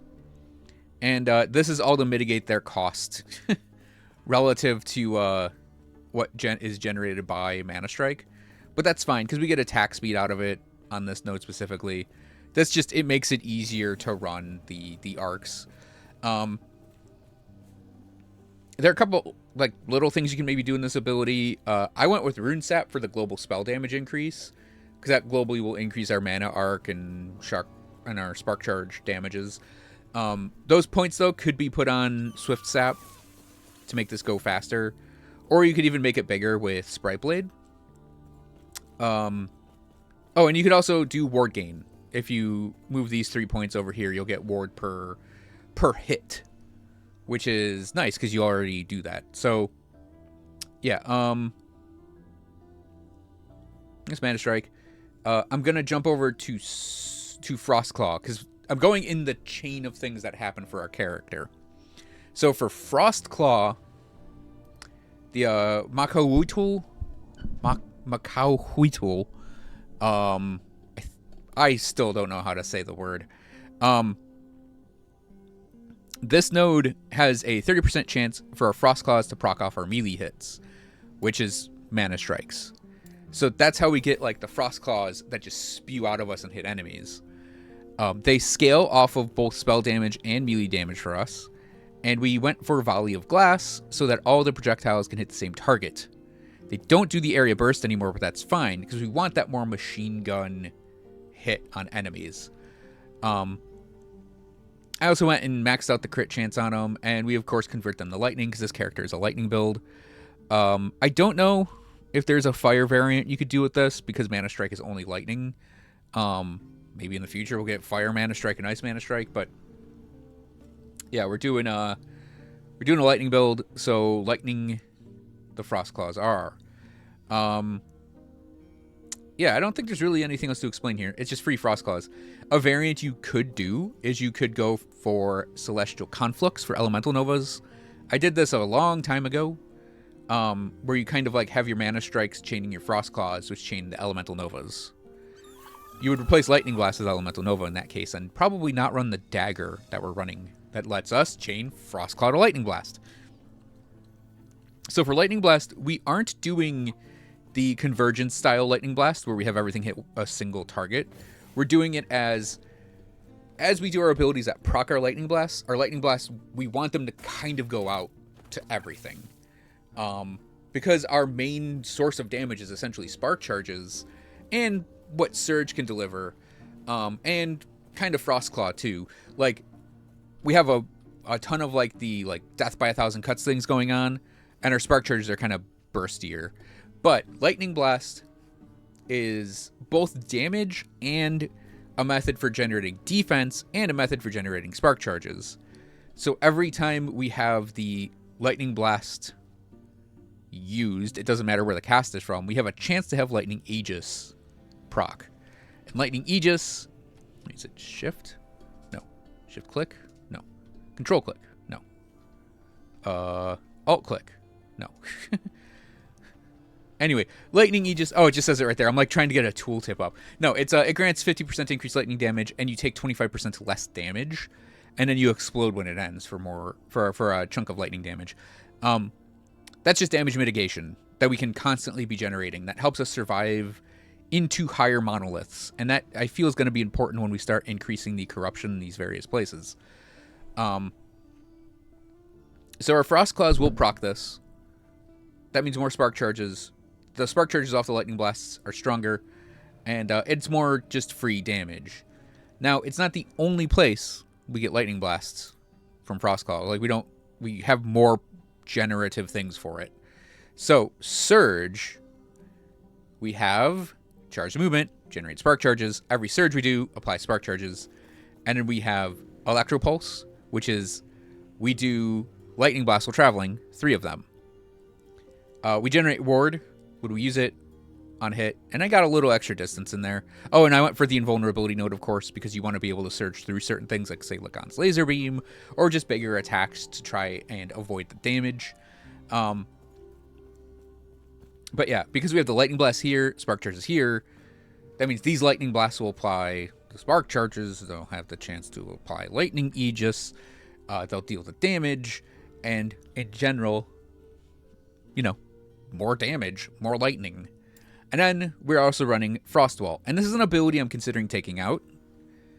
So in the beta version of this setup, prepared wards, every time you went through Frostwall, you got Flame Ward, and it was just a very high mana cost on it. It did not have a cooldown. I think prepared wards probably over-nerfed this ability, because it's like they're now sharing a cooldown, which I think actually might make this a pointless node, because with maybe a pointless node, I don't know. I feel like there's maybe a better way to do this node and not have it feel like it's completely worthless now.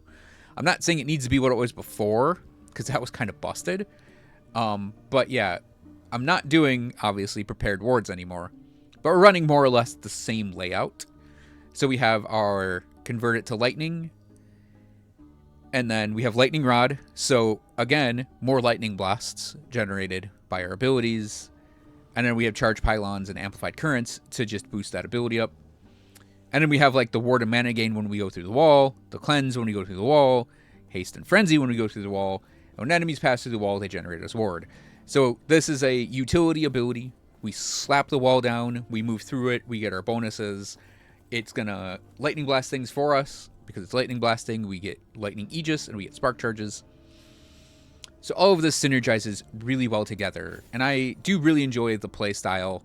And I like having an ability that kind of does like spell damage as a spell while we are a spell blade, in addition to having our melee damage in here.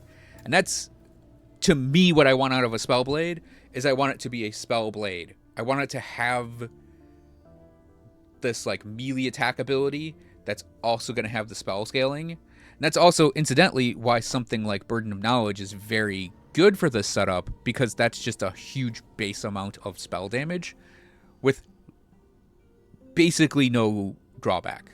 The reduced cast speed you aren't going to notice at all when you cast your wall.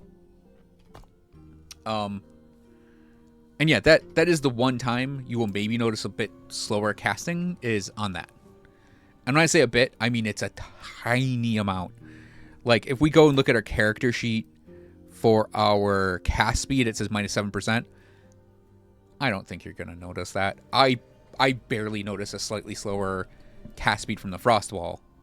Now, here's the thing. I may actually swap that out. And the idea I had, because I've been wanting to do this for a while, and I think this might be the perfect time to try it out. Under Firebrand, there's the Triple Strike node, which turns it into like a fork. And I've always wanted to try to use this ability and make it work. And you may be wondering, like, well, why would you use Firebrand and Mana Strike together? Wouldn't you want one or the other? Well, they actually can synergize together pretty well. Because this, if we go for Fulmination, we get attack speed per stack. That applies to just attacks, right? Ardent Branding?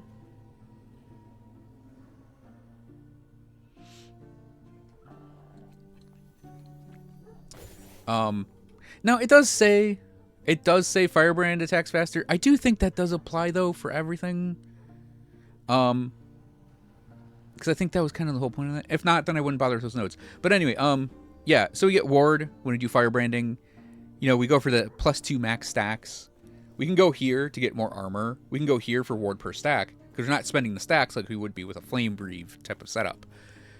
And we go for Galvanize to convert it to lightning. But then we go for Mana Shell. And what we do is we could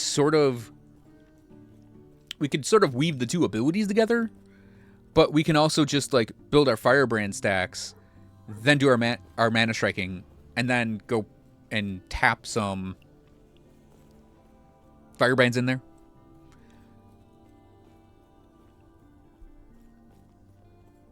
to generate us the ward as we mana strike with that. So we can potentially generate kind of a good chunk of ward with this ability combination. I've done this before in running a lightning aura build. That wasn't very good. But it wasn't very good, but I tried it was the point. And there are some things I've been curious about doing. So like we would go say 2 points on pyro shielding, 4 points on undying fire, 1 point on Everflames because we want all of the stacks to refresh whenever we get a new stack. Because we'd want to try to have Mana Shell proccing as much as possible, right? And then what we could do is maybe if we can fit it in, we can go over here and get Arcane Sharpshooter so our spells have more crit multi. And then we can go up here for the Triple Strike. Because Triple Strike is 1, 2, 3, 4 points. And I think we actually would have enough in order to have extra stuff in here. Now, unfortunately, Pyre with the Flame Wave. The Flame Wave may or may not be anything we really want to pick up. Because it's fire damage. I mean, I say this, and it's like, yeah, we have much more lightning damage here. But it's like, I don't know. It's stuff I want to play around with maybe doing Firebrand. If that was actually like a lightning wave, I totally would go for it. But yeah, I've always been curious about this upper section of the ability. Hell, we could even maybe go for more stacks. Because yeah, maybe that adds 20 mana onto every cast, but we're not spamming this ability. We're like weaving it. And if it's 20 mana, this is 35. This is 25 plus whatever the cost of Lightning Blast is times 3. I think we could afford it, even if we made that ability really expensive. Now, I'm also considering dropping the Frost Wall to just pick up Flame Reave again. There isn't really the main thing for Flame Reave would be to do the Rhythm of Fire versatility thing again. But yeah, I don't know. I don't know if I want to do it anymore because the Flame Reaves themselves kind of end up being lower damage than what we can produce by just spamming Mana Strike. And that's part of the reason I'm thinking of Firebrand with this, because it's just a thing that can boost us even more. And it would lead to an interesting rotation as well. So yeah. Gearing, I would say there are 2 required pieces of gear for this character. Obviously, Dragorath's Claw, because this has the chance to cast Lightning Blast on crit with Frost Claw. We also get Ward when you do a Frost Claw. Our Lightning Blasts have increased crit strike per uncapped Lightning Res, more crit multi per uncapped Cold Res. We don't have any uncapped Cold Res right now. We have a little uncapped Lightning Res. And then, yeah, I would say Fragment of the Enigma is probably the other required thing. You can actually get away with playing a character like this for progression by doing Mana Strike and Flame Reave together. There's nothing that says you can't do that, and I did that to level the character up. So until you get to 37, you can just play Mana Strike and Flame Reave, and it works perfectly fine. And then until 46, you can still do that, and it works perfectly fine in that regard, too. You don't even need to worry about, like, doing a Frost Wall, weird Frost Wall setup. You don't even need to use Surge until way later, too. You can just use Teleport, and it all works perfectly fine. I do recommend around 29 picking up an Invoker Static Touch that adds spell lightning damage on. If you're doing Flame Reave with your leveling, Arcane Severance will add that lightning damage in as the melee version. And it adds it 1-to-1 at 4 points. So that is actually a booster for Flame Reave. You can use Sun Wreath. I was using Sun Wreath up until more recently. I went and grabbed Furbor's Persistence because it has Int and Armor. It also natively has Ward Decay Threshold and Necrotic Res. And that's kind of important if you run a Bone Climber Barboot, which I'm mixed bag on right now. I'm mixed bag on right now because it does add our two damage boosters for most of our melee abilities. But it does give us, ward per 3% uncapped necrotic res. Gives a giant chunk of necrotic res. But I might actually just go for a purple helmet instead. If I could get LP on it, then I would definitely use it. Obviously, depending on what the abilities are we get on it.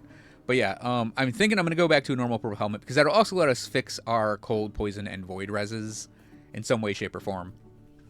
And actually, that's something on, say, my amulet I would like to do is go for a, what's the skull ones? Do I have any of those floating around? I don't know that I do. No. Yeah, it's the ones that look like a skull. They give a bunch of resistances and are great for fixing that. We are kind of a crit-heavy build, or at least we want to try to be a crit-heavy build. But I'm not going to lose sleep over not having a silver amulet as our amulet choice. Yeah, and then Swaddling is great. Swaddling is great for the Spellblade, just in general. Our Swaddling kind of non-bowed itself, but that is a tier 7 increased crit strike chance, which this is where I would actually care about the crit loss. And it does fix our poison and our void reses. In addition, the native abilities of the gloves, more melee damage versus high health enemies, great. Surge into enemies, deal more damage to them. More spell damage versus low health enemies, great. Our spark charges that are on enemies that have been weakened down will deal more damage. We also get attack and cast speed. Again, don't care about the cast speed as much, but that's attack speed. Unfortunately, mine, because I bought them off the shop, I grabbed them out because they had 21 Weaver's Will, I believe. And, yeah, they only had +2 to the attributes. Obviously, higher attributes are better because that means more int for us, which is kind of a key stat for basically all mages now. Yeah, our Advent of the Erased, tier 7 int. No extra movement speed, unfortunately, on the Weaver parts. And that's why they're probably going to get traded out for boots that have a tier 7 int and movement speed as the prefixes. And if I can get it, of course, hybrid health as a suffix. I did have purple boots drop that had the hybrid health as a suffix, but they rolled Dex. So, yeah. I'm going to think about it, because that's also cooldown recovery speed, which it's not required to run a Spellblade. It does kind of relax some of the things in it, though. But yeah, I'm thinking I'm just going to throw this on the shop. And yeah, Stormcarved Testament, all around good. Lightning Relic. Maybe.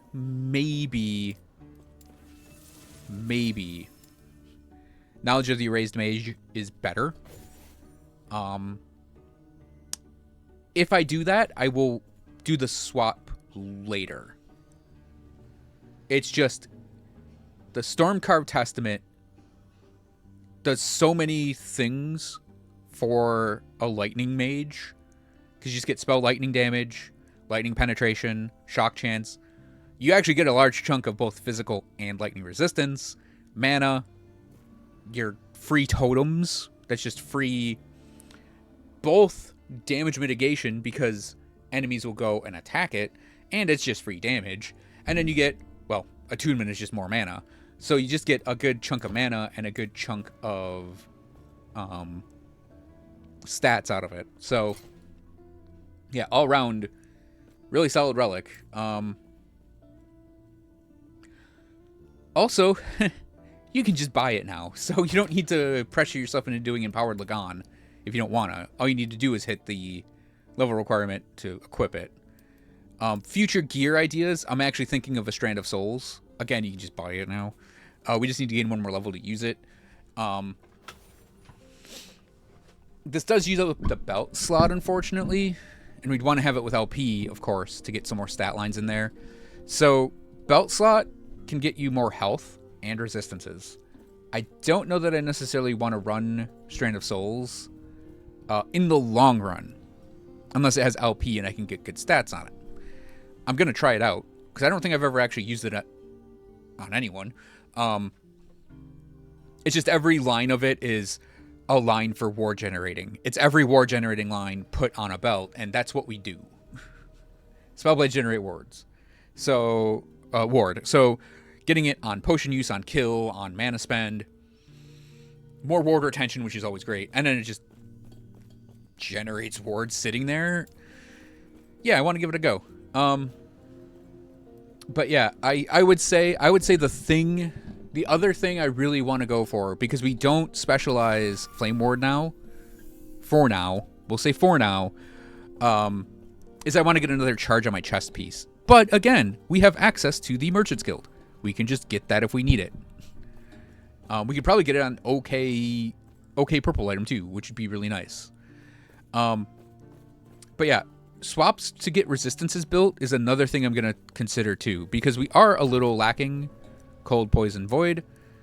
Again, our amulet could take care of that poison if we get the skull emoji amulet. And then get maybe a Void Res line on it, right? That would just take care of that. And the same thing on our helmet. We could get, a helmet that boosts our stats, maybe a purple int line, and then throw on Cold Res or Elemental Res even, and that could fix that too. Yeah, speaking of which, 84, I have that helmet ready, and I'm probably going to tweak it. The increased melee elemental damage we're going to keep. I'm going to try to reroll that Fire Res, though, because that's only a tier 1. And then, yeah. I might even consider sealing that away. And then going for health and resistance fixing.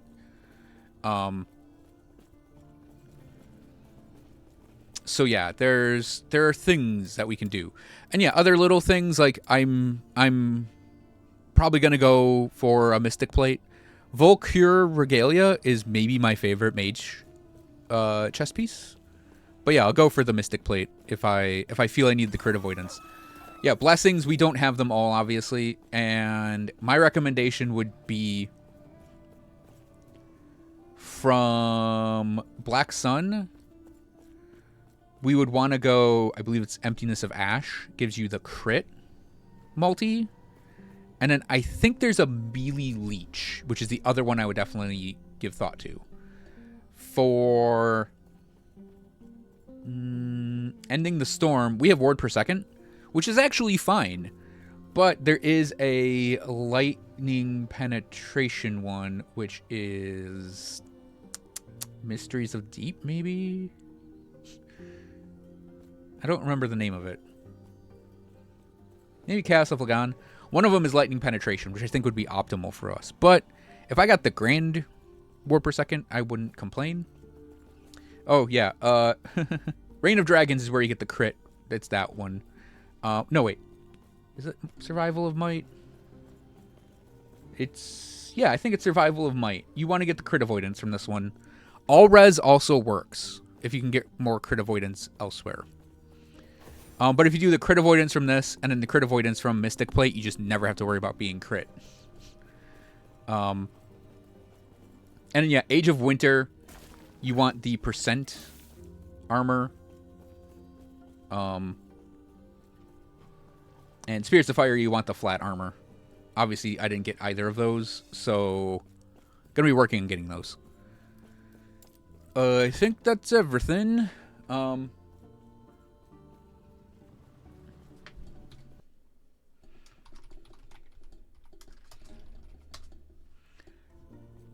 Yeah. Also, on your bar, you can run Flame Ward and just get Flame Ward.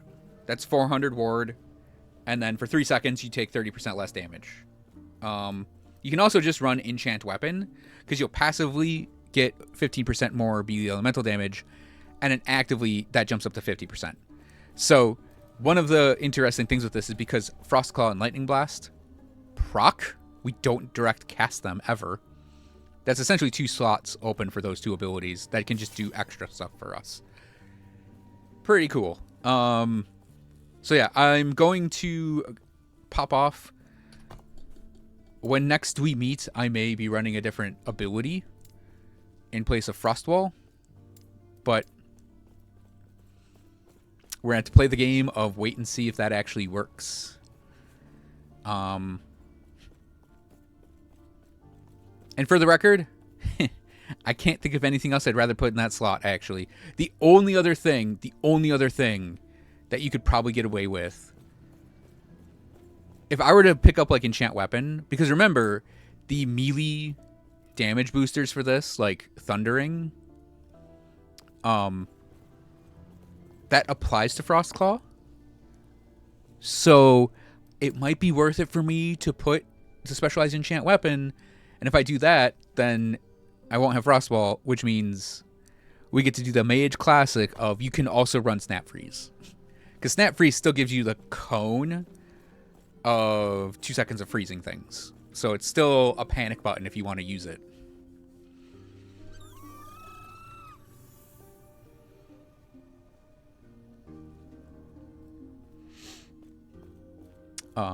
It's kind of funny that you end up doing this a lot with this particular setup where you put abilities you're not specialized in on your bar. It's kind of neat that they let you do that too. But yeah, you can see we have 2,700 effective HP all of the time. We generate some pretty good ward on hit. Obviously not the same as Rune Master. Earlier in the stream, I went over my my annoyance at some of what Rune Master gets that Spellblade should really also get, if not get better. But you know, maybe Sorcerer and Spellblade will get a little tweakity reworkity thing in the future. But yeah, that's who knows if it would even happen. Anyways, that's gonna be the stream. So thanks for watching, everyone. I hope you guys enjoyed it. I'll be back Wednesday around 5 to 6 o'clock EST. Excuse me. You have yourselves a great rest of your nights. And I will see you guys next time. Nerds.